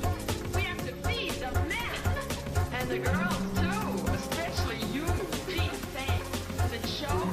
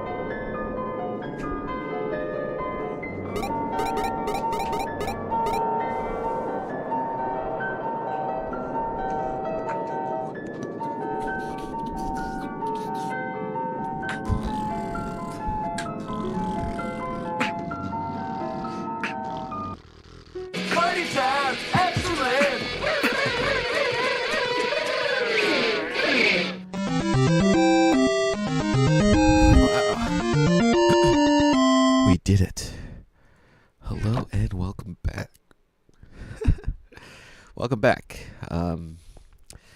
This looks like an eyesore. I liked it better before. I'll probably switch it 10 more times. If you're just tuning in, hello. We're coming back from midway point of the stream. And we are continuing on our UFO podcast journey. Right up right now is Diana Pasolka and Lou Elizondo. This is from Disclosure Team on YouTube.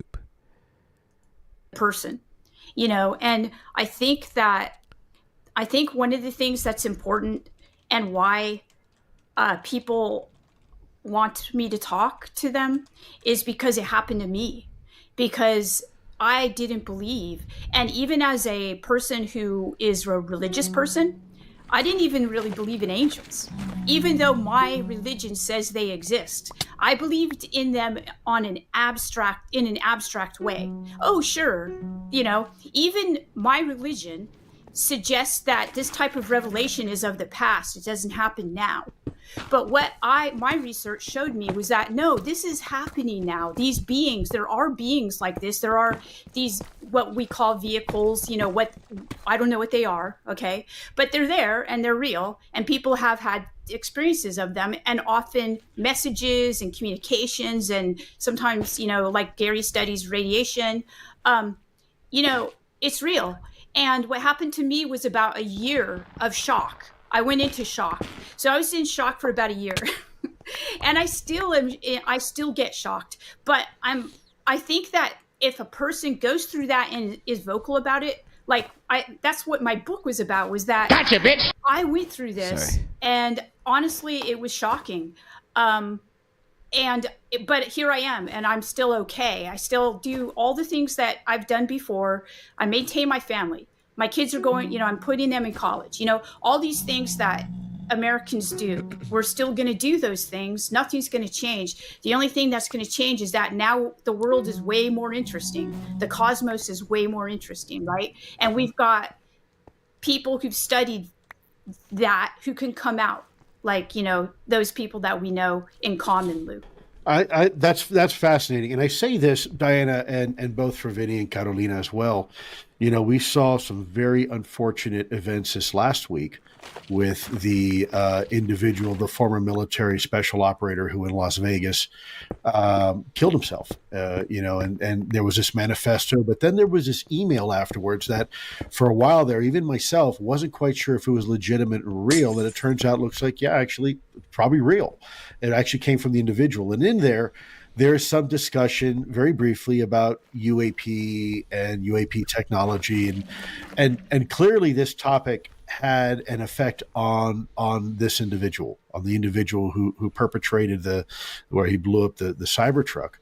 Now there are always people that are going to suffer from PTSD. A lot of my colleagues do. I mean, I've been to enough places where I've had my taste of that as well. How do we prevent this topic from pushing somebody over the edge, perhaps? Or is that just the cost of doing business? Yeah, that's a great question. Lou, what are your thoughts on that? Wow, well, touche. Good for turn that back on me. Thank you. You're right. And this is why I'm asking the question, because I don't have an answer. And I'm not sure any one person necessarily has it. Maybe it's literally discussions like this we're having now that get to. Maybe there'll be somebody listening to this podcast, right, or this interview, and says, yeah, I fall into that category. I'm really having a hard time absorbing this stuff, and I'm barely paying my mortgage, and I've got stress, and I'm trying to raise a kid and put him through school and put dinner on the table, and now you want me to consider the fact that mankind may not be at the top of the food chain on top of everything else I got to handle. Where are the resources for people to get answers that they need to get comfort? What I'm trying to do is I have a small group of individuals, spiritual leaders, in the Christian faith and also in the Jewish faith and even in Islam. And I'm creating, I am not creating. I am facilitating with those other individuals that are part of this. We are together collectively creating a religious group of individuals from all different backgrounds of religions, but they're leaders. They're recognized leaders in their faiths, and having this conversation. Say, what does this mean? And if somebody comes to you in Hebrew school or Sunday school and kid asks you a question and says, "I'm scared," how do you respond to that? Or, you know what, this doesn't comport to the teachings that mom and dad teach me, right? These are big questions. These are big questions. Lou, are you forming a new religion? Well, no, that's my point. We can't. No. This is not. This conversation affects religion, but it is not religion. And this is why we have to be very careful, because we don't want to cultize this thing. We don't want this UAP conversation to become a cult, because, by the way, there are a lot of people out there right now that definitely want to turn into a cult, and they want to be the high priest or priestess. And that's a problem. And we need to democratize this conversation. But how do we getting back to the original issue, how do we offer support for people? And even if we don't have the right answer, right? They might be asking a question that we don't know the answer to. But how do we let them know it's going to be okay? This is a natural progression of human evolution. We're always going to explore. This is just yet another corner that we're peeking around the corner. That's all. There's going to be a lot more corners after that. And we've peeked around a lot of corners already. That's how we got to where we are today. So, how do we do that? One of the ways that I'm doing it is with my colleagues creating a religious discussion.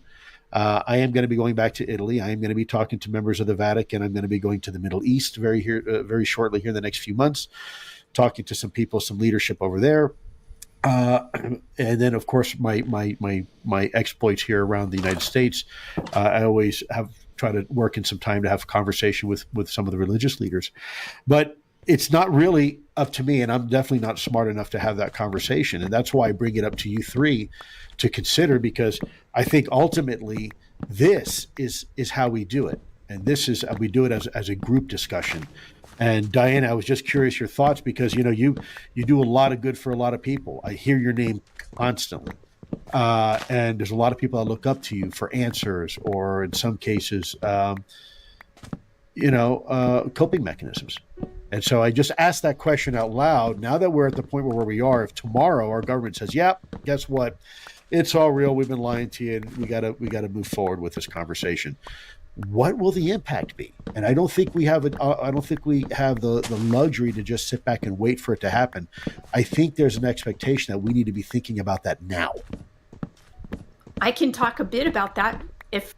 I'm about to say, the stunned silence is very reassuring. Just going back to a lot of what you just said, there's a lot of things in the dynamic. There's a lot of moving pieces, a lot of things going on.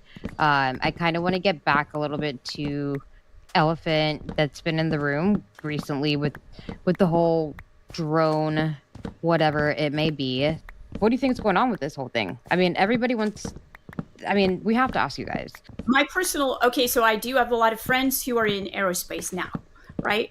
And so I listen to them when they talk to me about, drones and what's happening. Because I'm an uneducated person with respect to that. So I don't know what's going on. And they don't either. That's the thing. They're like, well, we don't know exactly what's happening. Most of them don't believe they're UAP. Okay.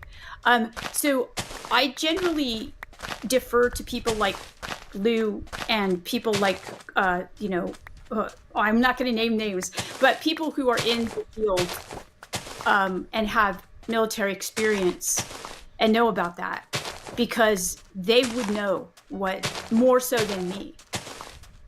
What about you, Lou? What are your thoughts on that? Well, I spent a good portion of my career in drones, believe it or not, in my early days. I don't really talk about it, but back in the mid and late 90s, I was one of the case agents to protect U.S. sensitive technologies. And one of my portfolios was UAVs. UAVs means unmanned aerial vehicles. It's kind of before we had UAS, unmanned aerial systems. And back in the old days, you pretty much had a remote controlled airplane. is what it was. And if you wanted to carry a big payload, then you would take a Cessna 152 and turn that into a remote controlled airplane. But at the end of the day, it was a fixed wing capability.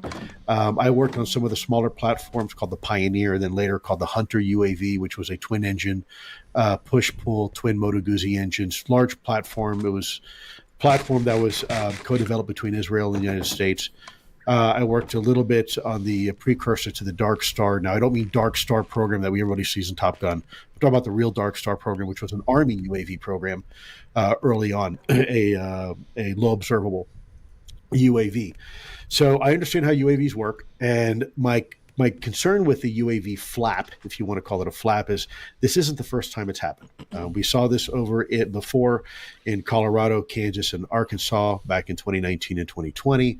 I was just, Vinny, as you know, I was over there in beautiful London, visited you guys, less than a month ago, and we were dealing with drone issues there over joint bases, right? So this is not new. And these are not aircraft that are all being legally flown, because you don't shut down military bases when you're flying legal drones. It just doesn't work that way.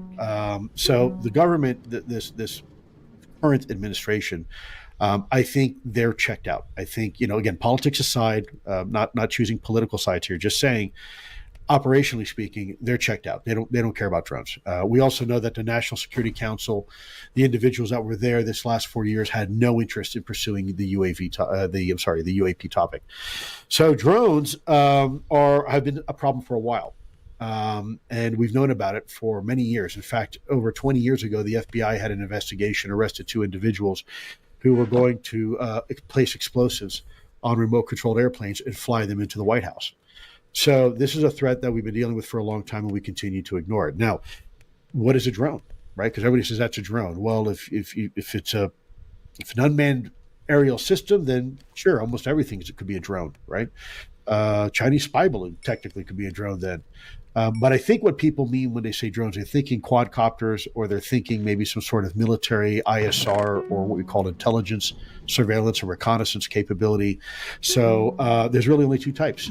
You have the private citizen quadcopter type thing that most people see with neighbors' kids flying it around, or maybe your local real estate agents flying a drone around to take pictures of a house that he or she is going to put on the market, right?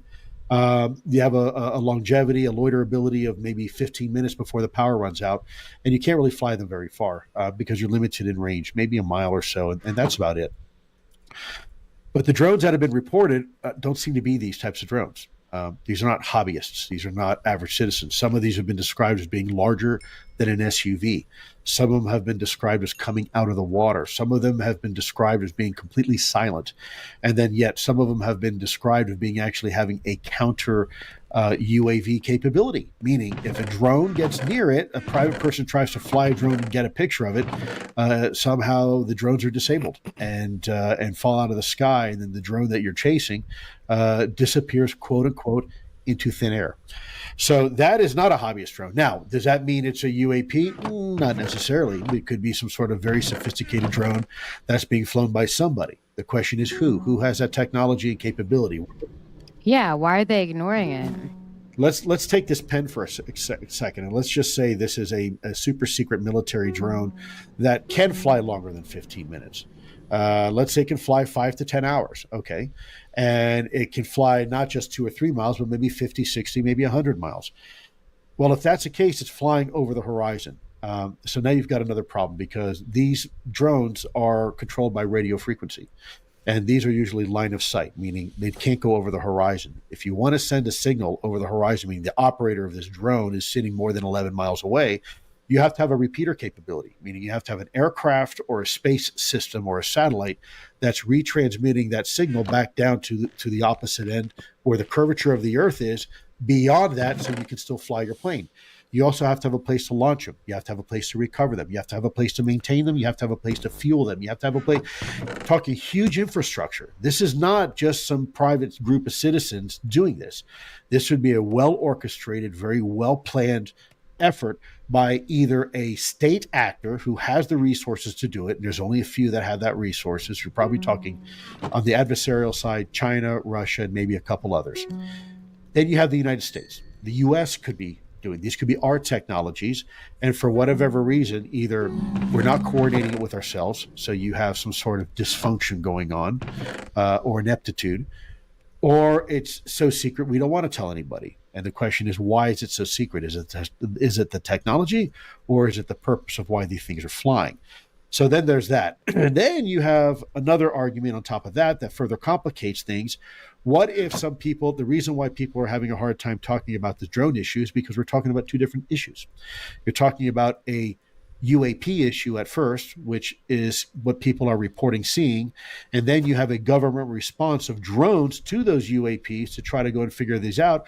And then people are also reporting on the drones. And that's why they hear the whirring sound and they see the blinky lights and all that. So it might be not as simple as, is it drones or is it UAP? It might be both, and it might be neither. So we really have to look at this topic, and the real issue here is not that we have answers, it's that the government isn't even trying to get answers. And that, for me, is a problem. Just simply telling people these are all legitimate, don't pay attention to them. People are smarter than that, guys. You know, when a drone is over your house and it's not supposed to be there, that's not normal. I'm sorry. And anybody who tries to do that, you know, should probably try to sell you a bridge in a desert. And your normal camera isn't going to capture to what you see, you know? Like, our phones are not meant to capture these crazy things, and so... Well, the phones are only one-dimensional, right? And they're only looking at something in a very specific space and time for that moment under those circumstances. They're not telling you the full story. You really need radar data. You need a hyperspectral. You need a whole lot of stuff looking at what's going on to figure this out. And that's what we're lacking right now in our government. And rather than the government acknowledging it and saying, you know what, guys, you're right. We got a problem. We got to fix it. They're saying, nah, nothing to pay attention here, folks. Just turn the other way and continue eating your Big Mac and fries. I don't think that is an appropriate response. I don't, by any government, whether it's conservative or liberal or anything in between. That's not the right answer. We have to figure out what's going on. Yeah, and I think the lack of government information or official information is kind of people are creating their own theories, and they're almost deciding for themselves what these things are, and it seems to be muddying the waters a lot as well. And you know, I think that seems to be an issue. I mean, Diana, what do you think? Why do people seem to kind of create these narratives for themselves? Is it just for comfort? I think it's because they have anxiety, and so I think Lou broke it down really, really well. I hadn't heard it broken down that way, actually. And, you know, I guess this idea that, you know, we could be conflating, you know, instead of an either or, it's a and but kind of situation. I hadn't heard that before. I think that's really interesting. So why do people do that? Honestly, I think it's because, I mean, we're between administrations in this transitional zone. That causes anxiety. We just started a new year. That causes anxiety. There's a lot of anxiety right now. So it makes sense that people are doing that. And it also makes sense that many people are not caring about it, right? They're eating their Big Mac and fries, like Lee says. Diana, can I ask you a question? As it relates to academia, so let's take the issue now we have as people. What is the greatest challenge if you were queen for a day and you could just wave your magic wand and fix the issue? Why has it been such a tough conversation to have amongst academics, the topic of UAP? What is the big challenge? And as a non-academic, I find it fascinating because I know the challenge that we have from a governmental perspective, having a conversation from an intelligence and law enforcement perspective and national security perspective. But I'd love to hear your take on what is the big challenge to academia? Yeah. The problem is, first off, Blue Book, the project Blue Book really stigmatized UAP, UFO scholarship. And it did such a good job that academics are terrified. So academics are probably some of the most programmed people. I mean, I am one, and I know what goes into getting a PhD. And you have to toe the line, you know? And if you go outside, when I studied UFOs, I was already a full professor. I was chair of my department. and I had won my college's research award, like the big research award, I felt like I could do this and it would be okay. And I was using a method that was a decent method for studying this. I didn't say it existed or it didn't exist. And so, but academics still will, like I had this issue with publishing this essay where I was citing physicists that are on the cutting edge of this topic, and other academics were telling me that I couldn't use that person's work because that was, that person is a stigmatized physicist. And I was like, well, why is it our government is utilizing his work? If his work is so bad, the U.S. government wouldn't be using it for the last 40 years, right? And really, wanting to know what he thinks. And now he's, all of the things are happening with him that are amazing. So why is that, Lou? I mean, I think it's just it's stagnation within academia, sadly. So if I was queen for a day, I mean, honestly, what I would do would be I would try to help professors make courses fun for students, because learning is actually a human endeavor that's fun if you allow it to be. And that would really kickstart the United States in terms of, right now kids don't even want to go to school. So how do you do? That's wonderful. I love it. How do you incentivize that? How do you make it fun? I do talk at universities, and I'm just curious what's your insights to that? Yeah, I mean, it's almost ironic that here I am at a university as a professor, because I graduated high school with a GED. I didn't even graduate high school. I went immediately into college when I was 16. I only took classes that I liked. And this is how I self-directed my education. And I believe that this is what we need more of, is that, kids have more agency. I won a grant to teach teachers how to teach. What I did was I said, bring them places, bring them to the military base, let them see the old weapons that we used in World War I, World War II, or I live here where the Civil War ended, let the kids go outside. So yeah, I mean, that's what needs to happen. I don't know why it got to where it's at now, but that's one of the problems that we face right now, is that school is pretty terrible, even college. We used to have, when I was in spy school and a bunch of the other schools, military, and before that, we used to have a term. We used to call it cooperate and graduate, meaning don't rock the boat. Just get through the course and, get your, or what we call pay a fee and get a B, right?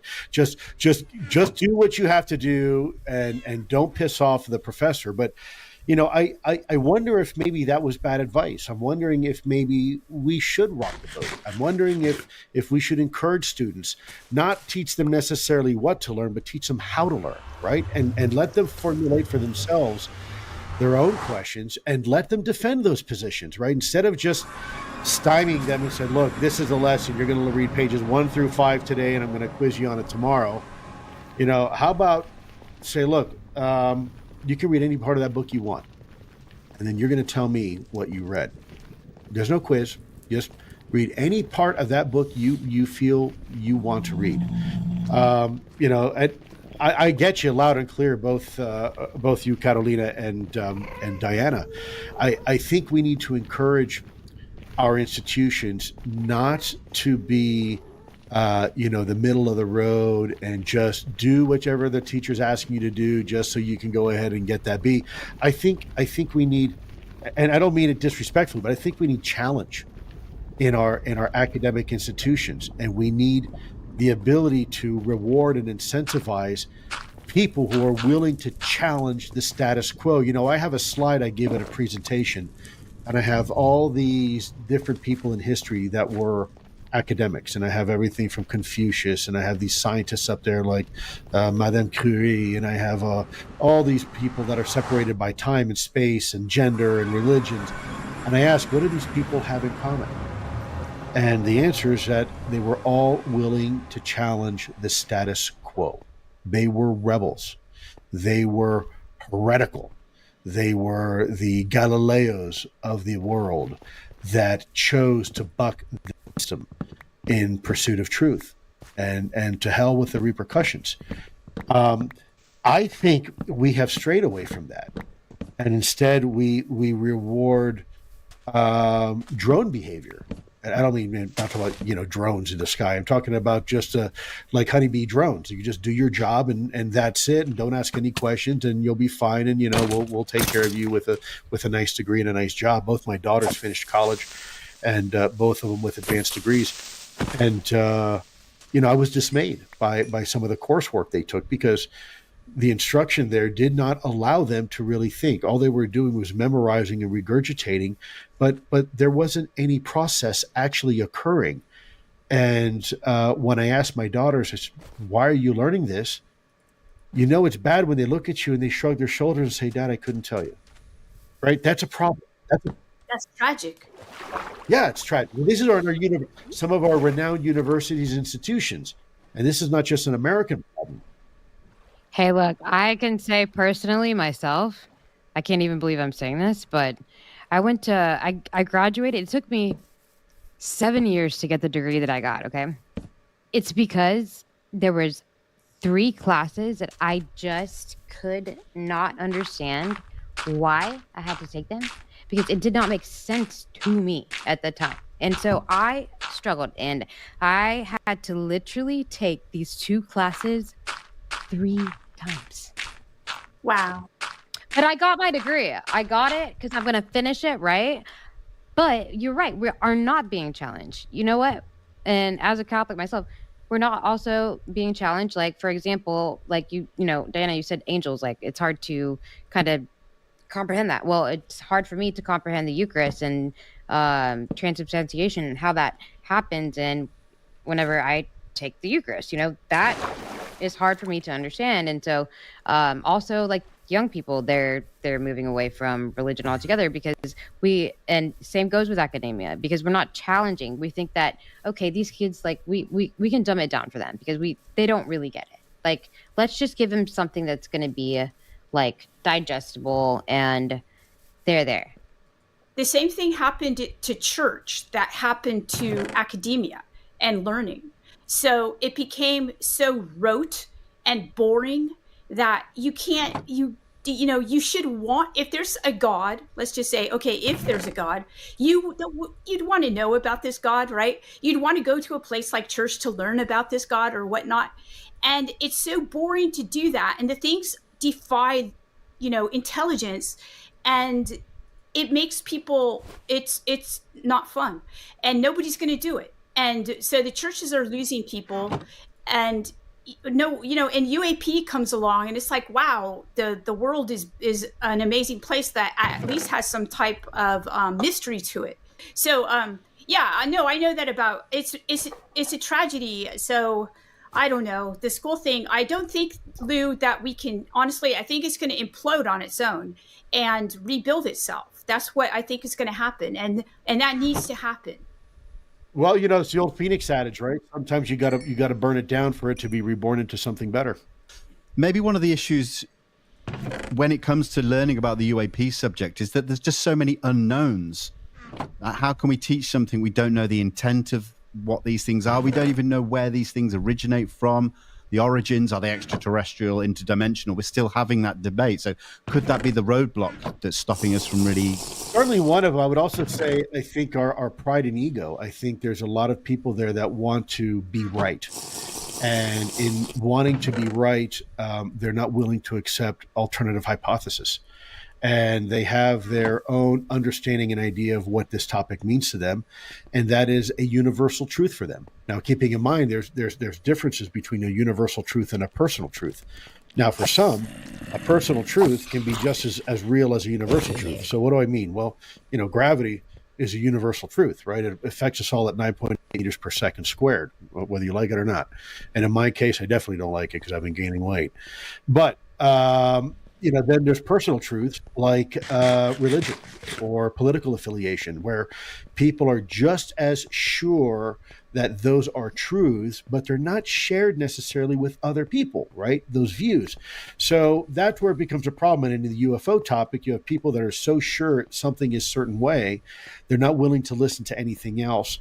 And then they create these little silos, these little enclaves that then will, if they feel threatened, that their narrative is being threatened, rather than listening and having dialogue, they attack, right? And they start, you have this weird, I always say that the greatest challenge to disclosure is the UFO community itself sometimes. Trying to control the narrative and trying to make a little name for themselves at the cost of somebody else, and the infighting and the backbiting. That's why I don't get involved with it. I know there's a lot of people out there in social media think that I do. And I've got this weird cabal where I, maniacally sit behind my keyboard and ghostwrite a bunch. So I don't. It's a bunch of nonsense. These are people that, for whatever reason, I guess have nothing better to do, and they think that I have the time to actually sit there and make their lives miserable, which I don't. Sadly, I don't have that time. And if I did, I probably wouldn't do that anyways. But my point being is that we have a disparate, let's just say, group of individuals, and they all in their own little camps. And rather than working together and coming together and building a much bigger bonfire, they're too busy protecting their own little fire. And they don't realize that fire is susceptible to the wind and to the rain. And if you want to keep that flame alive, stop hoarding it. It's like more fog. It's like adding more and more and more and more and more fog, like certain people are. I'm sorry. I'm just going to go ahead and put that out there. Like, I've watched some horrible just episodes, and I have literally, like, my jaw has dropped, and I've been like, is this really happening right now? Like, just for a view, and it's like adding more and more fog and more, like, just, it's like, it's the worst of humanity that will sit there, and it's sad. And you take an important topic like this that means so much to everybody, and you're going to pollute it and you're going to adulterate it because, only you, it only belongs to you, the narrative. And and both of you have dealt with it. I think all of us have, not just both of us. I think you too, and Vinny, and I mean, we all get crap. Oh no, people love me, Lou. Everybody, I'm just kidding. Gotcha, bitch. I'm sure they love you, but unfortunately, that is not my case. I do not enjoy that same privilege that you do. Let's just put that out there. I've been told, what was it? For disclosure, ladies. So what is she gonna do? Make a sandwich? And you know what? I make a great sandwich. So thank you for the compliment. Maybe I will. I had somebody that I respected very much tell me I have to stop thinking like an enlisted soldier and be the officer that I am. And I turned to him, I said, thank you for the most amazing compliment. I take that as an incredible honor. Yes, you're right. I do think as an enlisted person, because that's where we get stuff done. No, I'm not going to sit back with my heels up on the chair and have everybody else do my work for me. I'm going to roll my sleeves up, and whatever work needs to be done, I'm going to be the first one to get my sleeves rolled up and do the work. So you're right. It's appalling. But I think, again, going back to what we were doing originally here with this conversation, all four of us, this is where the magic happens, because now all four of us can share our ideas. We're not insulting each other. We're not slandering each other. And I'm sure there's lots of stuff none of us would agree with each other on, but that's okay. That's boring. That's so boring. If we all agree with each other, like, I don't want to, like, that'd be just boring. Well, I want to put you both on the spot. You put Diana and I on the spot. I want to now put Vinny and you, Catalina, on the spot for just a moment. And I'll start with you, Catalina. What do you think is the greatest obstacle right now for us as a species to have this conversation with ourselves? To have this conversation, greatest obstacle, I think there's a lot of different obstacles. With ourselves, as in, when you say ourselves, do you mean like me personally, or like our as a species, like for you having the conversation with your neighbor, or you having this conversation on a radio podcast like this, or having the conversation at all? I don't want to overprescribe it. I want you to tell me what you think, in your opinion, is one of the greatest obstacles right now affecting us having a conversation bigger, to make this conversation bigger. A few things. Lack of, media, right? Mainstream media, lack of data, lack of understanding, lack of, being able to study things the way that should be studied because of, let's go back to Jacques Vallée. Let's go back to John Mack. Like, there's a stigma surrounded about these things. It's a dogma. Also, it's just, yeah. I mean, I don't think it's like a hidden secret in like a tomb of Egypt. Like, I think people have had experiences, especially military, that have come across these things, like Fravor, which we have probably a ton of data on that. And so, I mean, it's been here, it's been there, and so why the hesitation, you know? And like, also, like, think about like hidden knowledge, you know? That's why I love the internet and this technology, because like Alexandria went, well, at least we now have the internet, and the data is going to be there, and hopefully we won't lose it. So maybe, just maybe, if we can all cooperate together, from just like you, from your standpoint, from Diana's standpoint, and Gary, who's not here, from his standpoint, all of you together, you know, that's what needs to come. It needs to be a cohesive effort. Fair enough. Fair enough. How about you, Vinny? What do you think?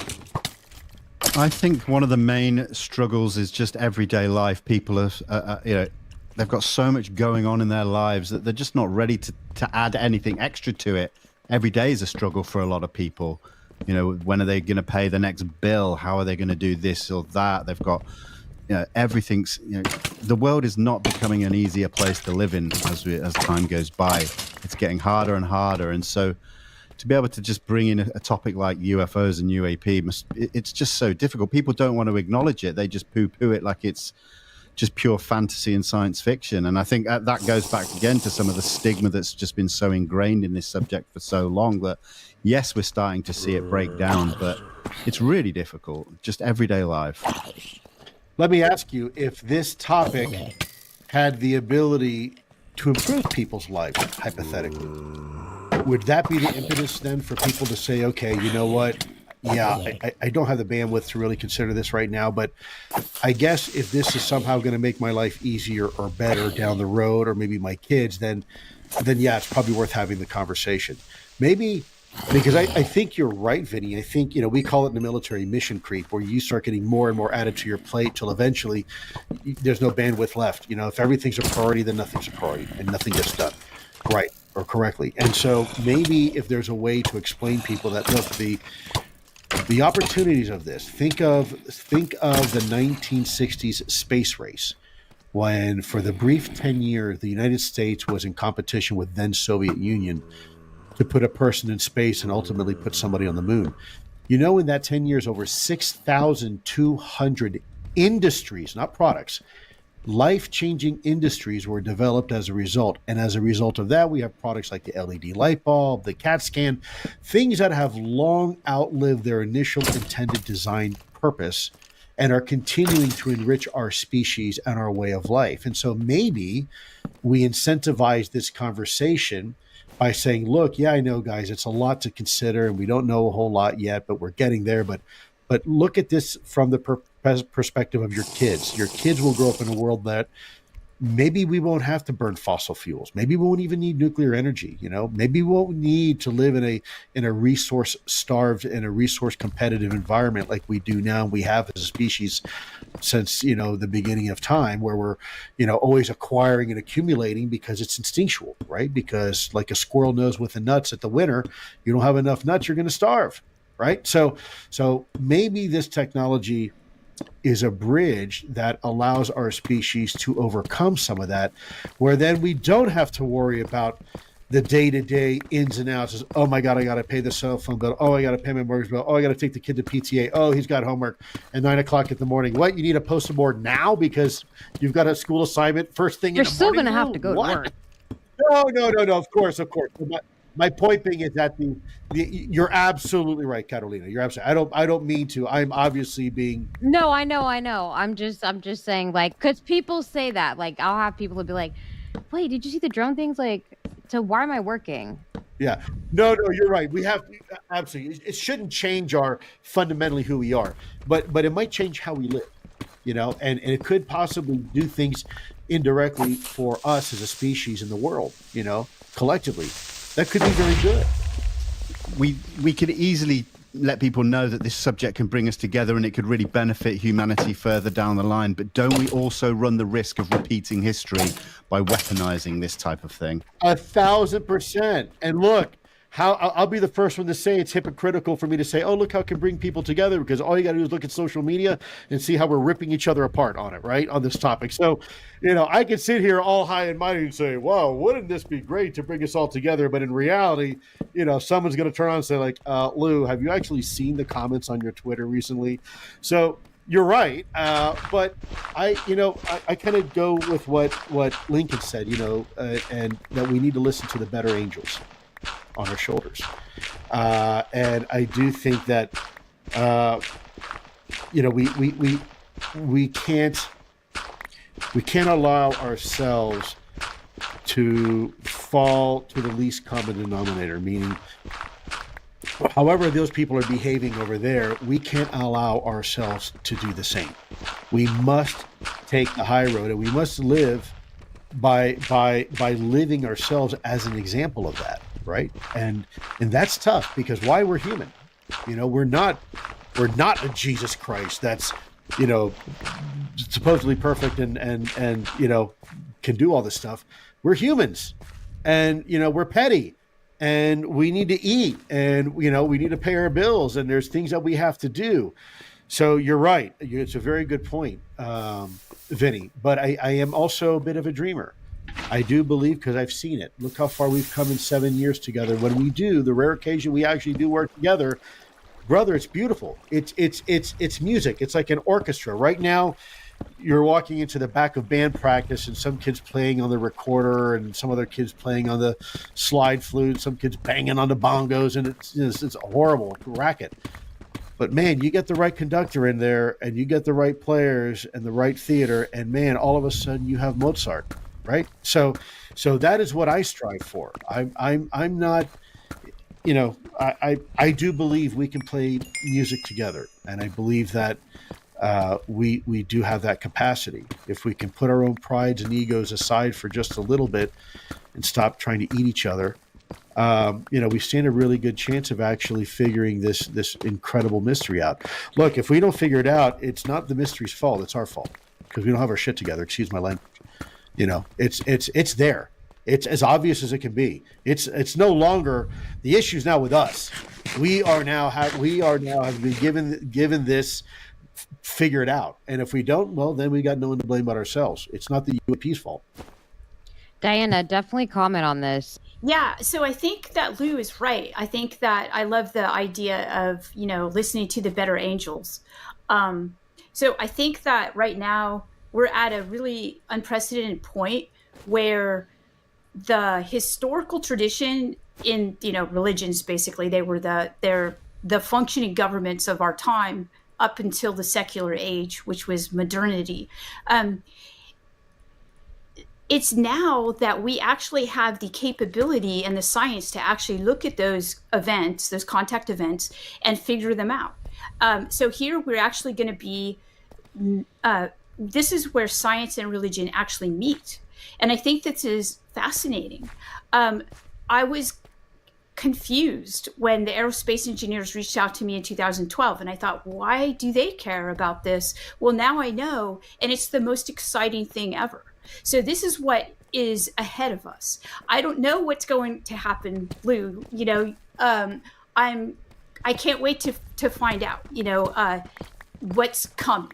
Okay.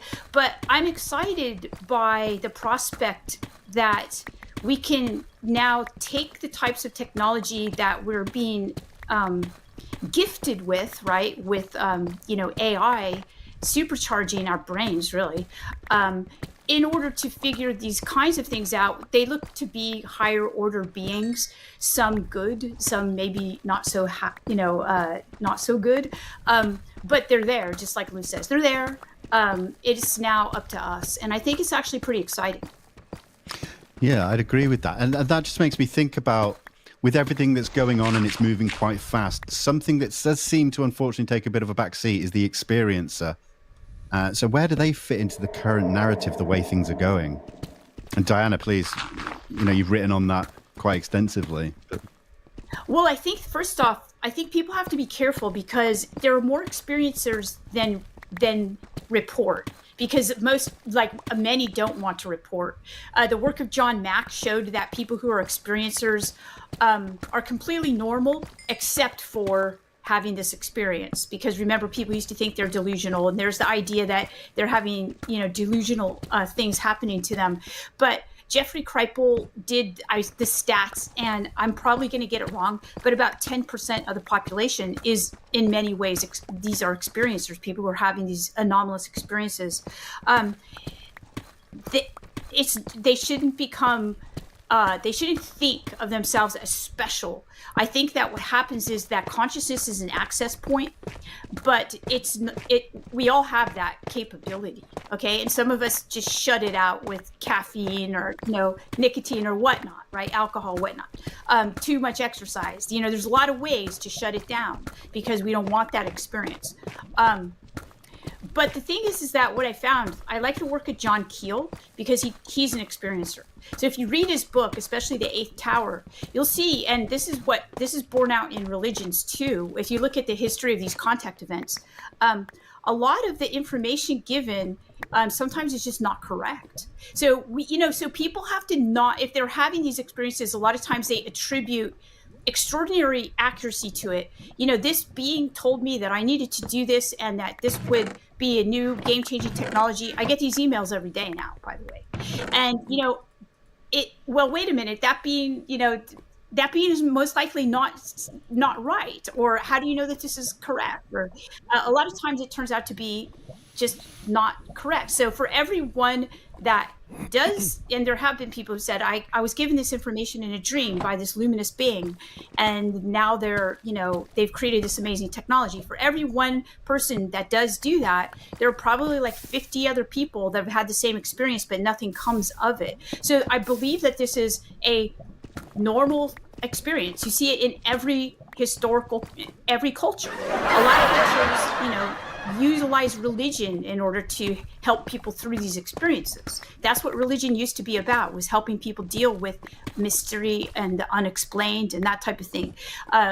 Religion is shifted now. It's something much more like school, right? So religion even lost its connection to these events. But I would submit that back in the day, religion was actually the way that people dealt with these events. It provided ways to deal, it provided people who were knowledgeable about these events. If you go to Indigenous Australia, those communities, they have people that know about these events. And yeah, they're like, no big deal. We can deal with that.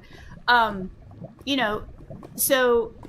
that's what I would say to answer that question. Vinny, there was a time where the American Psychological Association had deemed anyone who entertained the notion of UAP, it was considered a severe form of deviance.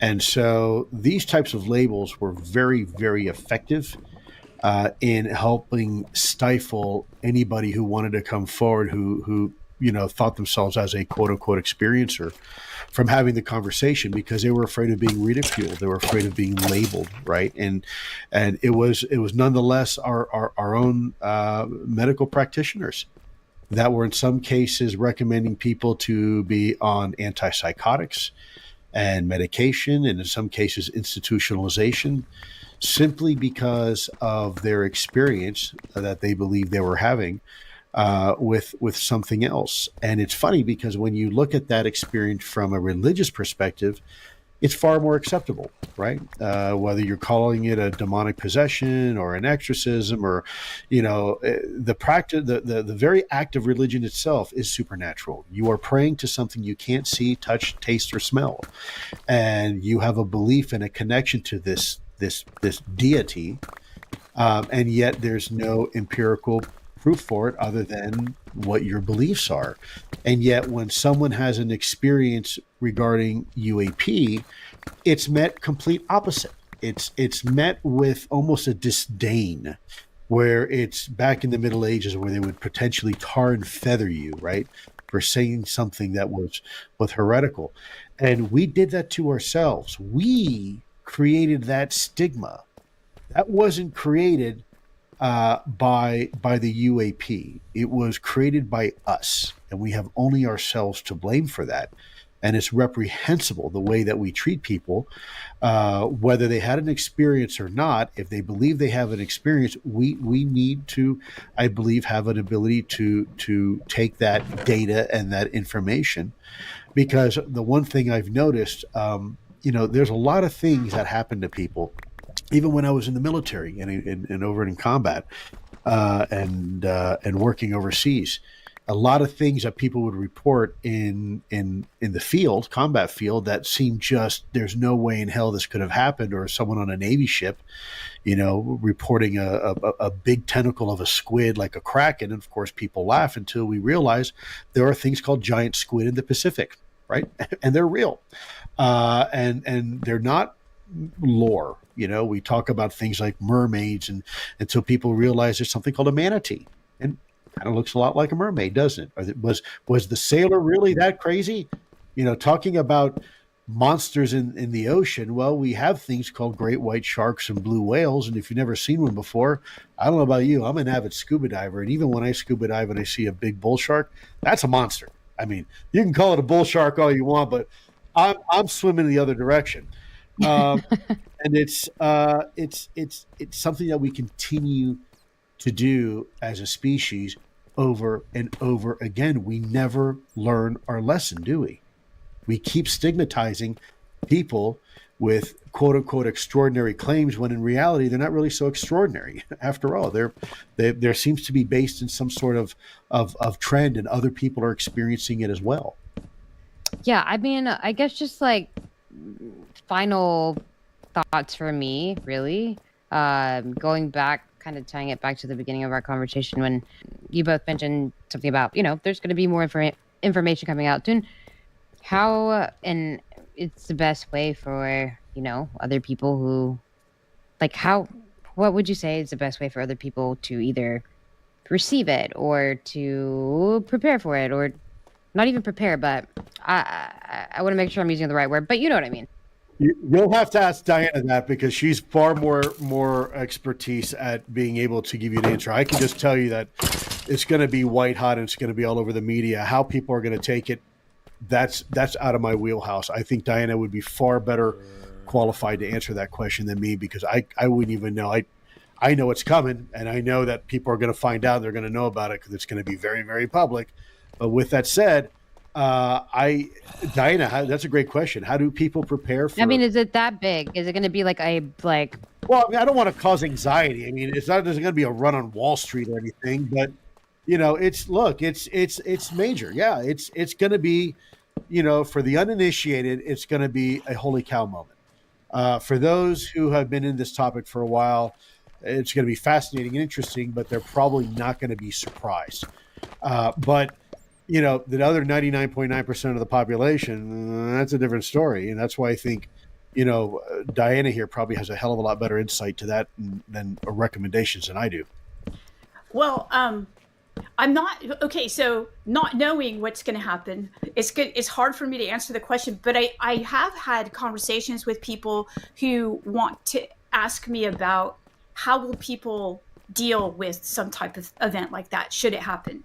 And especially they ask me about how will people who are religious deal with it. And I've been in religious communities of religious people my whole life, and have studied all different kinds of religious, like religious studies has been my life.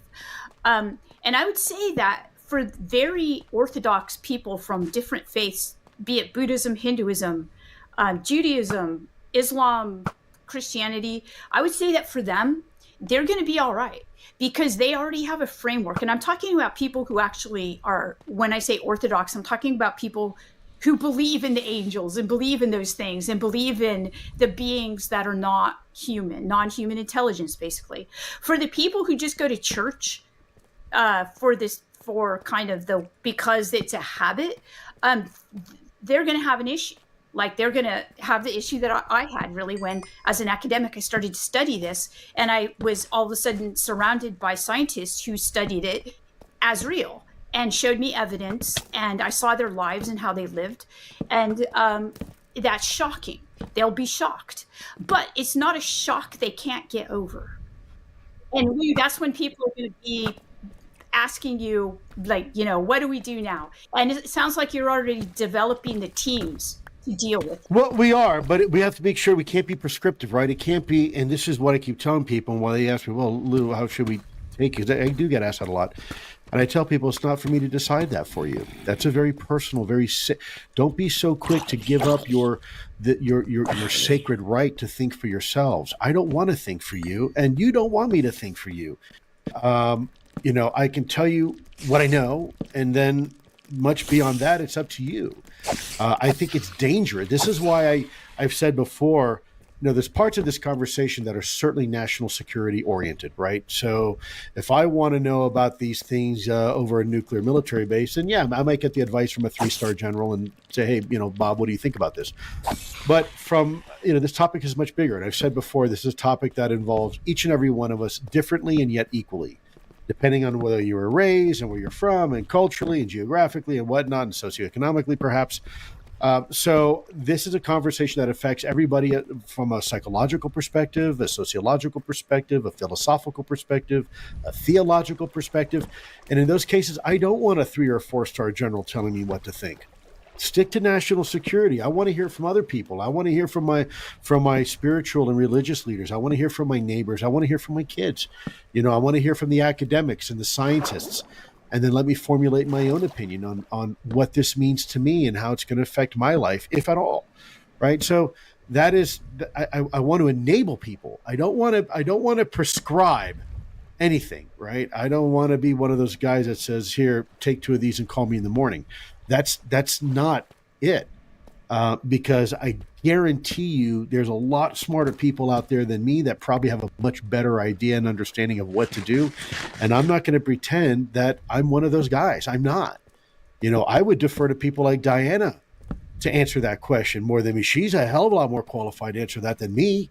And do you really, at the end of the day, do you want a guy like me? I mean, you're not going to offend me, but do you really want a guy with a military and intelligence background prescribing to you or your family how you should morally or mentally or intellectually take this information?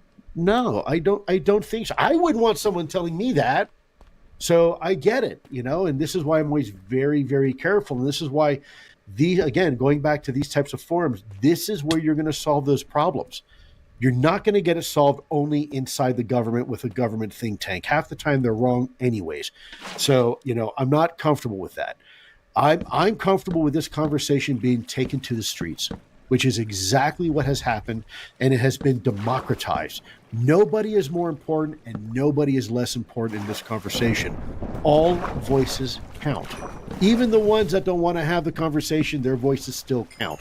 Even the people that hate me on social media and accuse me of all sorts of horrible stuff, yes, their voice counts, and it should.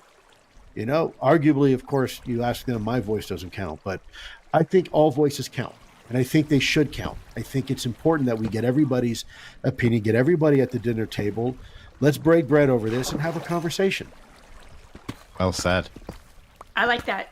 Yeah, please, if there's anything to add to that, Dan, I think that's amazing. I mean, as we kind of close out this conversation, if there's anything, any messages, anyone, any closing thoughts from any of you guys, I'd love to hear them.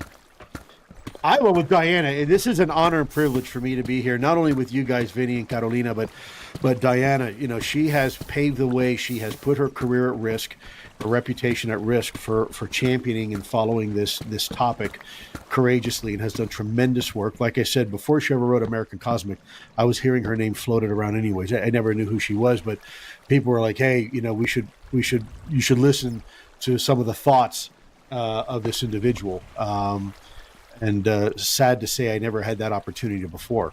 But I just wanted to say thank you, Diana, for everything you're doing. You're doing really one incredible job and a service for our little species. So thank you very much. And then to you, Vinny and Carolina, thank you for taking this conversation to the streets. This is where it belongs. I don't want it in the ivory palace and only being discussed by the top elites, right? And deciding how we should think about it.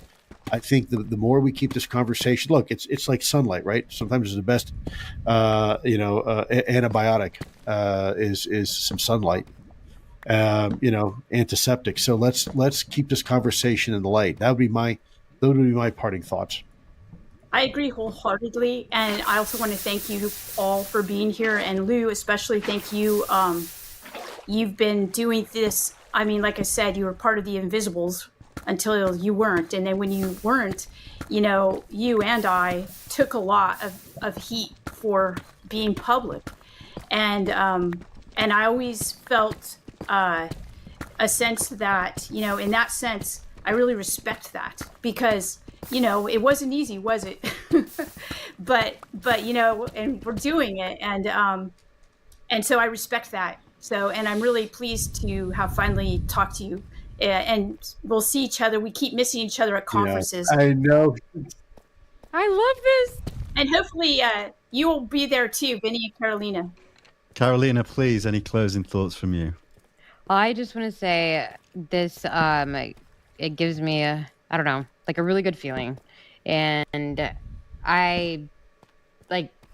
this is why I love doing this, is because, it's a conversation that never existed before. And now we can actually, it means something. And a lot of people are going to get a lot from it.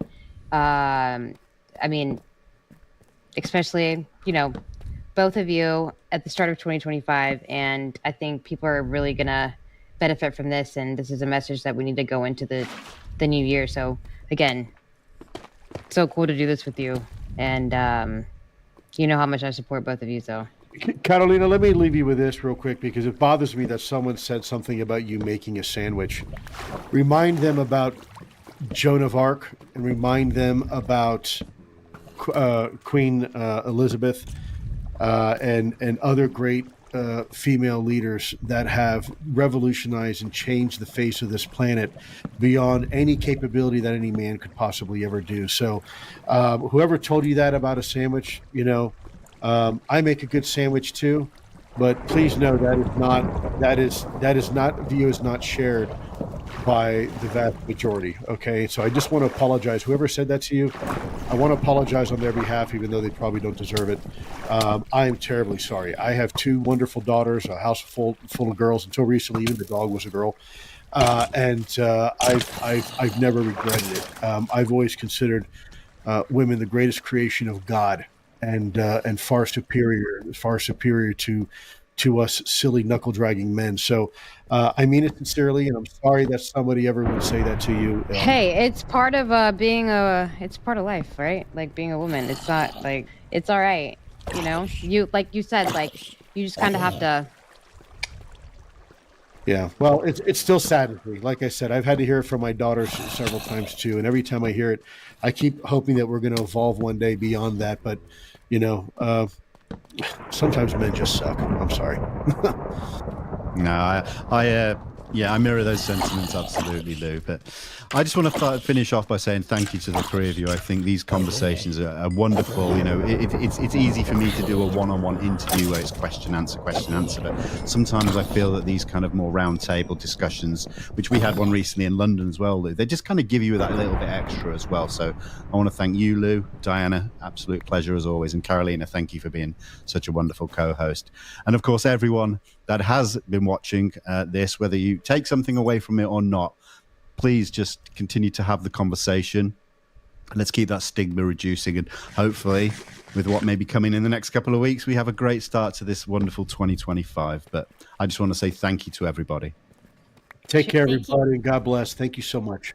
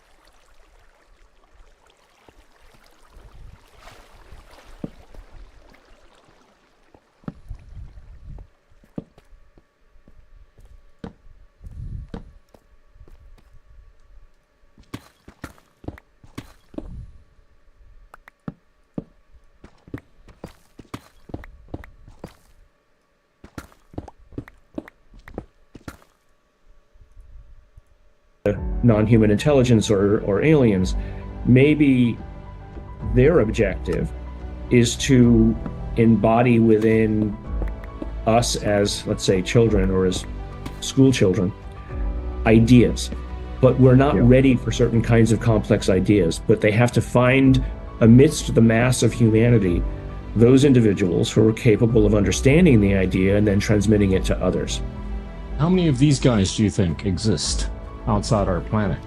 Do you think it's possible that it's our own doing in the future? If they're so damn good, why is it that they have not annihilated us?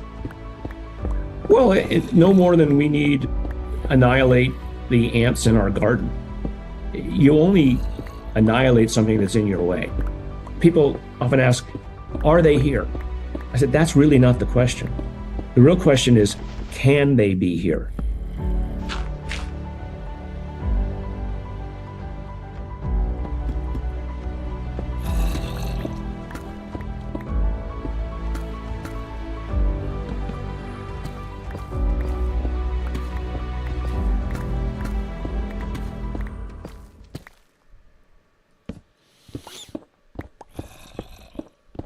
Hi, friends. Today we're honored to have Professor Gary Nolan, who is a professor at the Department of Pathology at the School of Medicine at Stanford University. Gary, thank you so much for gracing our show. Well, I really appreciate it. And I'm looking forward to speaking to you and then through you to your listeners. I'm so glad that you've already visited, in the beautiful country of Indonesia and Southeast Asia, but that's not the main topic of our discussion. But I would like to probe a little bit about how you grew up. You grew up in Connecticut, and you went through a number of experiences which led you, to becoming whatever you've become in recent times. Please tell us. Sure. So actually, I was originally born in Liverpool, England, and my parents were, when there, very poor. And so they saw, the outside world as an opportunity. And so my father was an engineer and decided that he could use his talents in the United States and brought the family there. And so, yes, although we moved around the United States a bit until we found the right place, it was where I grew up.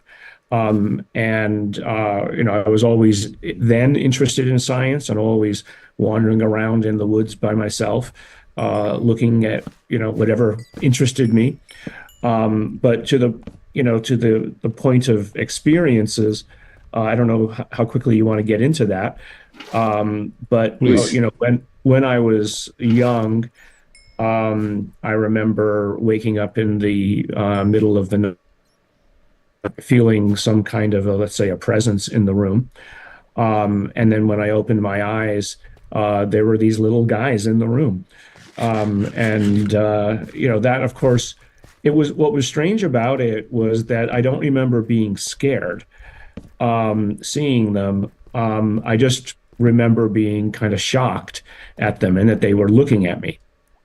And of course, it really probably only after about 30 seconds that I fell back asleep. I don't remember anything beyond that night, but it happened a few times over the course of a few weeks. And I remember something looking in through the window at me, and I told my parents, of course, and my mother. I remember specifically saying, "Well, Gary, it's just a dream. You're having a nightmare." But I said, "Mom, I wasn't scared. It wasn't a nightmare," and that was it. And so it was, probably about 5 years later, I was a paper boy, early in the morning, I had to get a newspaper to one of the houses down the street early for Mr. Pickerel, I think was his name. And so I remember I was walking. I had to go from one street to another through a little copse of woods, and I remember seeing my shadow in front of me start to march, and so there were no leaves on the trees. And so the shadow was moving, which is strange. Shadows don't move. And there shouldn't have been a shadow at that time of the evening or morning. And then when I looked up, basically an object was passing right over my head at the level of the trees, very slowly. And I could barely see the outline of it, but it had like 5 or 6 lights shining that were not super strong, but were strong enough to cast a shadow. And it made no sound. And, you know, again, at the time, I didn't know what it was. I mean, this would have been 1973, 1972, 1973. We had 3 channels on our TV at the time, right? There was no internet. There was no, cable TV, etc. And so I just remember seeing it, but I remember as well to some of the people in the neighborhood who I thought should have been up at that time, and asking them, you know, did you see anything? And they just looked at me like I was crazy. Like I said, I saw this object go over my head, and so that's what makes me remember. You know, I often ask people, when was your first memory? And what was your first memory? And my first memory was actually coming up on the ship that my parents, used to get from England to America. And usually those memories are associated with events that either scare you or are so different that they burn into your memory systems, because it's sort of an evolutionary thing that if something is shocking, you want to remember it because you want to file it again for later use. And so obviously it was about maybe 10 to 15 or so years even after that event that I came across a book. Right. Actually, it was a book by Whitley Strieber. Communion. I was here at Stanford as a grad student in the Department of Genetics at the time, and it had a picture of something on the front of the book, and the book's name was Communion.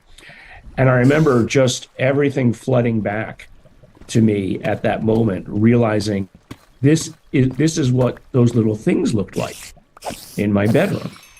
Wow. And I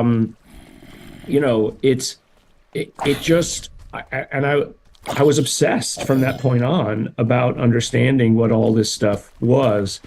I read a lot of to the extent that I could, I found books that talked about, the UFO phenomenon. And I was a bit fiction. And then that was when I realized, as I started reading about, people had seen craft, I said, was that what I saw that went over my head? And so it didn't give me any conclusions. And what I saw that evening, could have been a UFO, or I don't know what else it could have been, but, the little men that I saw in the room could dream. But it might have actually been real, both in the physical sense or in a dream sense, that something put the vision of them in my mind. I think you have to be open to the possibilities, and that's what I'm interested in being as a scientist, in not coming to a conclusion about what it is that I saw, but possibilities. Everything from, yes, it was a real manifestation, to it could have been a complete mistake or a dream or something very prosaic. So you have to keep that on the table. Or 3, it could have been some sort of hallucination that was put in your head rather than needing to be there physically. And I think religions around the world are filled with these kinds of spiritual moments. Every religion has them. And I don't think that those spiritual moments need to come to prophets or great religious leaders. They can come to people at all levels of society. Because if there is, let's take a step back. If there is something other than us, either here or in a spiritual realm, it needs to not just communicate with leaders, it needs to also communicate with just the people, so that there's a receptive audience. Because if the objective is to lift up the target, in terms of its intellectual or spiritual or maturity, you need to get messages out to many people who can hear it.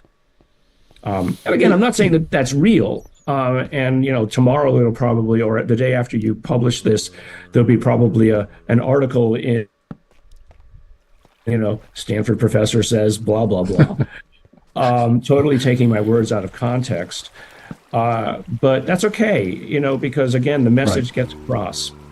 Gary, weave us through not just your childhood memory, but the experiences of the kids in Zimbabwe and the Ubatuba event in Brazil, in terms of how they would have crystallized your belief that it is to lift up the target, in terms of its intellectual or spiritual or maturity. You need to get messages out to many people who can hear it. And again, I'm not saying that that's real. And tomorrow it'll probably, or the day after you publish this, there'll be probably an article in, Stanford professor says blah, blah, blah. Totally taking my words out of context. But that's okay, because again, the message gets across. Gary, weave us through not just your childhood memory, but the experiences of the kids in Zimbabwe and the Ubatuba event in Brazil, in terms of how they would have crystallized your belief that, seeking something off the curve is a meaningful, part of your journey so far and beyond. Yeah, well, so as a scientist, you can either follow the analytics and only look at what sits on the line, data points that sit on the line, or you can ask the question, why is that data point sitting off the curve? What was unusual about that data point that sits off the curve? And that in my lab meetings here at Stanford, I run a cancer research lab here, I usually get more interested in why a data point fell off the curve. Now that tells you that your instrument is faulty, and so you want to make sure that you understand what the fault is and why it happened, so it doesn't happen again. Or there was something anomalous and interesting about it that is worthy of further study. Because, if you only look at what's expected, you're never going to learn anything new. And so you have to come up with some kind of hypotheses of why the data is off the curve. And so that really was the point of why I became a scientist. But it was let's say, the righteous indignation that I get from people who say you shouldn't look at data off the curve, or you shouldn't look at the UAP phenomena as being something that is worth. You're going to ruin your career. And so when I look at like the stories you were just talking about, either the Ubatuba event or the children in Zimbabwe, I sort of feel a sense of wanting to protect them from bullying, because they don't necessarily have the scientific words and phraseologies and rhetoric that I have learned 40 years. So, because I know how to combat those silly questions. I know how to push back in ways that make scientists feel uncomfortable. Like, they'll give me some story or they'll tell me something about how I should be this way. And I said, you sound a little bit more like a priest than a PhD. And you say that to a scientist and, you can just, you don't even need to measure their blood pressure. You can see it in their face. So teaching the public at large, or people who claim experiences, how to phrase what happened to them as hypotheses and possibilities is, for me, protecting them from what I call the bullies, the people who want to keep them in a lane for what it is. Because it makes, frankly, it's more because those people feel uncomfortable with the story that they're being told. And so it's like, well, you don't need to use your discomfort to keep me in my lane. Right. And so that's when I see, people like the children in Zimbabwe, who for years were ridiculed for what it was that they saw. And yet there was a movie just, I think, recently in the last year or two, which followed up on those children. And here we are 30-ish years later, and all of them swear by what it was that they saw and how it changed their life and their perceptions. And so, I mean, again, let's speculate, and I'll still end up on the front page of the Daily Mirror with this. But let's say that it's real, and there is a way that it interacts with different cultures, according to the cultural necessities of the moment. Maybe it's looking for people smart enough to see it for what it is. And so I often think of it, and this is, maybe a little narcissistic, I think of it as an intelligence test. It's kind of like the mirror test for animals. You put a mirror in the jungle and you wait for it to come by. And how long does it take until they figure out that it's them, as opposed to just another animal that they should attack?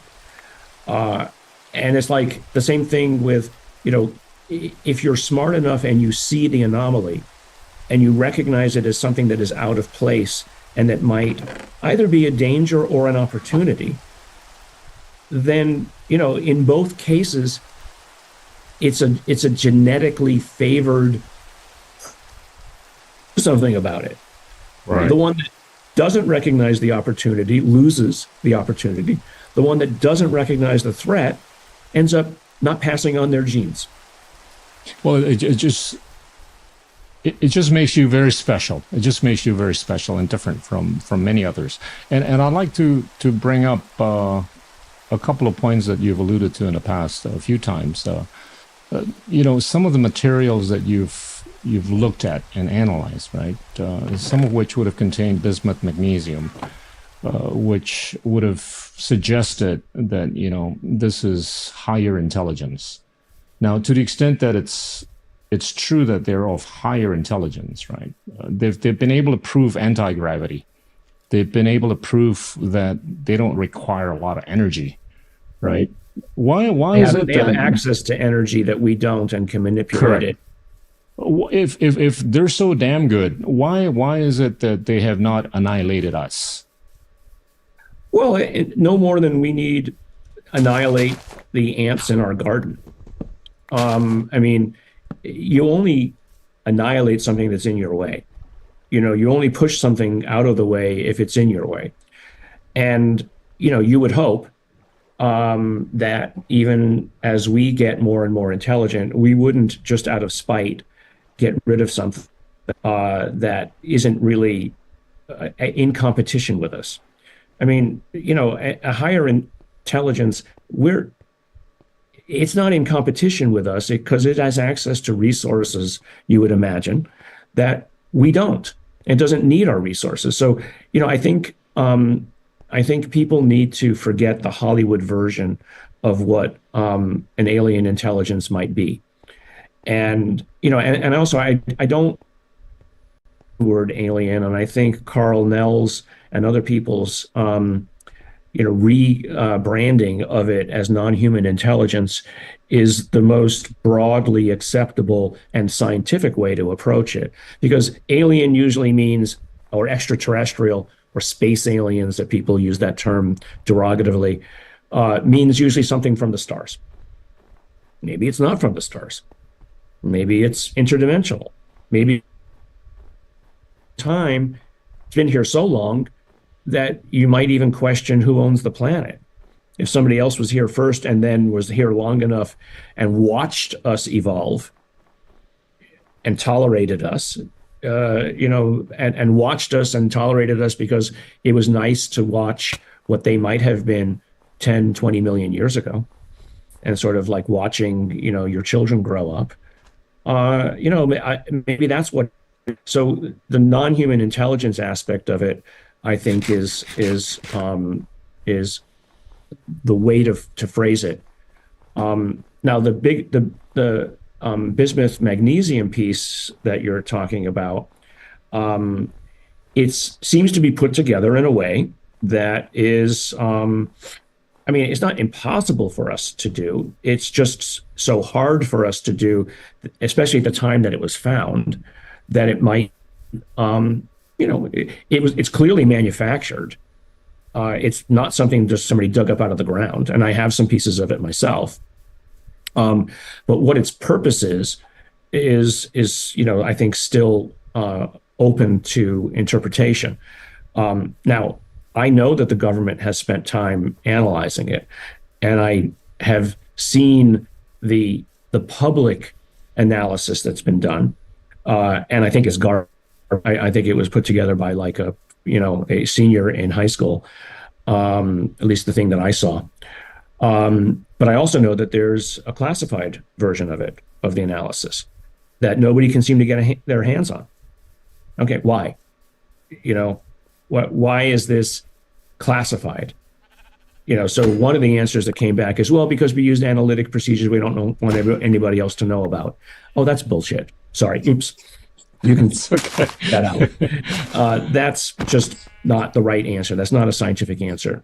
And the other thing is, you don't put out analyses, first of all, that are incomplete.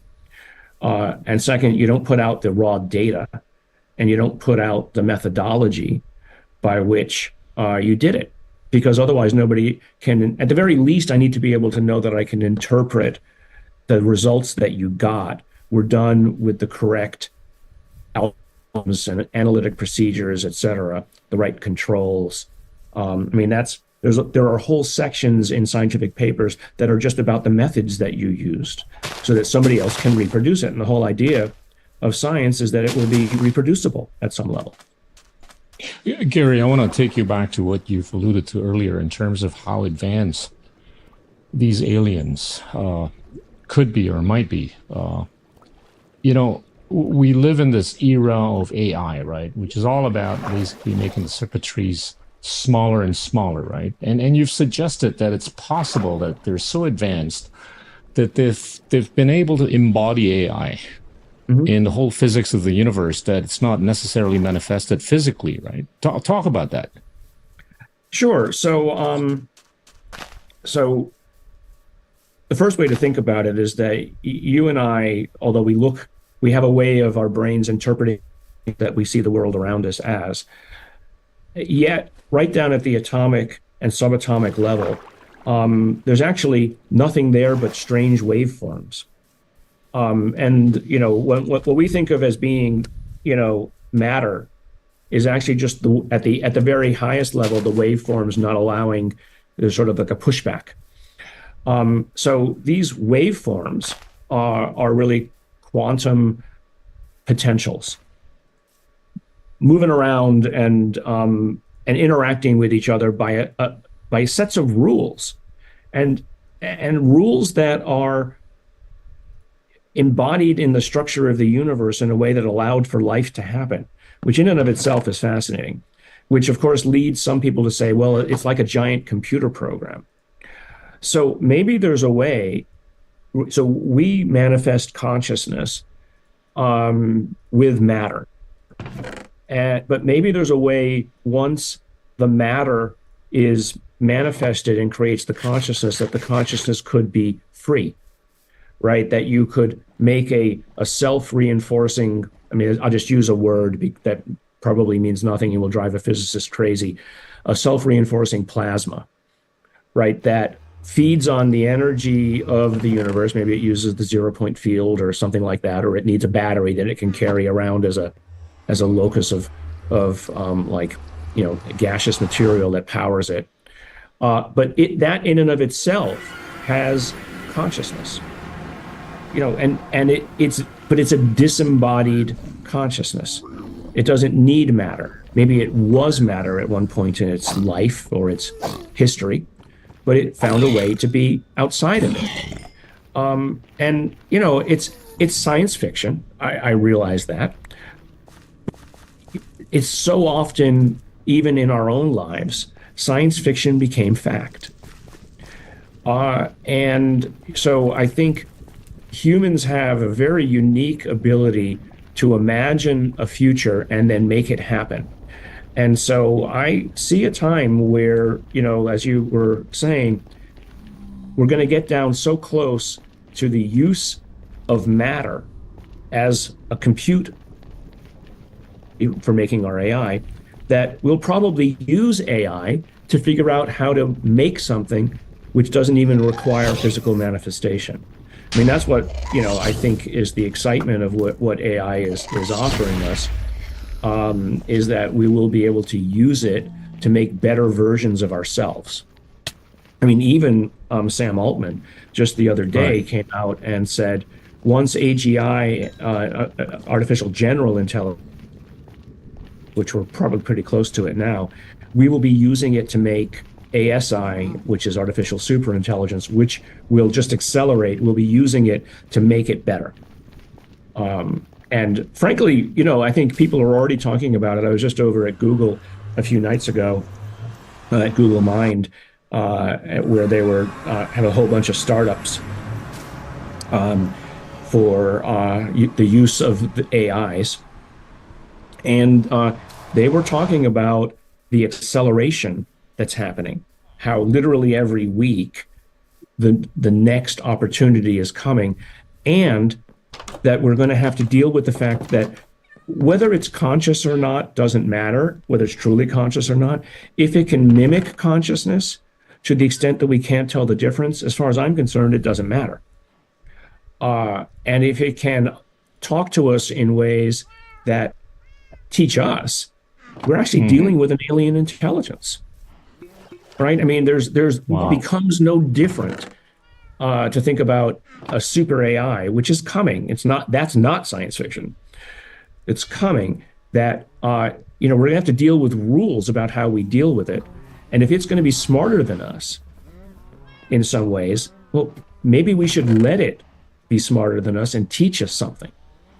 So, I mean, that's going to be all about what you teach it and what you set the guardrails to be. But, and I've said this before, is, maybe the problem with our world politics is that it's still too driven by tribal histories. And we know it is. I mean, I don't need to say it. We know it is. It's driven by our evolutionary past. So maybe we can put something in that's a little more objective in the decisions that it makes than the subjective, frankly, greed that drives many political decisions. How do you see the role of AI in terms of accelerating discoveries in your field, immunology, and also in the field of seeking the right optimum between power and talent? At the rate that you've been mentioning in the past, there is so much psychosis and neurosis in leaderships in many places, at the rate that, we're not seeing peace in many places. How do you see the AI in terms of ushering a better narrative, a better future for us in the context of what you're doing on a day-to-day basis, in the context of immunology, but also in the context of attaining leaderships that are of better quality? Well, I think part of the problem with human nature is our having to deal with scarcity. Scarcity drives decisions, and scarcity drives mindsets that say, this is mine, not yours. I'm going to fight you for it. Because if I have more of it, I pass on more of my genes. So if AI can be used to create a scarcity-free society, and then suddenly there's nothing to fight over, or there's at least less to fight. Or someone will find a way to fight, but at least we won't be fighting over resources. And so, if I start with my field in cancer, already I use AI all the time, and not just for being a great librarian, but for organizing my ideas, for even coming up with ideas that I didn't have. So I can pose a problem to it. 8 out of 10 things that I could have thought of, but actually it did, and it put it in a nice format for me without me even having to do it. So that's in 30 seconds. And then it comes up with 2 ideas that I didn't have. And it's not that it was necessarily creative. It just found in the literature, in the corpus of knowledge that it has to, it found 2 examples that I hadn't thought of because I wasn't familiar with the particular science that was embodied within those two new ideas. And that's what's interesting. So there's actually a Zen Buddhist saying that says essentially the perfect answer, the perfect question leads to the perfect answer. It's kind of like there's an information space that if you can address computer program, if you can ask the right question, the answer is obvious. And so that's really what these large language models and AIs are. It's just information that if you ask the question, it contextualizes and finds the answer in this multidimensional statistical space. It does it, in a very, really creative way. But I think that, especially in my area, and I've been talking about some AI programs that we've been developing here in my lab at Stanford, I can't be an immunologist specialist in every different kind of cell type that is an immune cell. I mean, there's hundreds, and there's thousands of genes that on proteins that are regulating the function of these things. I can't be that expert in everything, but the AI can be. As a little intern sitting on my shoulder, the good angel and the bad angel sitting on my shoulder, and I can ask it questions, and it can speed up my discovery, then that's a good thing. I mean, just, God knows how many self-help books I've started reading where they basically say the first part of getting something done is the night before of what you should be doing tomorrow so you can get right to it. Right? And so, but I don't make that list because it takes mental energy and it's the end of the day. The AI does it for you. It is what we call in chemical reactions activation energy. It's the hill you have to walk up first before you can do anything. And people just don't want to do that. But if AI does it for you, it gets the grunt work done, then you can bring in your creative talent that sees the connections and the uses of it. And so that's what I'm using it for these days. It just makes everything so much easier. Like, wow, I can actually get stuff done now. Sounds like you're going to vote for an AI president.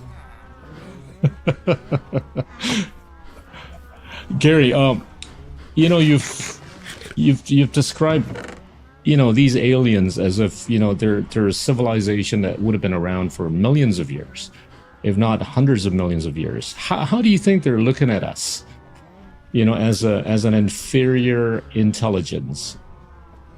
And put that in the context of what you've alluded to earlier in Carl Jung's philosophy of the collective unconscious.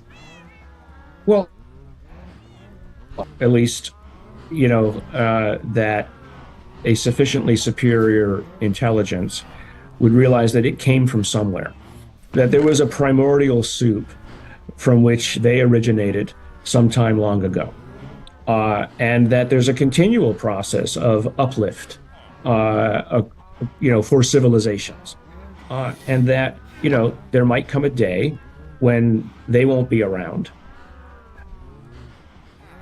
onto some other place, and that they would at the very least want to leave behind opportunity for others to move in. And to the extent that we can be their intellectual children, or at least that they could have put a stamp on us that moved us more in the right direction, or at least what they think is the right direction, then that might feel a need to come down and spray raid on us like bugs. That might be. I mean, it's pure speculation. It's hope. I mean, I'm an optimist, and I like to look at the positive side of things. I'm often asked, do you believe that there's something here? I don't believe anything. I'm a scientist. I mean, yeah, I can have a belief, but I want to stay in a place where I prove things to other people. So I say the first question, people often ask is, are they here? I said, that's really not the question. The real question is, can they be here? Because if you can't answer the question positively that they can be here, then asking the question, are they here, is useless. So the universe is, what, 15 billion years old? There was enough matter and, elements, higher elements around by about, I think, 10 billion years for life to have started, there'd be enough iron in the planets to make things, to have an Iron Age, to have a Bronze Age, etc.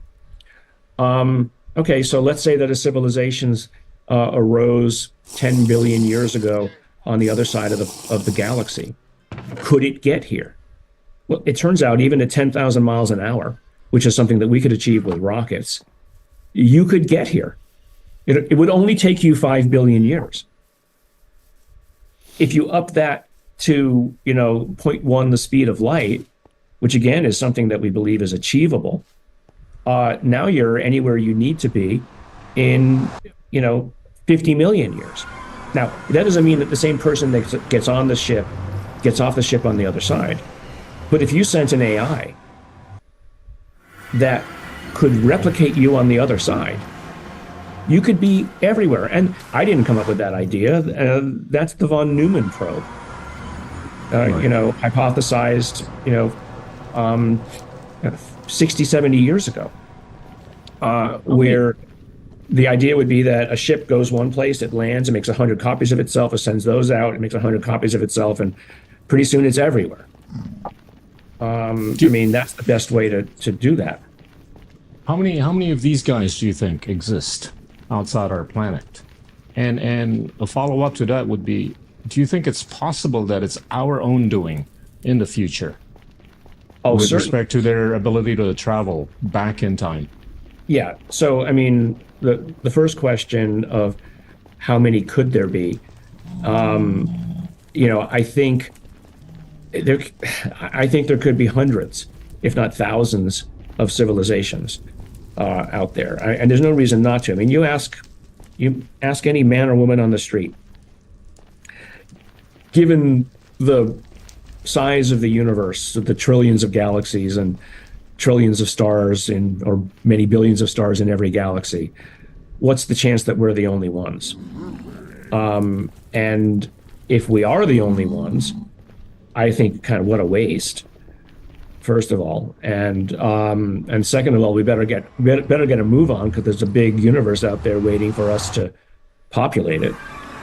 And if there is a God, then I would think that it or he or she would want us to go there, given all that possibility. But if there's already something here, then maybe it's something we can learn from.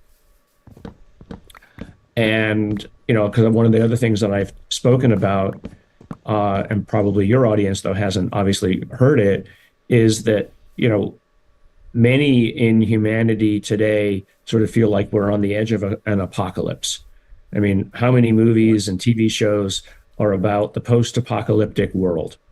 And humanity is scrabbling again to find a way forward just to survive. We're back practically to the Stone Age. So I look at these things, whatever they might be, as hopeful that somebody found a way beyond the apocalypse, and we're able to move out and beyond that edge of the cliff. They got beyond it. But back to your point though about why don't they just land and annihilate us?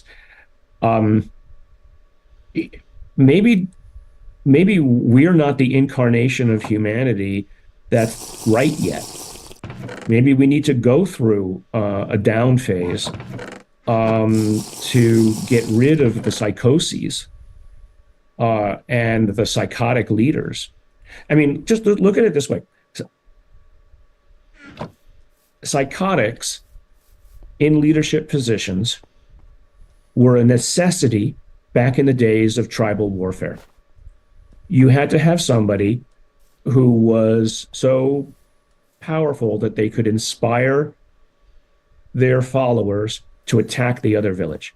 So that was genetically selected for, right? That there's a certain incidence of a leader that you need to be willing to dehumanize the other group to the point where your tribe was willing to go kill all of the others. Now we can look back and romanticize that, like we romanticize the Vikings, right, and the killing that they did. Or we can look back and say, well, gee, I wish we hadn't been that way. But now we live in a society where the consequences of this end up being, you have a society where psychotics and psychopaths can run wild of varying degrees, and there's very little consequence. And so maybe we need to find a way to get rid of that. Maybe it would lessen with a scarcity-free society. I don't know, but maybe that's kind of what and so let's call, whatever this non-human intelligence is, assuming it exists. Again, I'll just give myself a diplomatic exit there. Assuming it exists, it has the long view. It's been around 100 million years.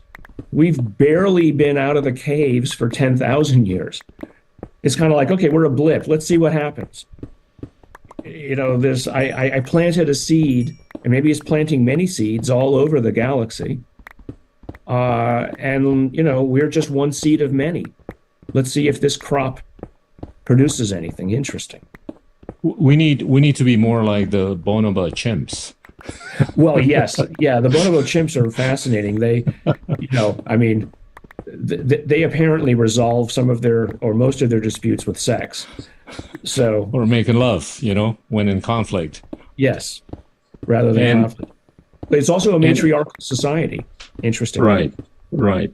You seem to suggest that, these aliens are looking at us, going through a period of 10 years or even 100 years as if it's just a blip, right? In the context of what they've gone through, maybe 100 million years or what. And you also seem to suggest implicitly that the more immortal a civilization gets to be, they tend to get a little bit more of this supremacy, ideology, right?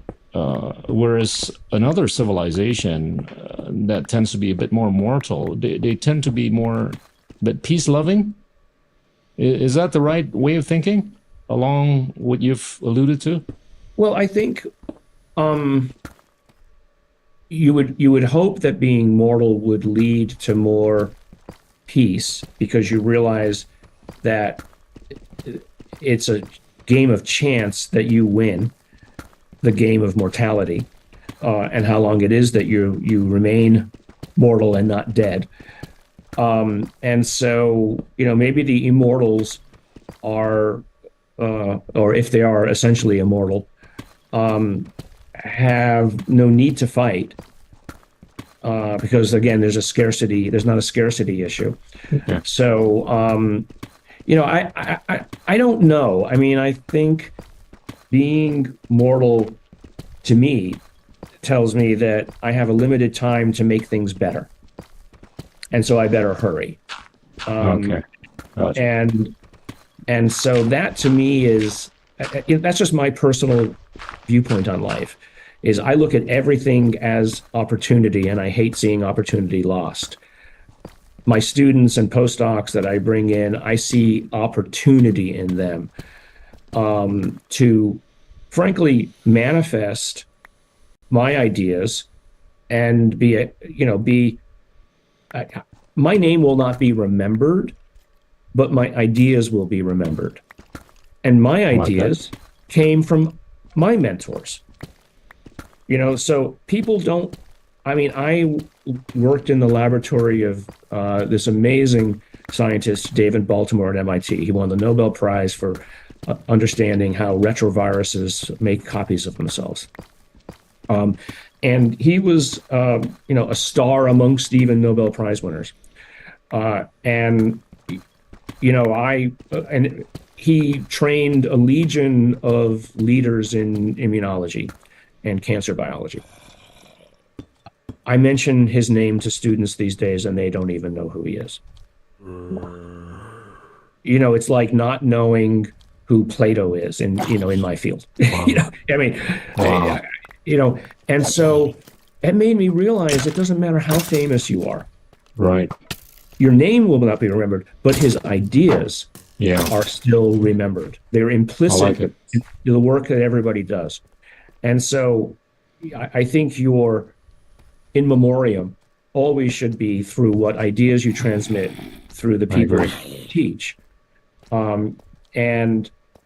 So back to the non-human intelligence or aliens, maybe their objective is to embody within us as, let's say, children or as school children, ideas.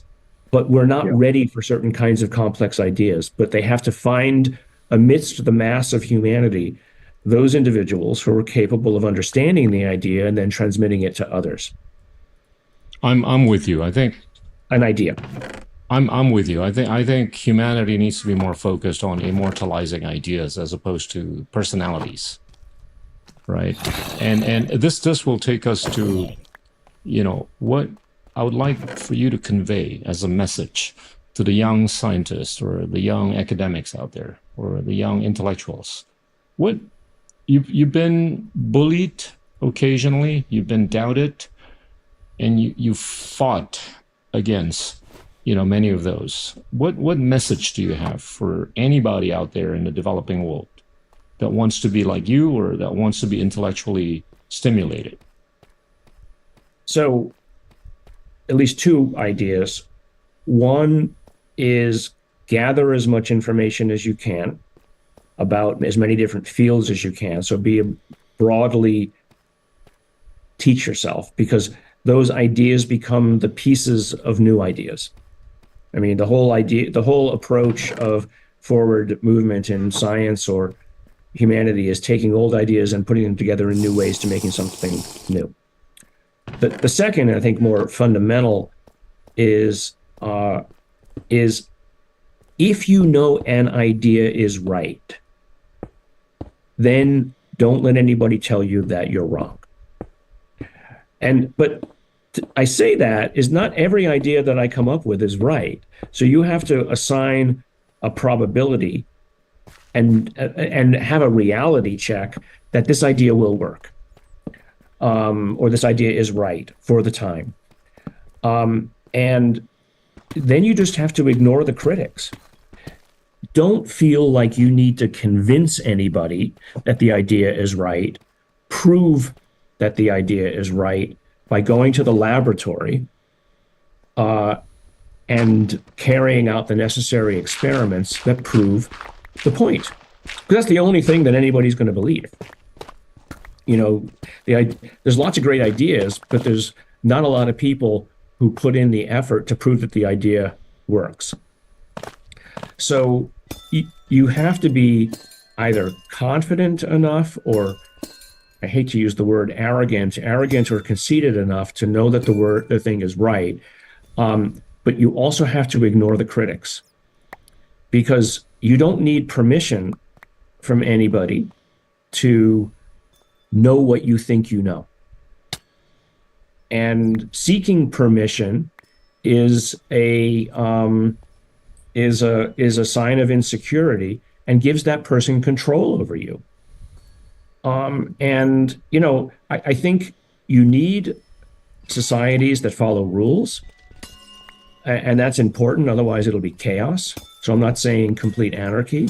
What I'm saying is that when you're trying to develop a new idea within the framework of a society in which you reside, you need to believe in it enough to know that it's going to be useful and positive.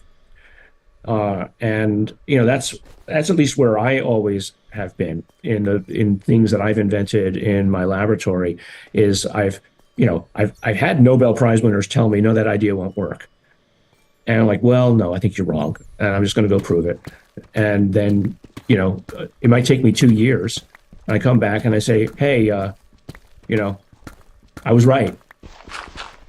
And do it in a way that doesn't come across as snarky. But then what happens though with enough of those is suddenly you get a permission structure around you where ideas that you have are not immediately believed, but at least they're given enough credence so that other people will get on board with you. And so I started many companies that way, where people are like, okay, well, Gary did it before, and he's done it 2 or 3 times, so maybe the next time he's going to do it, it'll probably work. So, and that expertise. But then the most important part about it is taking those learnings and the wisdoms that you have and passing them on to others. That because what that does is it creates a community and an ecosystem around you of enabling individuals. And again, it gets to that scarcity idea. So Lee Herzenberg, she was one of my professors here at Stanford, Len and Lee Herzenberg. They had 2 of the biggest patents at Stanford that brought in hundreds of millions of dollars. But they're hippies. They, in the most traditional sense. They came from that era. I remember her saying to me one day when we were talking about it, some idea, and I didn't want to let somebody else know about it. And, she goes, Gary, this is kind of a rude thing. Ideas are like constipation. If nothing goes out, nothing else can go in. So, it's a funny metaphor because True. Really what it means is that by letting something go, you free your mind to have new ideas flower. And by being known as somebody that others can come to and offer a question or an idea, they know that you're not going to steal it, right? Because you give ideas away. But if you're seen as somebody who's basically giving away ideas, some of those ideas turn into money. So you're giving away money to people. And so you become somebody that people feel comfortable being around. And so I find myself at this stage of my life being around other people like me who just like to talk ideas and give each other ideas. Because we're not jealous of the other person. And so that's the other thing is holding ideas prevents you from having new ones. And it makes you look like you have a scarcity model. But giving them away elevates you to a position where you meet other people who give you the coolest ideas ever. I mean, people often, back to the UAP, aliens and non-human intelligence, et cetera, they say, oh, Gary, you're going to ruin your reputation. What are you doing? Blah, blah, blah. Oh my God, the people that I've met, like you, I never would have met you through this. The places I've been, the things I've done and the things I've seen that would just make people's hair stand on end about, the non-human intelligence side of things that unfortunately I can't talk about. But it's just like, I never would have gotten that exciting opportunity, except that I was willing to get out there and say, this is what could be, and here's the opportunity. So, the last 10 years have been so way more exciting than the prior 50 that I'm just excited, I think what you have done in the last few years would have accelerated the thinking on the U.S. government side as to come out of the closet. And you've made this prediction, right? They're probably going to come out in the next couple of years, right? With all the findings that they've done.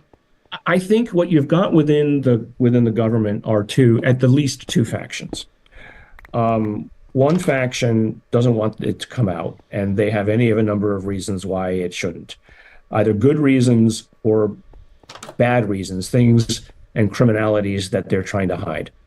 And so there's basically liability that they want to protect themselves. And then there's a faction that I mostly work with that are like, okay, these ideas need to come out. The number of individuals who've said, that UAP are real.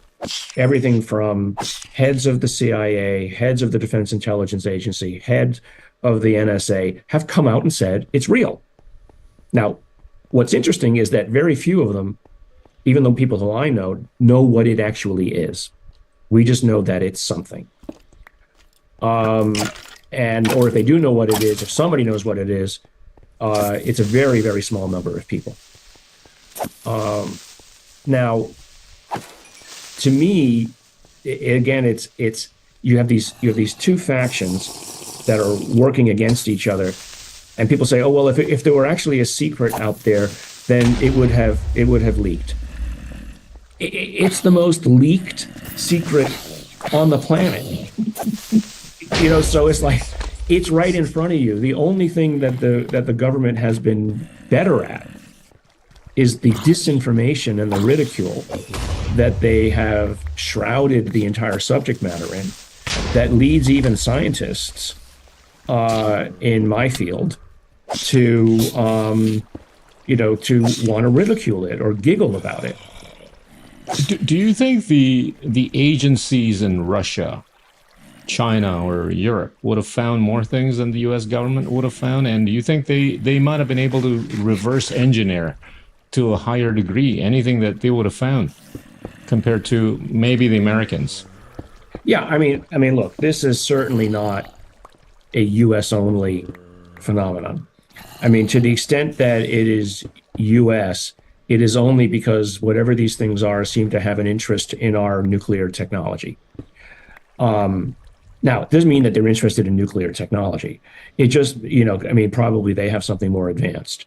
It just means that to the extent we have it, it's probably one of the few things that we could do to hurt them, or at the very least to hurt each other. And so they seem to have an intense interest in that. They seem to have an intense interest in our wars. And so they're, again, maybe they're just interested in watching us. And they're documenting what the primitives are doing. I'm sorry, what was the question again? I went off a little. Oh, do you think the Chinese or the Europeans yes. or even the Russians would have been able to reverse engineer? Well, we certainly know that they have it.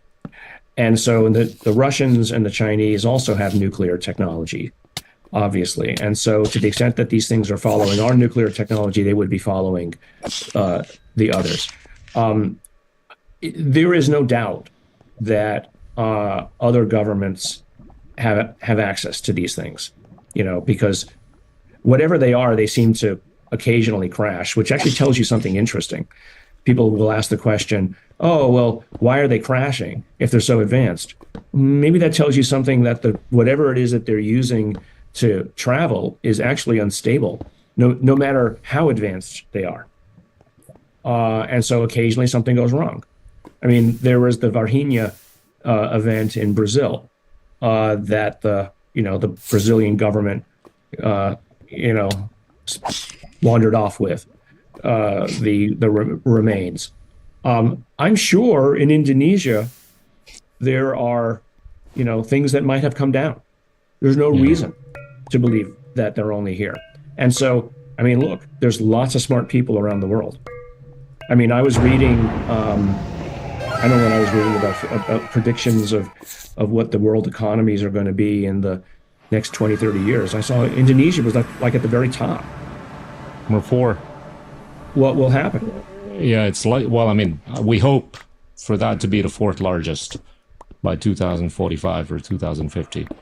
And that just was like, wow. So, you only get to those kinds of positions by being either economically smart, but also scientifically smart. And so someone's going to figure out how these things operate. And now with AI, the next step up is going to be using AI to figure out what these things are and how they do what they do. Gary, I know we're almost out of time, but I want to ask you a question on religion. You've made reference to religion, right? And in religions, we refer to heavens and hells, angels and demons, right? As if they're dimensions beyond, and you've kind of put those in the context of the UFOs and UAP. Talk about those. Well, I mean, so people, when you say, well, maybe these things are interdimensionals, and people will go, well, that's crazy. How do we know there's other dimensions? I said, well, religions have dealt with other dimensions forever. I mean, where is heaven and hell? You know, we point heaven is up and hell is down. Well, maybe it's there and there, right, in another dimension nearby. And, you know, Jacques Vallée has often talked about, you know, cultural reference points of what you see, you put into the reference of your cultural abilities. So when we were very primitive, we believed in spirits in the forest. And the things that we saw were the spirits. When we got a little bit more organized, they were the gods. Some religions then decided there was only one God, and that all the other gods were angels and demons. They were sort of subservient to the one in charge. And now we believe technology is God. So now it perhaps manifests itself as one of those things back there on my wall. But at every point in our history, it has shown itself in a way that says you are not alone, that somebody else is here, but always just on the edge of belief, almost as if it's drawing out the smartest people to, or the craziest. I offer, you know, that as an opportunity for those who want to deride it. But it offers this opportunity to look to the edge of possibility. And so, you know, I think angels and demons are really often, I think they're just mischaracterizations of the intents of whatever these other things might be. So, you know, again, people want to think that there's one thing. I don't think that makes sense. I think there can be as many things as there are countries on this planet. You know, and maybe I often say that there's like a bit of a tension that seems to be at play between different factions of them. I mean, why should we expect them to all walk in lockstep to one command structure? Maybe there's multiple. I mean, over 100 million years, there's plenty of time for disagreements, even amongst the immortals. And so, you know, I don't know. I mean, I think you have to play with these ideas, right? Not because you're crazy, but because we still don't have an answer. But by playing with those ideas, in many ways, what you set yourself up for is to be the right scientist, approaching it scientifically and being ready for a possibility. Because if you come down with it that it's only one thing, only one conclusion, and then you end up being wrong, you have to remanufacture your entire intellectual thought process to accommodate the next right thing. So it's what I always say is it's the data, not the conclusion. Get somebody else to believe, and not just believe, but to agree with you that the data is real. And once you do that, then you can both talk about what the conclusion might be, and you can throw around ideas. But by having that plasticity of thought, it actually enables you in every other, you know, arena of your life, in my mind. Last question, Gary. I know you got to go, but given that we've gotten these implicit messages from the aliens that we might be on a moral precipice, and given the advent of AI that seems to be showing good results, are you optimistic about the future of humanity? I am. And, you know, in a small way, where AI has, in my lab, come to the rescue of a problem that we've created. The problem we created is we just made so much data, we don't even know how to make sense of it. And suddenly the AI shows up in the nick of time. Humanity always seems to put itself in a corner. And when push comes to shove, we find a way out of it. And that's why we're still here after all this time. And so I do think that AI will help us. It's going to have to be very carefully shepherded. so that we use it properly and for the benefit of as many as possible. But I think many of the AI companies that are out there are open sourcing their models, making them available to everybody.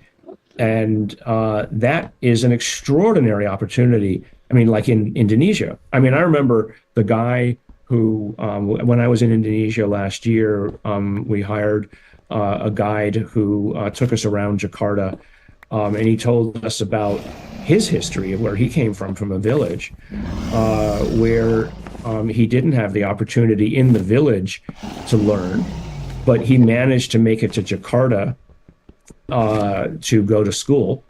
And that's what made him, you know, what he was that day, and was very, you know, very smart guy. Imagine that we could give this to the children in in the outlying islands, and they don't have to go to Jakarta. You know, they don't have to go to a city center. That education could be distributed. You know, when I was at Google just the other night, there was a startup that was being pitched, and their idea was to customize teaching for everybody, and customize teaching even for people who are autistic or who have learning disabilities, and that these AIs can be those mentors and tutors. And so if we could give that to everybody in Indonesia, what an amazing possibility. I mean, who couldn't want that? And the countries that pick it up first are the ones that are going to win. They really will. That's my feeling.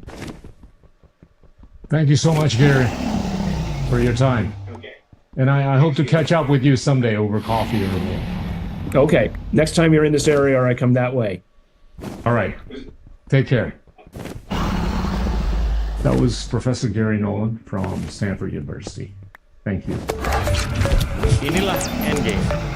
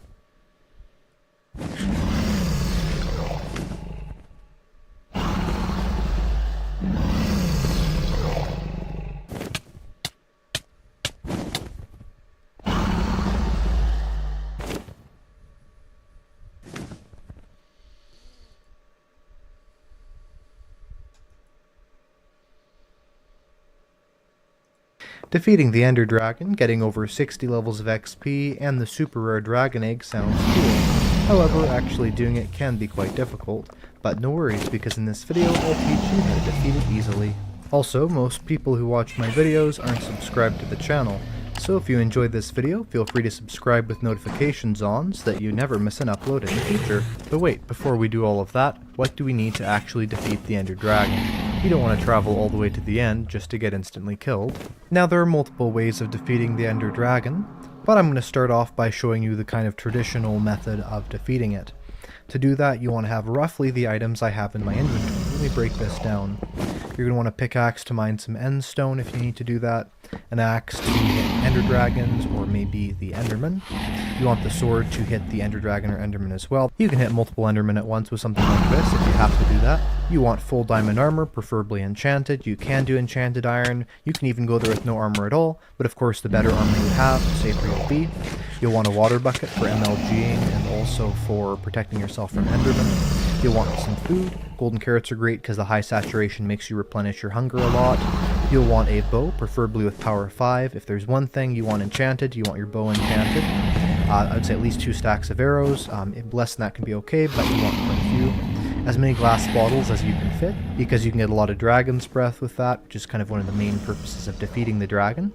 You want to bring some scaffolding. You don't have to. You can alternatively bring some building blocks. I would advise you not to bring dirt, because endermen can pick that up, but you can do that if you have to, but ideally scaffolding or building blocks, you need to bring both. Now once you have most of these things, and you are at the end portal here ready to go in, before you do that, make sure to right-click on a bed outside the portal to actually set your spawn point there.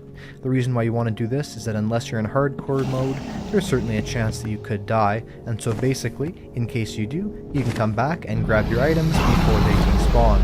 Alright, we're going to jump in the portal here, and we are going to defeat the dragon. Now, one of the big purposes of bringing the extra building blocks is that so you can basically make a little path over from the obsidian pillar you spawn at there. After you've done that, you can mine up here, or maybe you'll spawn over here. The obsidian pillar can be in much more convenient places. Now you're at the Ender Dragon fight. Some people will bring a carved pumpkin and put on their heads. You can totally do this if you want. That'll make it so that the enderman will not get mad at you if you look at them. The problem with this, though, is that the loss in visibility isn't generally worth it. Alright, so there are 10 of these towers, and you have to destroy the end crystals on every single one. 2 of them have the cages on them. This one happens to have them next to each other, but it's basically random which one it is. Now what you want to do is you want to basically hit these with a bow or any other projectile and get them to explode, as these end crystals will kill the Ender Dragon. Some of them are really easy to hit, just like this one here. Those should be pretty easy to get rid of, and maybe some of the ones like this too. Better just to kind of hit them down as much as you can. But if you can't, what you can do is you can use your scaffolding to tower up to the top. Now the big use of towering up is of course on the caged end crystals here. What I would suggest is either towering up with scaffolding or with the cobblestone here. Beware of dragon's breath that the dragon throws at you. If you see it, make sure to bottle it up just like this. There's actually multiple uses to bottling it up. Not only do you get the dragon's breath item, but the dragon's breath actually stops being there, so it's then safe to be in that area, as it does hurt you if you're there. So now you can go up the obsidian tower here on your scaffolding or with some cobblestone, but be aware the Ender Dragon can destroy the scaffolding when you're on it. And you want to destroy this, so kind of break a little bit of stuff there, try and shoot it off. Be aware of falling down like that. You can see I almost died there. What you can do to prevent this is if you place down a water bucket at the bottom of your tower here, if you end up falling down and almost dying, you can try and land in the water there. That's a really good safeguard to not die instantly when trying to destroy these towers.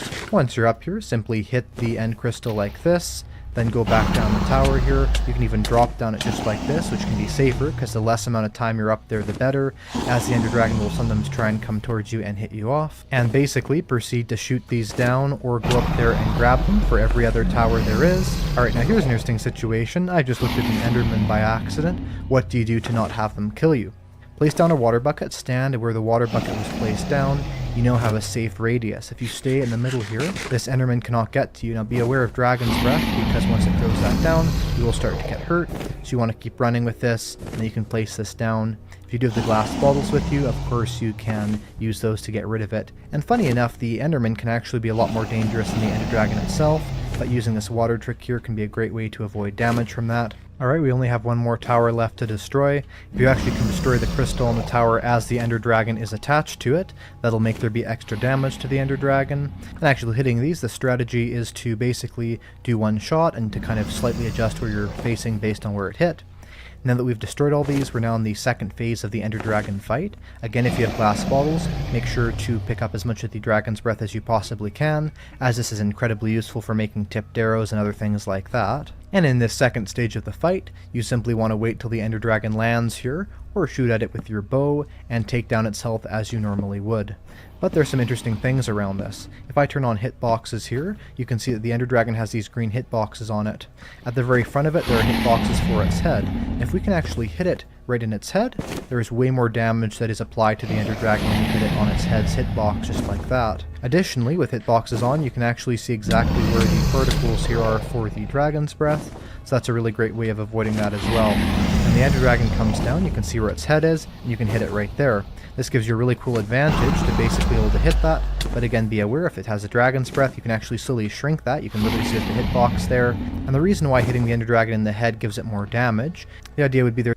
And in this second stage of the fight, you simply want to wait till the Ender Dragon lands here, or shoot at it with your bow, and take down its health as you normally would. But there's some interesting things around this. If I turn on hitboxes here, you can see that the Ender Dragon has these green hitboxes on it. At the very front of it, there are hitboxes for its head. And if we can actually hit it right in its head, there's way more damage that is applied to the Ender Dragon when you hit it on its head's hitbox, just like that. Additionally, with hitboxes on, you can actually see exactly where the particles here are for the Dragon's Breath, so that's a really great way of avoiding that as well. When the Ender Dragon comes down, you can see where its head is, and you can hit it right there. This gives you a really cool advantage to basically be able to hit that, but again, be aware if it has a Dragon's Breath, you can actually slowly shrink that. You can literally see the hitbox there. And the reason why hitting the Ender Dragon in the head gives it more damage, the idea would be there's less protection for the dragon where its head is, whereas the rest of its body would have thick scales. Again, if you can hit the Ender Dragon in its head, you're going to be a lot better off here. Just be aware when the Ender Dragon flies away, it can often hit you very badly, and you can try and hit the Ender Dragon here. Again, it'll try and place down its Dragon's Breath. Try and shrink that down as much as you can, and then hit the dragon right here on this little box here. This will certainly make it have the most damage. You can see how hurt it is there. Also, when the Ender Dragon's flying away, this can be another great chance to hit it, as it generally is somewhat close. And as the dragon lands down here for the last time, we can try and hit it in its head here, and we can probably finish it off rather simply. Just again, be very aware of the Dragon's Breath. Also, you cannot hit the Ender Dragon with a bow. When you try to, it'll literally make the arrow go off, and we have now defeated the Ender Dragon. And you can see here that we've gotten the achievement Free the End. Ender Dragon dies, it goes up into the world, you can see its face there slowly zooming out, and here's all the experience. Now when we defeat the Ender Dragon, not only do we get an insane amount of experience, but we also have the Ender Dragon egg that goes on top of the pedestal here, right there. To grab this, all you have to do is grab one of these torches off the side here, which is sometimes kind of difficult, but if you kind of go like this, it should be pretty easy. So grab one of the torches here, click on this, that it disappears, it'll teleport around, it'll teleport right here, or it'll teleport kind of around the portal somewhere, break under it just like this, place down the torch, break this here, the egg will drop down like that.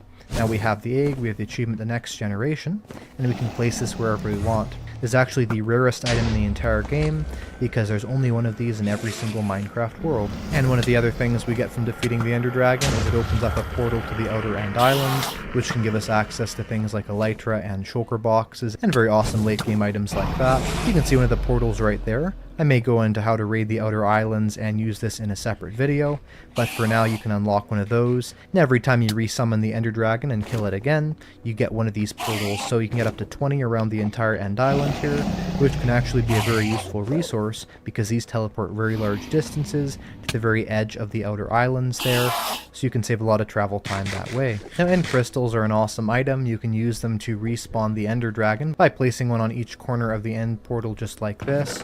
But if you want to learn more about these, I have a link on the screen right now, all about End Crystals. Feel free to check that out. They're really overpowered, and they're quite a cool item. And when we place these 4 End Crystals down, you can see we have these kind of beams go up to the sky, and these will face to every single one of the towers. Put in one of the crystals, and then they'll start facing towards the sky. They'll go all the way around a circle just like that. The only problem with this is that when it gets to these ones with the cage, they will actually regenerate the cage as well. So you'll have to fully do the entire end dragon fight again. And we'll go all the way around the circle here to the last one. They'll all face upwards and they will summon in the Ender Dragon. You can actually destroy these at any stage of the process. We also got blown up there by those end crystals, so be aware of that. But more or less what will happen is you can also destroy those with, let's say, a bow and arrow from far away. And when you do that, then that will stop the process of resummoning. Now we have respawned at the end portal here, which is a good thing. Before we go in here though, we want to get ourselves some different items, because I'm now going to show you the other main way of defeating the Ender Dragon.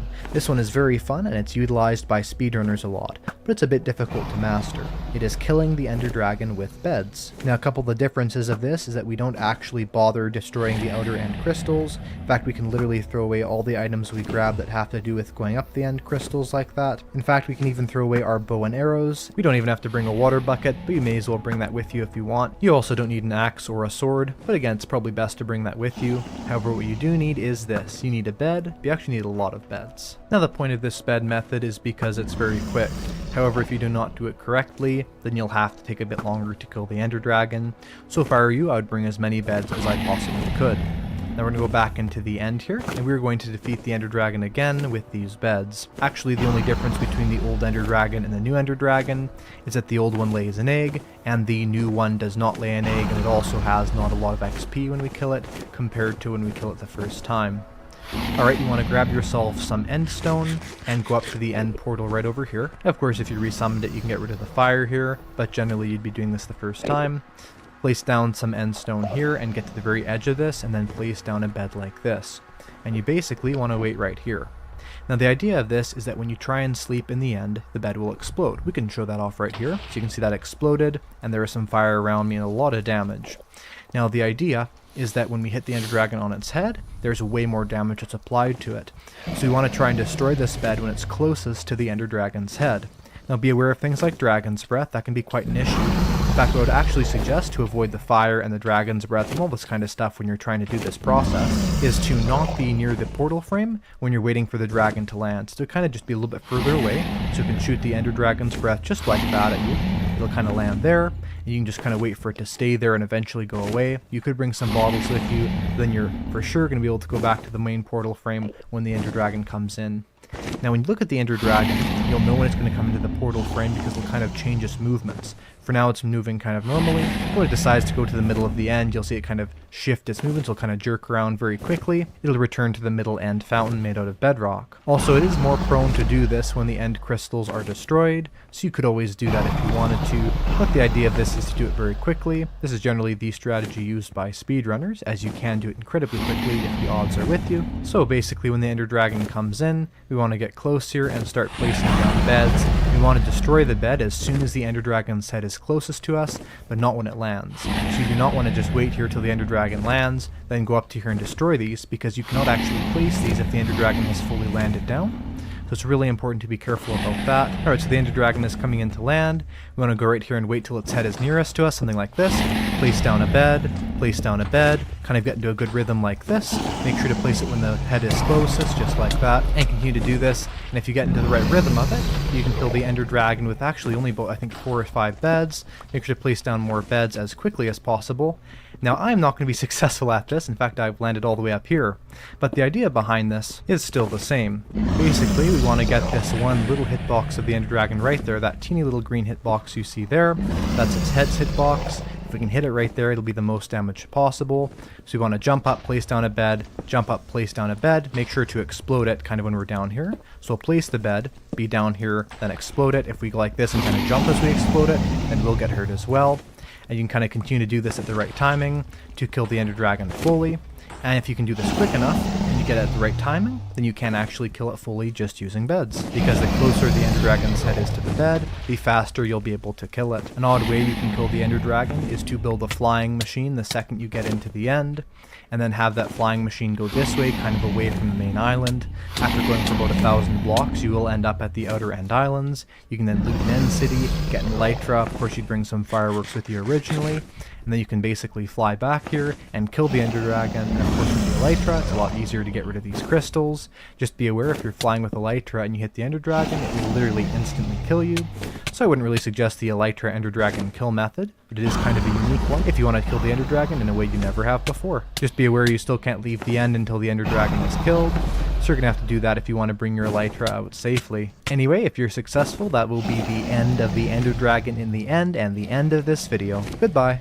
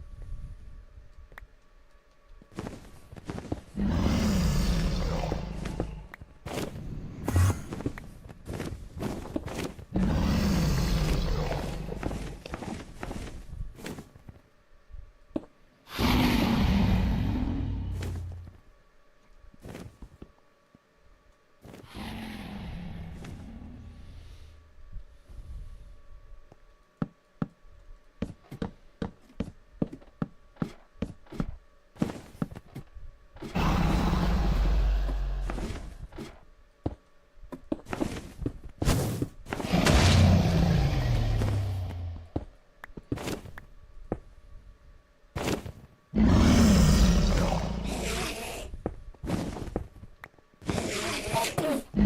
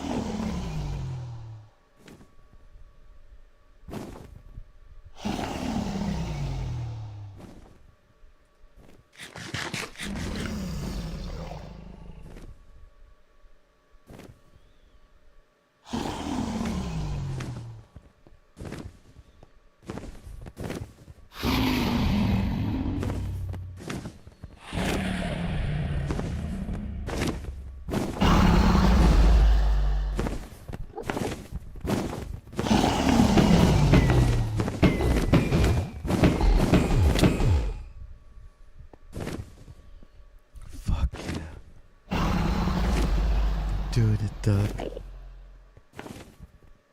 I think I can do it.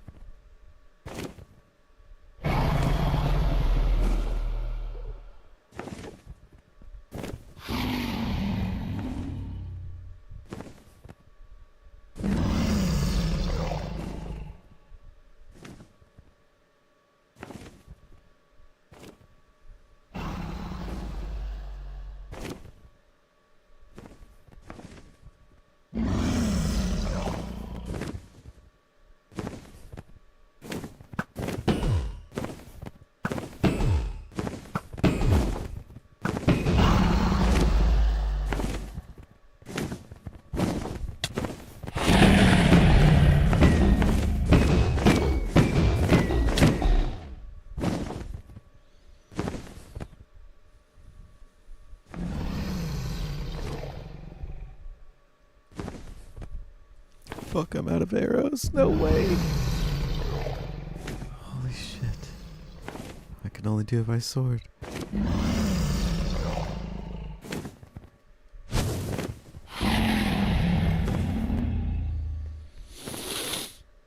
Oh, we could do this.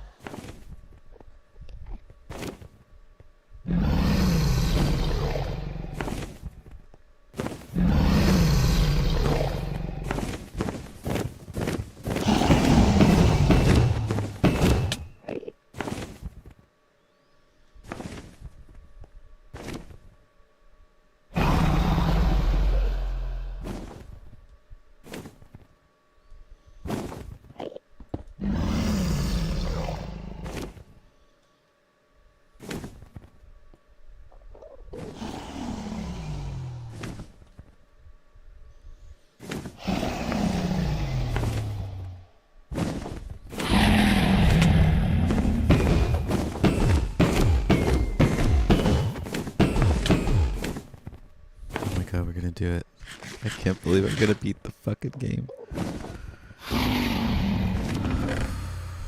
We got this.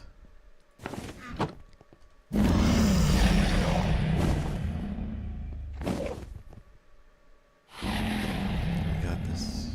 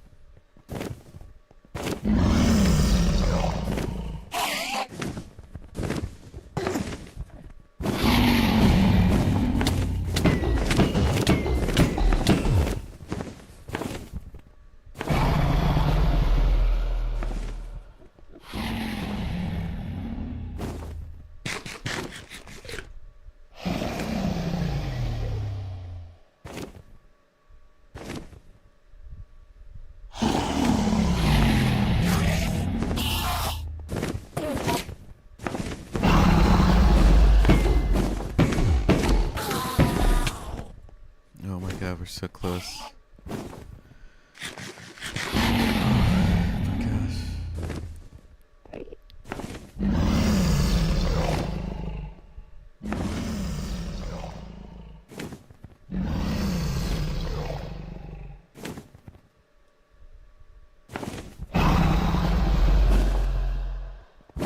He's coming down. This could be.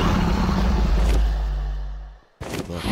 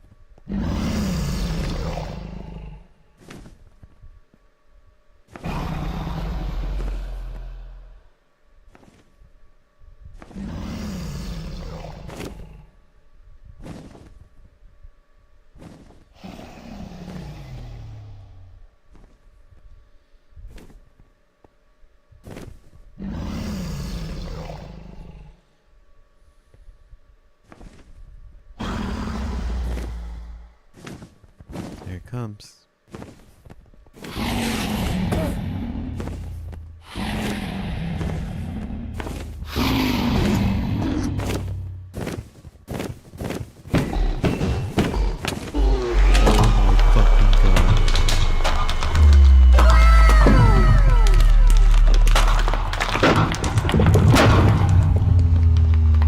What the fuck just happened?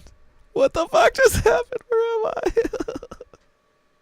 No, I beat my ground. Oh no. Why? Why, God? No.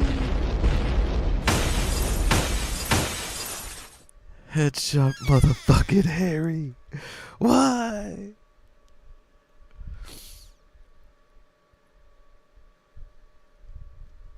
Yes, take care. It has reached a higher level now. It can read our thoughts. That doesn't matter. It thinks we are part of the game. I like this player. It played well. It did not give up. It is reading our thoughts as though they were words on a screen. That is how it chooses to imagine many things when it is deep in the dream of a game. Words make a wonderful interface, very flexible and less terrifying than staring at the reality behind the screen. They used to hear voices before players could read, back in the days when those did not play called the players witches and warlocks, and players dreamed they flew through the air on sticks powered by demons. What did this player dream? This player dreamed of sunlight and trees, of fire and water. It dreamed it created, and it dreamed it destroyed. It dreamed it hunted, and it was hunted. It dreamed of shelter. The original interface is 1 million years old, and it still worked. But what true structure did this player create in the reality behind the screen? It worked with 1 million others to sculpt a true world in a fold of the bloop, and it created a bloop, bloop, bloop. It cannot read that thought. No, it has not yet achieved the highest level that it must achieve in the long dream of life, not the short dream of a game. It doesn't know that we love it, that the universe is kind. Sometimes through the noise of its thoughts, it hears the universe, yes. But there are times it is sad in the long dream. It creates worlds that have no summer, and it shivers under a black sun, and it takes its sad creation for reality. To cure it of sorrow would destroy it. The sorrow is part of its own private task. We cannot interfere. Sometimes when they are deep in dreams, I want to tell them they are building true worlds in reality. Sometimes I want to tell them of their importance to the universe. Sometimes when they have not made a true connection in a while, I want to help them to speak the words they fear, the word they fear. It reads our thoughts. Sometimes I do not care. Sometimes I wish to tell them, this world you take for truth is merely bleep, bleep. And I wish to tell them that they are bleep, bleep. They see so little of reality in their long dream, and yet they play the game. But it would be so easy to tell them, too strong for this dream. To tell them how to live is to prevent them from living. I will not tell the player how to live. The player is growing restless. I'll tell the player the story, but not the truth. A story that contains the truth safely in a cage of words, not the naked truth that can burn over any distance. Give it a body again. Yes, player, use its name. HeadshotH4rry, player of games. You know that I'm the cream of the crop. Good. Take a breath now. Take another. Feel air in your lungs. Let your limbs return. Yes, move your fingers. Have a body again. Under gravity, in air. Respawn in the long dream. There you are. Your body touching the universe again at every point, as though you were separate things. As though we were separate things. Who are we? Once we were called the spirit of the mountain. Father, Son, Mother, Moon, ancestral spirits, animal spirits, jinn, ghosts, the green man, the gods, demons, angels, poltergeists, aliens, extraterrestrials, leptons, sparks, the world change. We do not change. We are the universe. We are everything you think isn't you. You are looking at us now through your skin and your eyes. And why does the universe touch your skin and throw light on you? To see you, player, to know you, and to be known. I shall tell you a story. Once upon a time there was a player. The player was you, HeadshotH4rry. Sometimes it thought itself human on the thin crust of a spinning globe of molten rock. The ball of molten rock circled a ball of blazing gas that was 330,000 times more massive than it. They were so far apart that the light took 8 minutes to cross the gap, and the light was information from a star, and it could not burn your skin 150 million kilometers away. Sometimes the player dreamed it was somebody. The surface of the world was living it. The sun was square, the white days were the sun is death. So confused. Sometimes the player dreams it was the lost of the story. Sometimes the player dreams it was other things in other places. Sometimes these dreams were disturbing, sometimes very beautiful indeed. Sometimes the player woke from one dream into another, then woke from to that world into a third. Sometimes the player dreamed it watched words on a screen. Let's go back. The atoms of the player were scattered in the grass, in the rivers, in the air, the ground. A woman gathered the atoms. She drank and ate and inhaled. The woman assembled the player in their body, and the player awoke from the warm, dark world of its mother's body into the long dream. And the player was a new story never told before, written in letters of DNA, and the player was a new program never run before, generated by a source code 1 billion years old, and the player was a new human never alive before, made from nothing but milk and love. You are the player, the story, the program, the human made from nothing but milk and love. Let's go further back. The 7 billion atoms of the player's body were created long before this game in the heart of a star, so the player too is information from a star, and the player moves through a story which is a forest of information planted by a man called Julian on a flat infinite world created by a man called Marx that exists inside this world. Player who knows he was created by.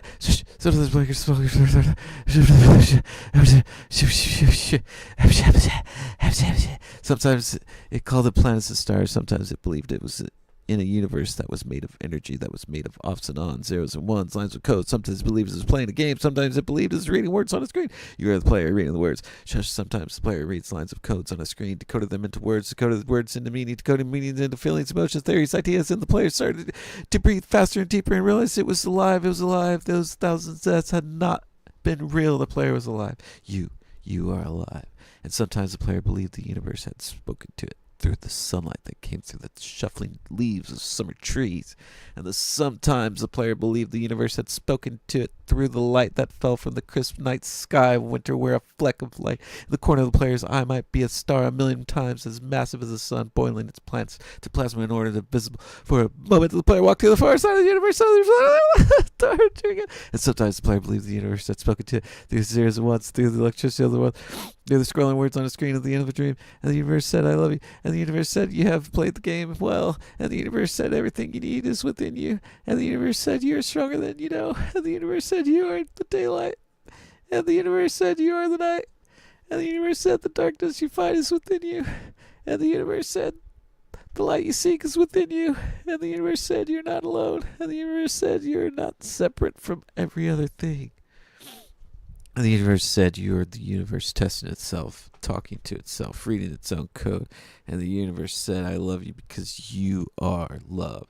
And that game was over, and the player woke up from the dream, and the player began a new dream, and the player dreamed again and dreamed better, and the player was the universe, and the player was love. You are the player. Wake up.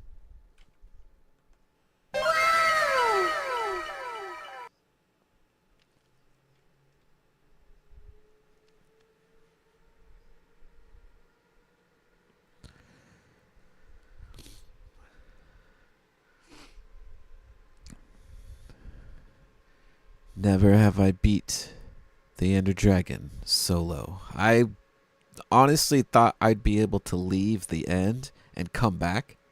And then when I saw that I'm stuck there, I'm like, okay, I have to play smart because I might be able to just pull this off.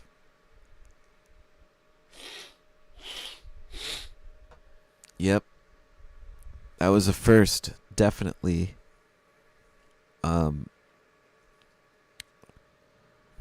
I didn't think I'd be able to do it.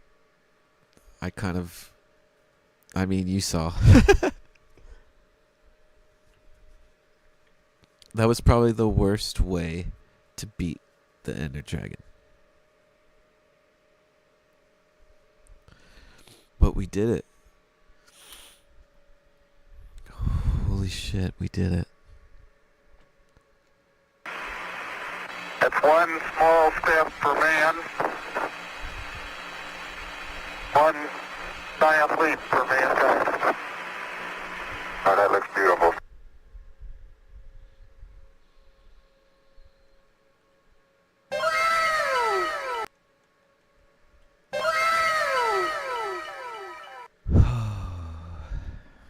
Mans Olsen. What up, Mans?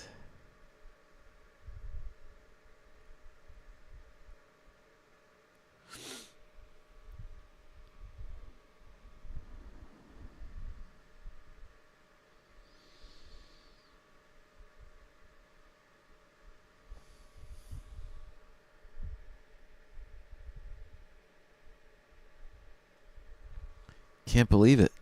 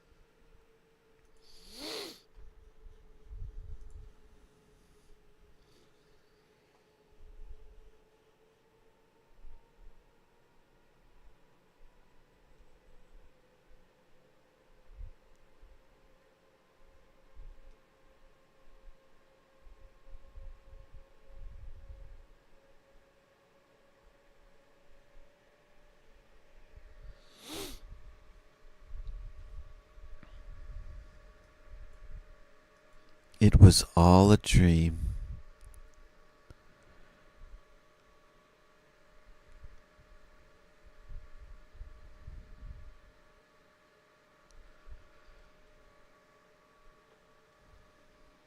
Oh, a non-subscriber. It's a shame what happened to the last guy who didn't subscribe. You monster. Let's just play every single asset I possibly have.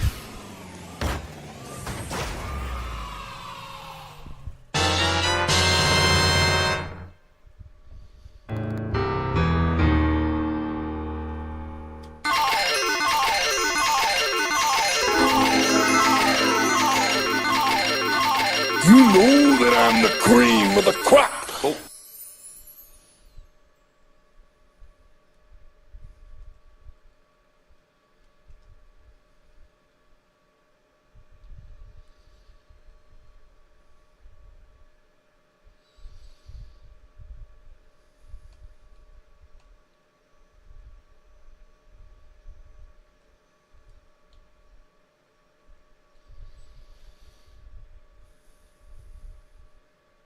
You'll never make it. Never make it. Ever make it. Never make it. Never make it. You'll never make it. Ever. Don't you see you can make it? Let's moralize.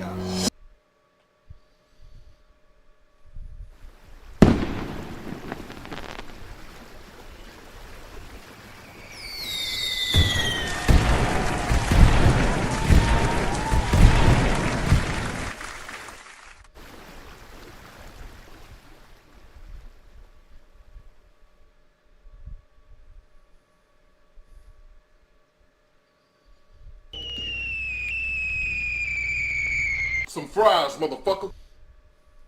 Go, headshot, yeah!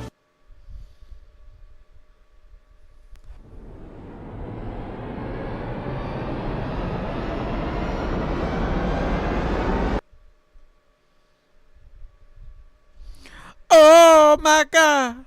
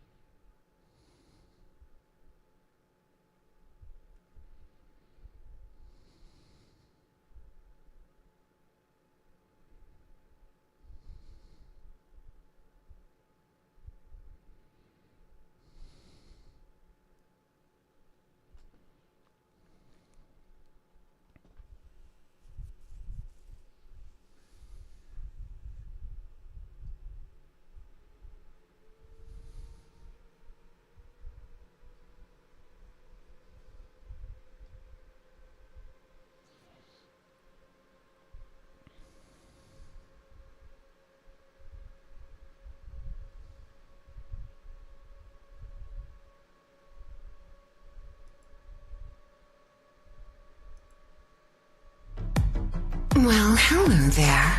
Over the last few months, you've proven just how much you adore me. And I assure you, the feeling's mutual. Keep trying on new forms and chasing whatever inspires you, no matter where it leads. You fabulous little creatures.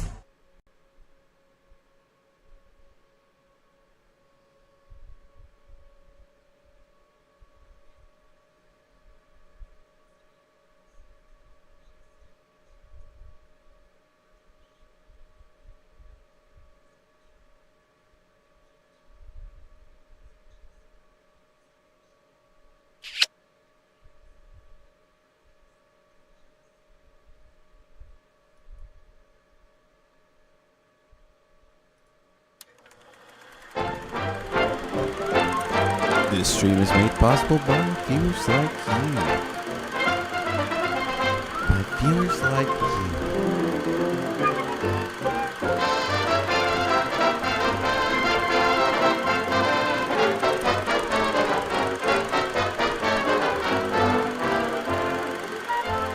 Shout out to Rita Poon. I forgot you came by earlier.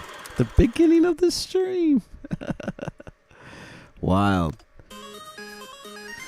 Well, I'm waiting for the credits to finish. They're still rolling. The credits are still rolling. In the meantime, you can check out all the links in the description below. You can find HeadshotH4rry on, well, Facebook, Instagram, Kick, Twitch, you name it.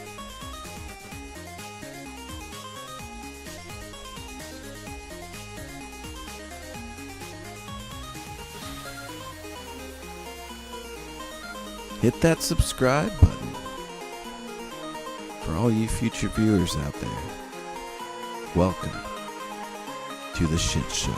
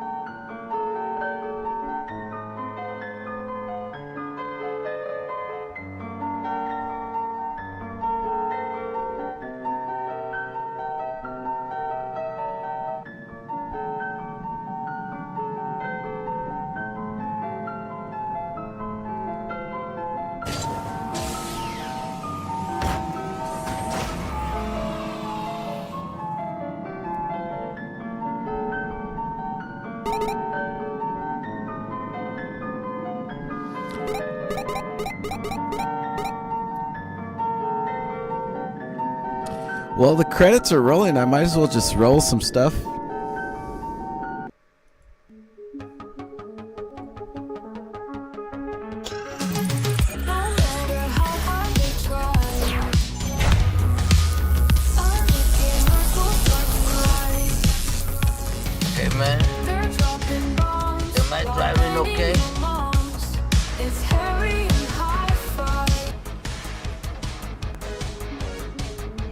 think we're parked here. No matter how hard we try, other gamers will start to cry. They're dropping bombs while banging your moms. It's Harry and hi-fi. Harry got them on the run with custom anime guns. It's so much fun. It's Harry and hi-fi. Screaming in your baby's face, hit you with mace. Hi-fi on the case. It's Harry and hi-fi. Harry and hi-fi. It's Harry and hi-fi.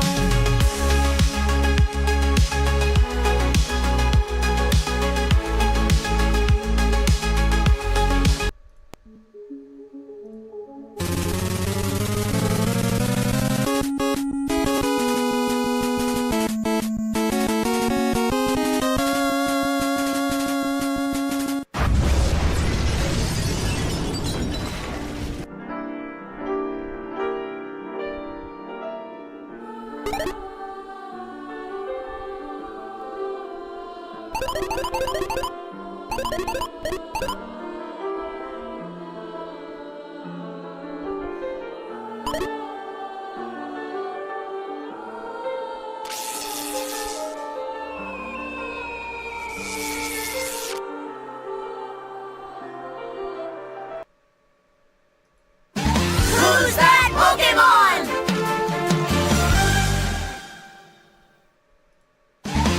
It's Bigfoot's dick! Oh.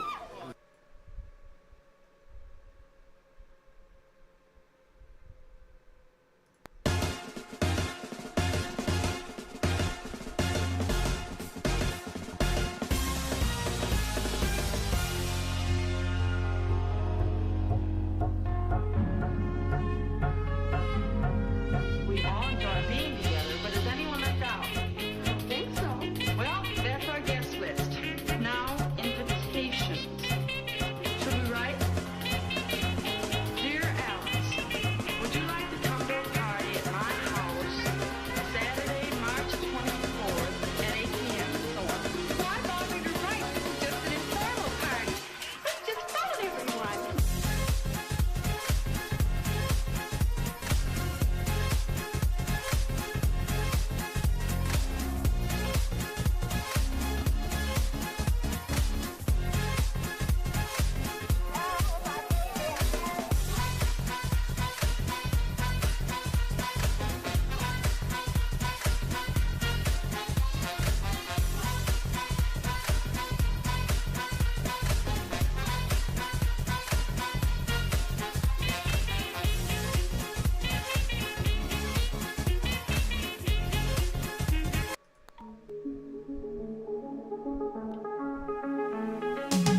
No matter how hard we try, other gamers will start to cry. They're dropping bombs while banging your moms. It's Harry and hi-fi. Harry got them on the run with custom anime guns. It's so much fun. It's Harry and hi-fi. Screaming in your baby's face, hit you with mace. Hi-fi on the case. It's Harry and hi-fi. Harry and hi-fi. It's Harry and hi-fi.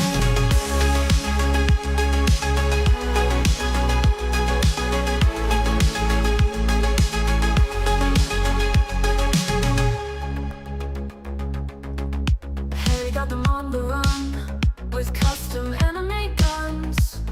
It's so much fun. It's Harry and hi-fi. Screaming in your baby's face, hit you with mace. Hi-fi on the case. It's Harry and hi-fi. Harry and hi-fi. It's Harry and hi-fi.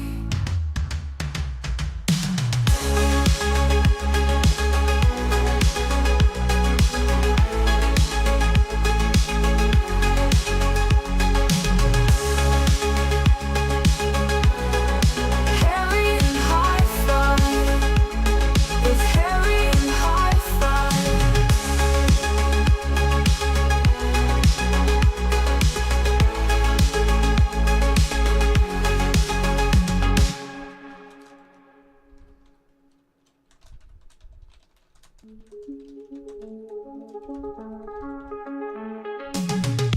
matter how hard they try, other gamers will start to cry. They're dropping bombs while banging your moms. It's Harry and Hi-Fi. Harry got them on the run with custom anime guns. It's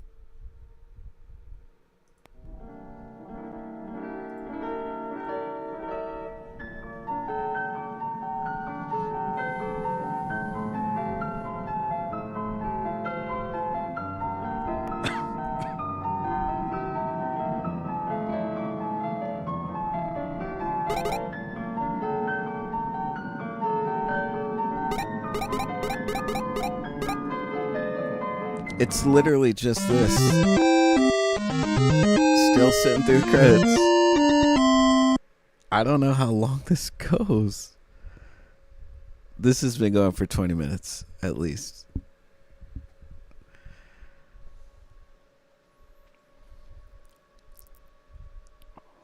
You really gotta thank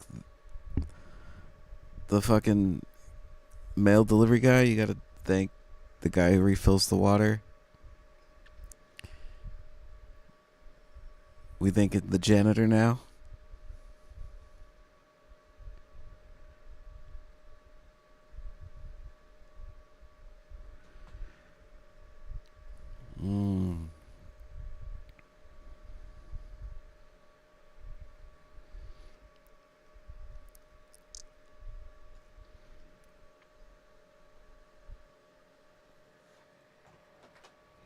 Hey, dummy!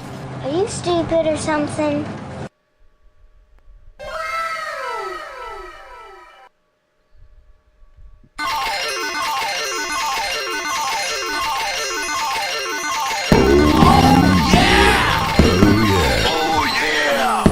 Oh yeah!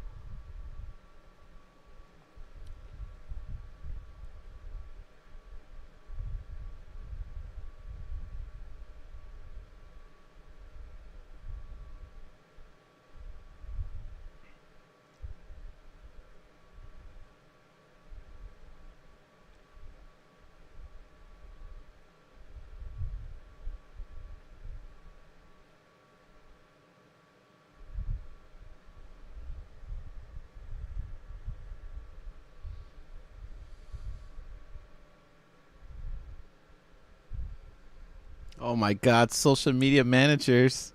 Even they get thanks. Director of community, what does that mean?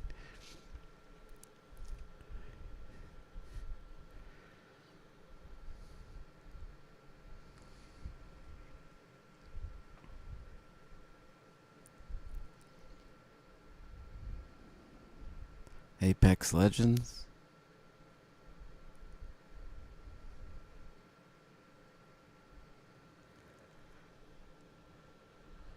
Kyle Wood, fuck that guy. God, they gotta think marketing too. Are they gonna think Target? The Target dog? Are they gonna thank my neighbor?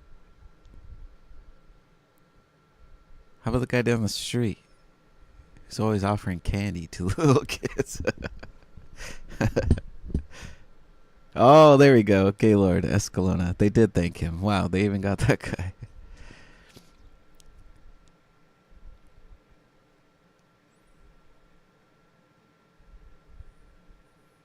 Melissa Jenkins. That is the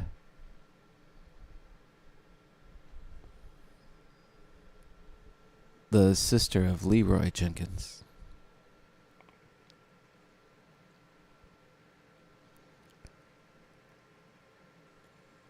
I'm just glad my name's not Tobias Bankson.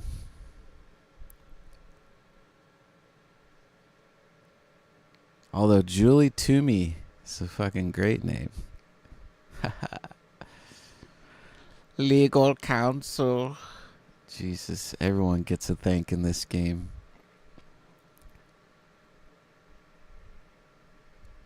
We'd like to thank the guy who sends out the emails. The guy who watches the guy send the emails. The guy who refills the coffee. Couldn't have made Minecraft without that guy. Special thanks, HeadshotH4rry. Say it. Say it. Oh my gosh.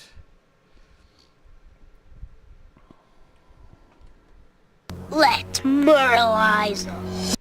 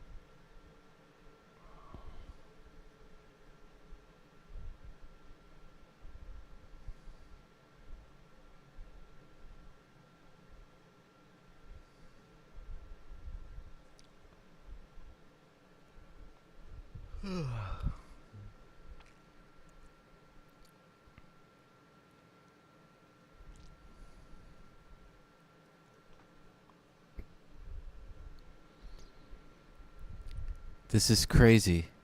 This is the longest credits scene I've ever seen in my life. This is worse than Lord of the Rings. Any Marvel movie. Jesus Christ.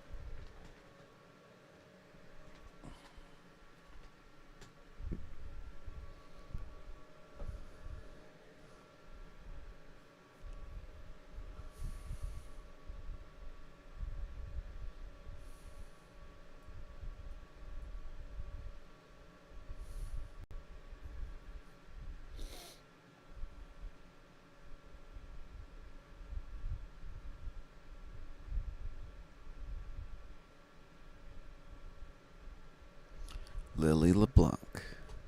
Nova. That's a nice name. It's a real nice name.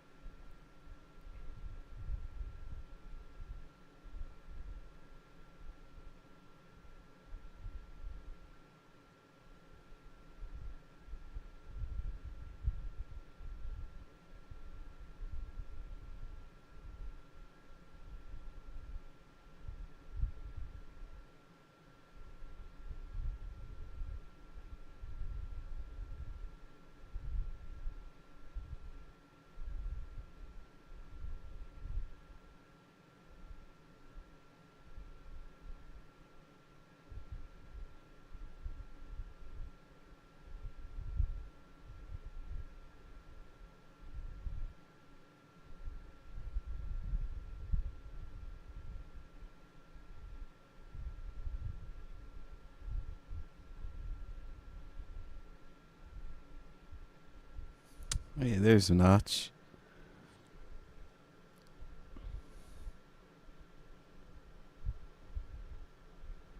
Matt Booty. Oh, yeah.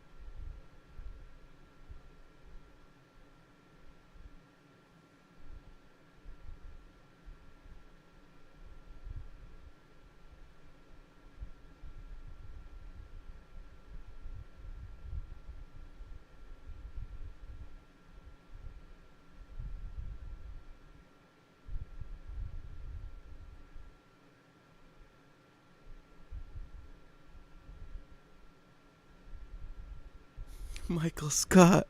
Holy shit. It's Michael Scott.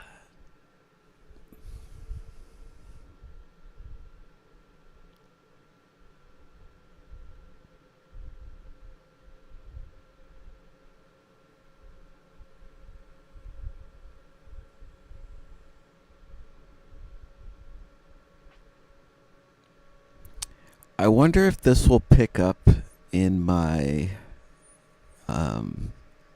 League of Legends game. Let's see if it picks up in this one. I could go for a twirl. It should. Oh, yeah, here we go. Yep. That tasted I purple. have way more assets on this one. We could play them all. How do you like my guns? Shock and ah. We're gonna cycle through every asset I have for this League of Legends layout. I mean, my heart's beating, my hands are shaking, but I'm still shooting, and I'm still getting the headshots. It's like boom, headshot, boom, headshot, boom, headshot.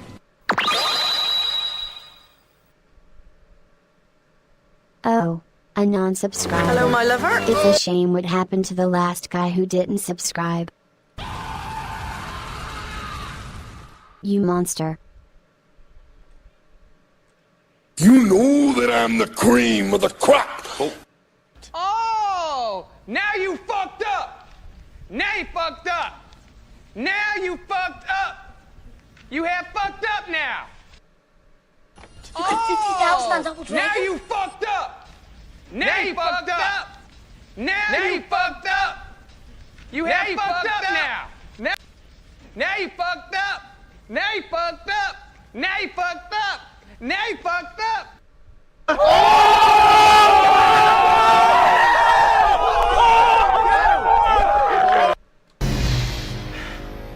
Don't fuck with the Jedi Master, son.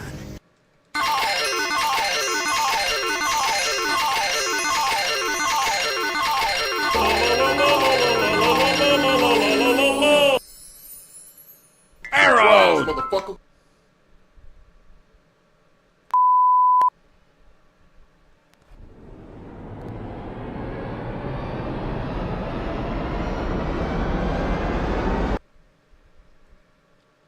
Tremendo!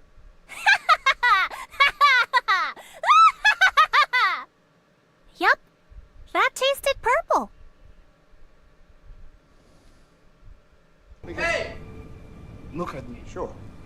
Look at me, sure. I'm the captain now.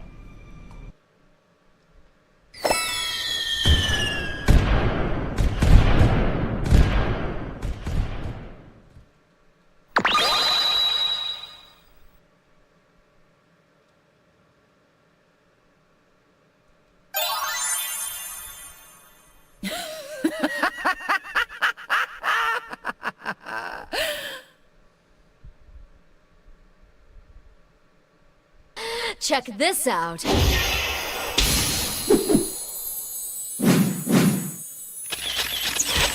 Take a good look. It's the last you'll get. How do you like my guns? Shock and ah.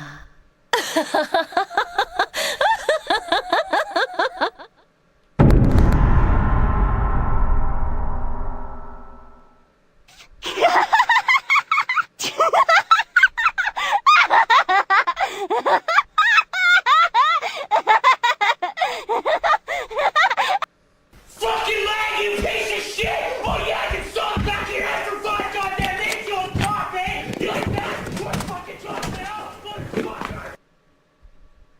You'll never make it. Never make it. Ever make it. Never make it. Never make it. You'll never make it. Ever. Don't you see you can make it?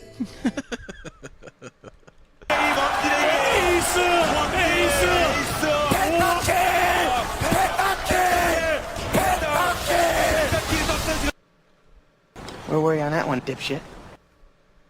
He don't give an F about nothing. Narrator narrates all. Narrator narrates chat. Narrator narrator off. Note to self. Don't press that one. Not today! Not today!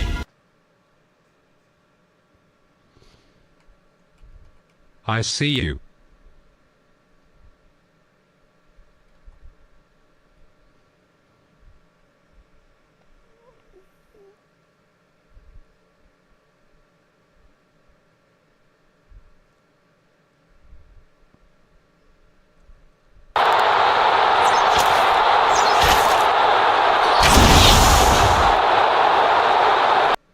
I think that's all of them.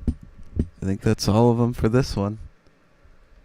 Oh wait, the best one. Narrator narrates all. Narrator narrator narrator narrator off.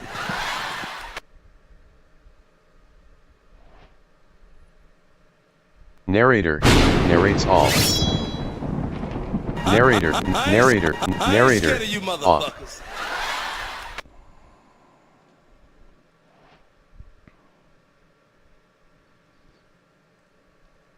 It's pretty much all of them.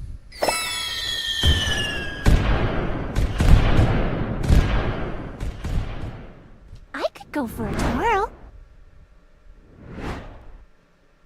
Yup, that tasted purple.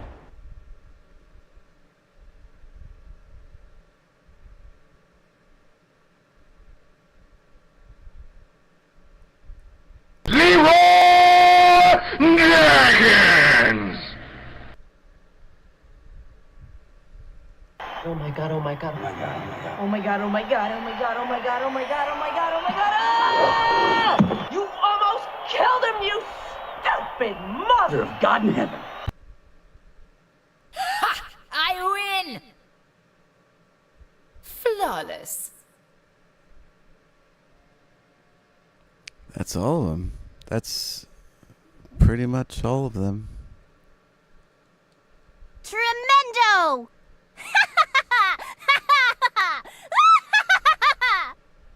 Yup, that tasted purple.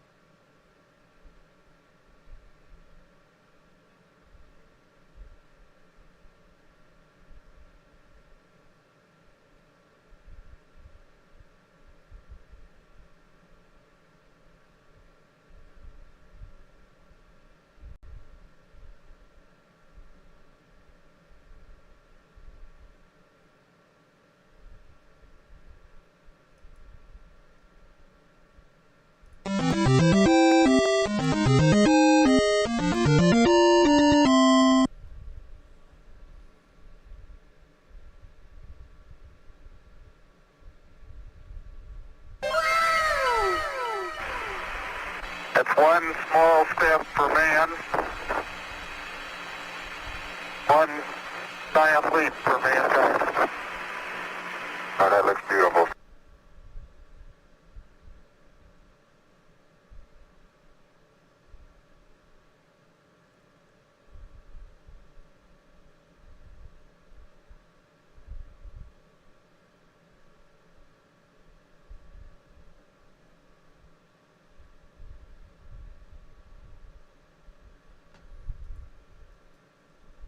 Boom! Headshot, yeah!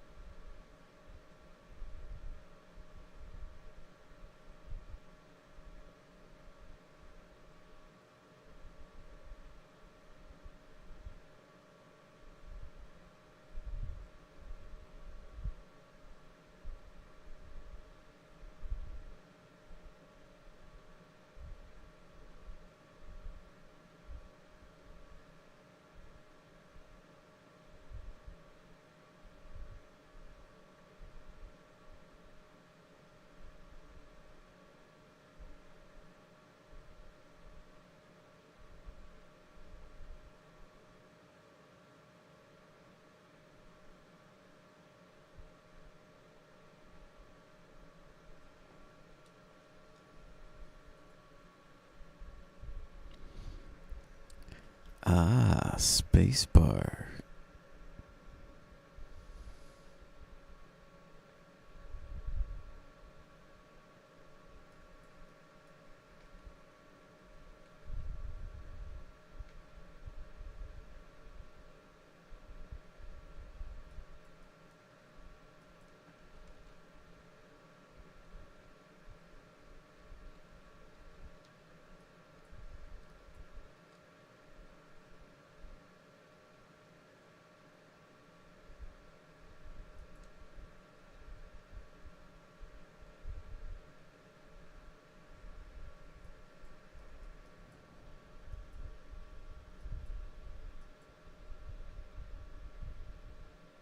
There we go.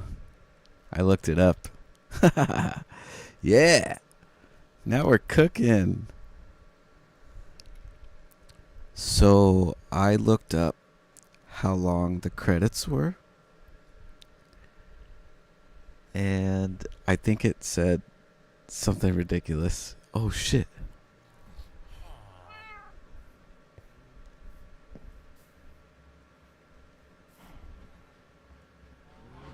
Wait a second.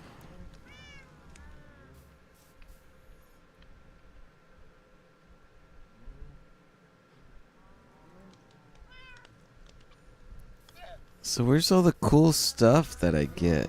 Did I leave it? I have to go back and get it? Oh, God.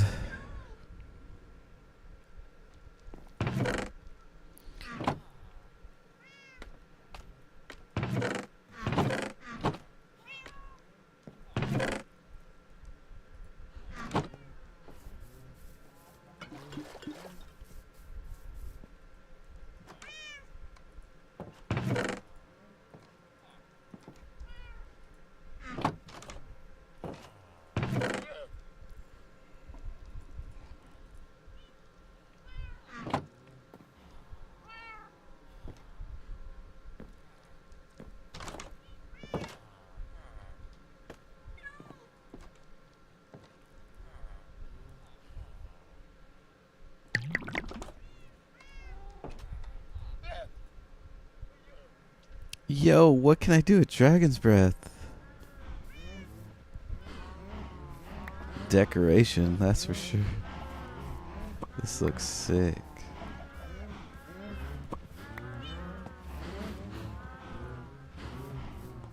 Let's put this...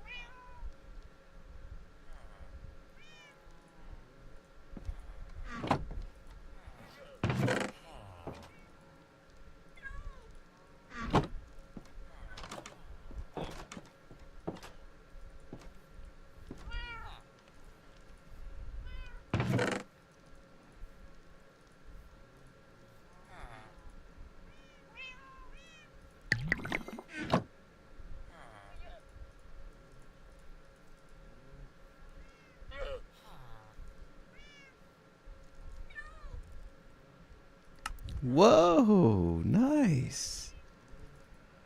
Don't mind if I do.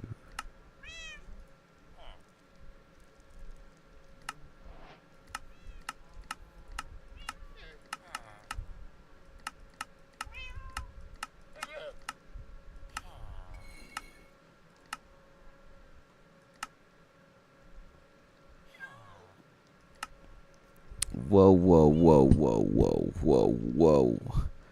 Whoa.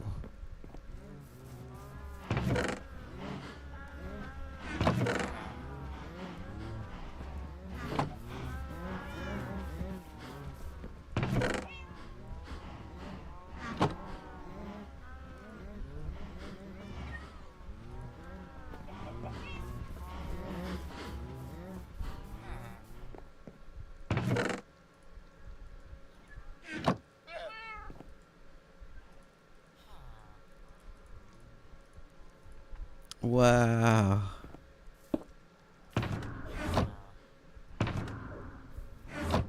That's sick. Holy shit.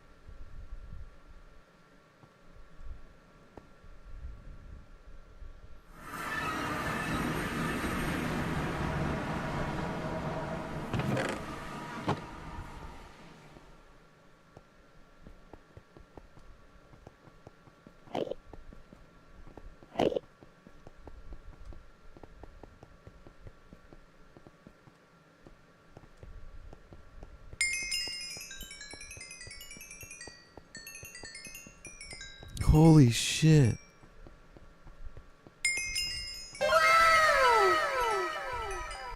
This is what I forgot.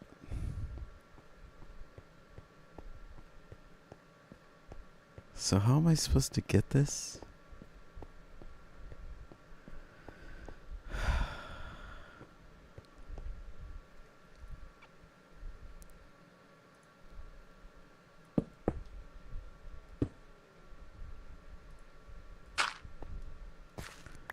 There's like a trick.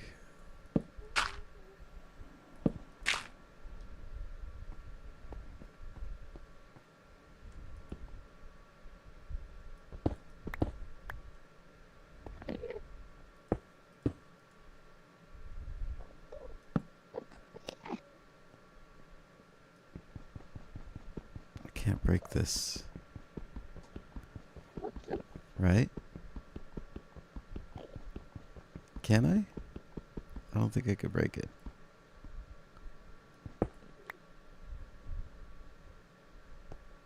Silk touch.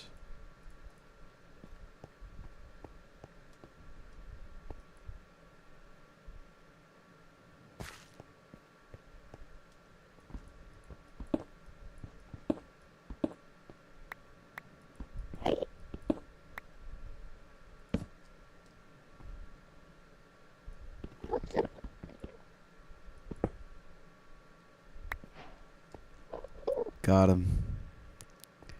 Got him.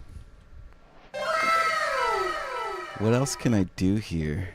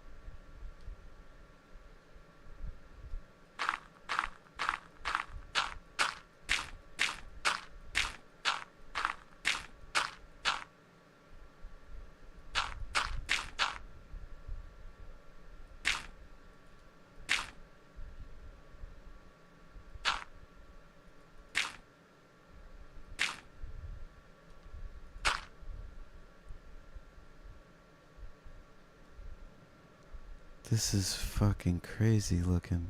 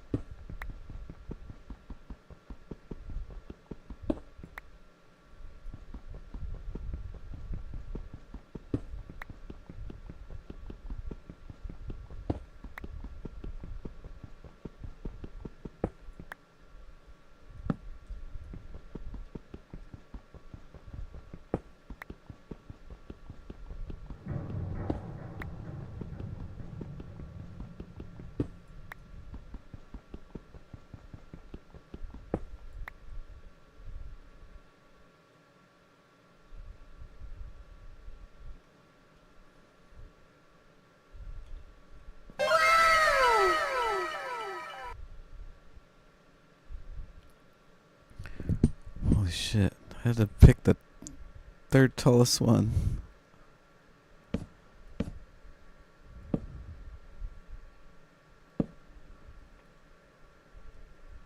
This is crazy.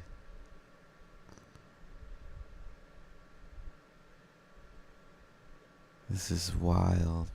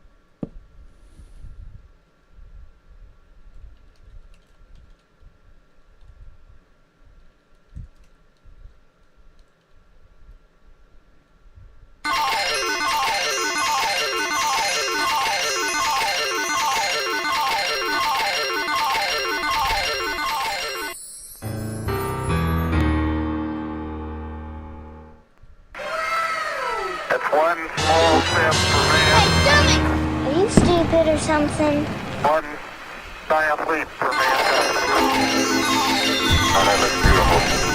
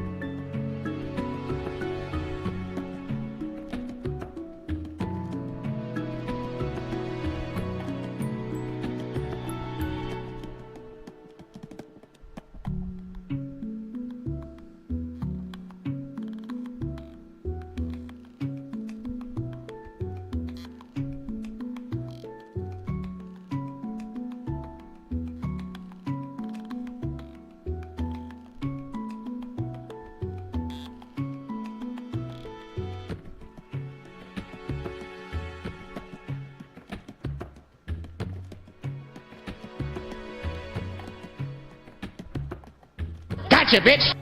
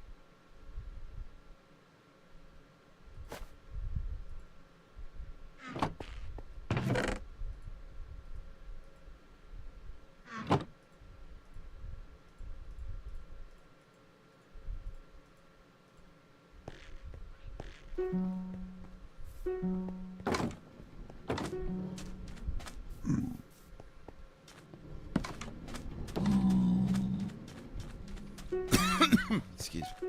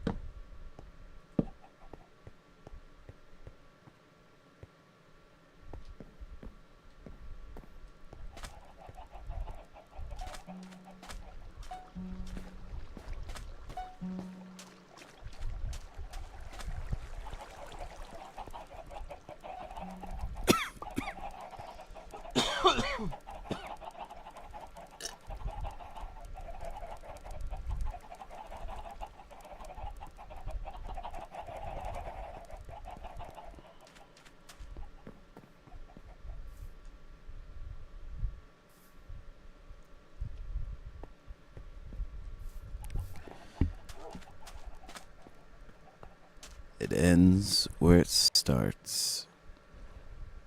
I think that's probably the most appropriate place I could possibly put it. That is the first house. Slightly modified, of course, but that is its location, that is its size.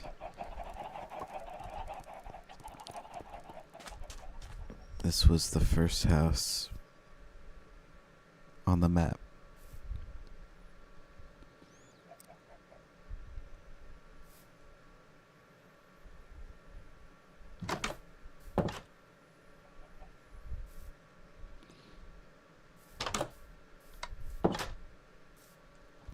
Well, pretty long stream, but we did it. We beat the Ender Dragon.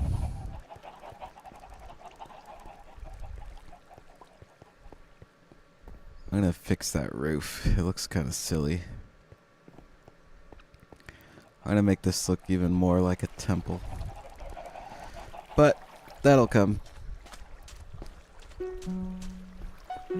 This is a nice fountain. There's so many guys on here.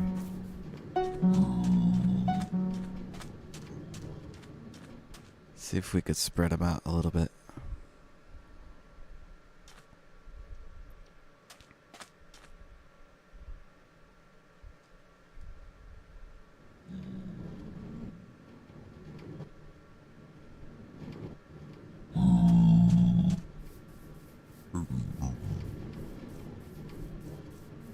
Oh my god.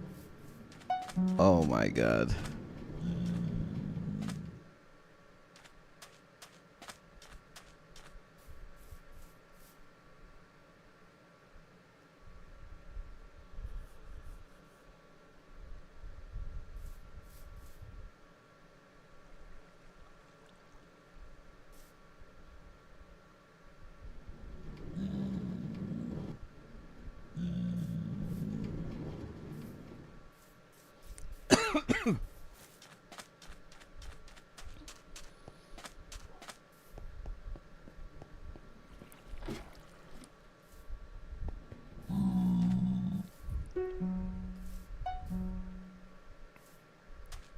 They're coming.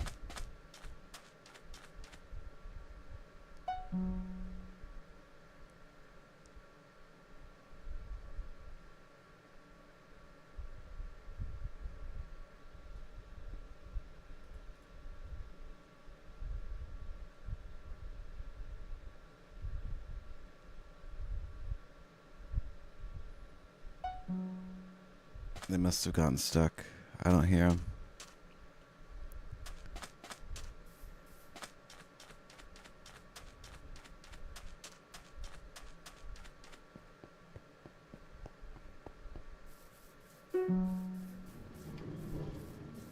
There's one.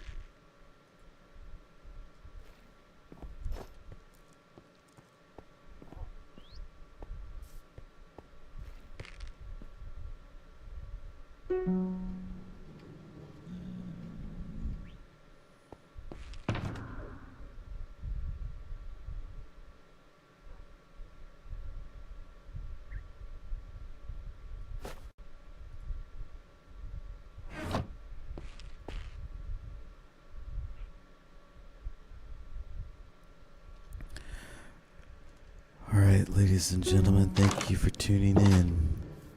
This stream went way longer than I intended. This is our progress. New house, new furnishings, new ender egg.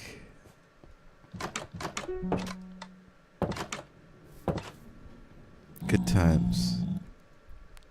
Thanks for tuning in. Thanks for watching. We'll see you guys next time. Cheers.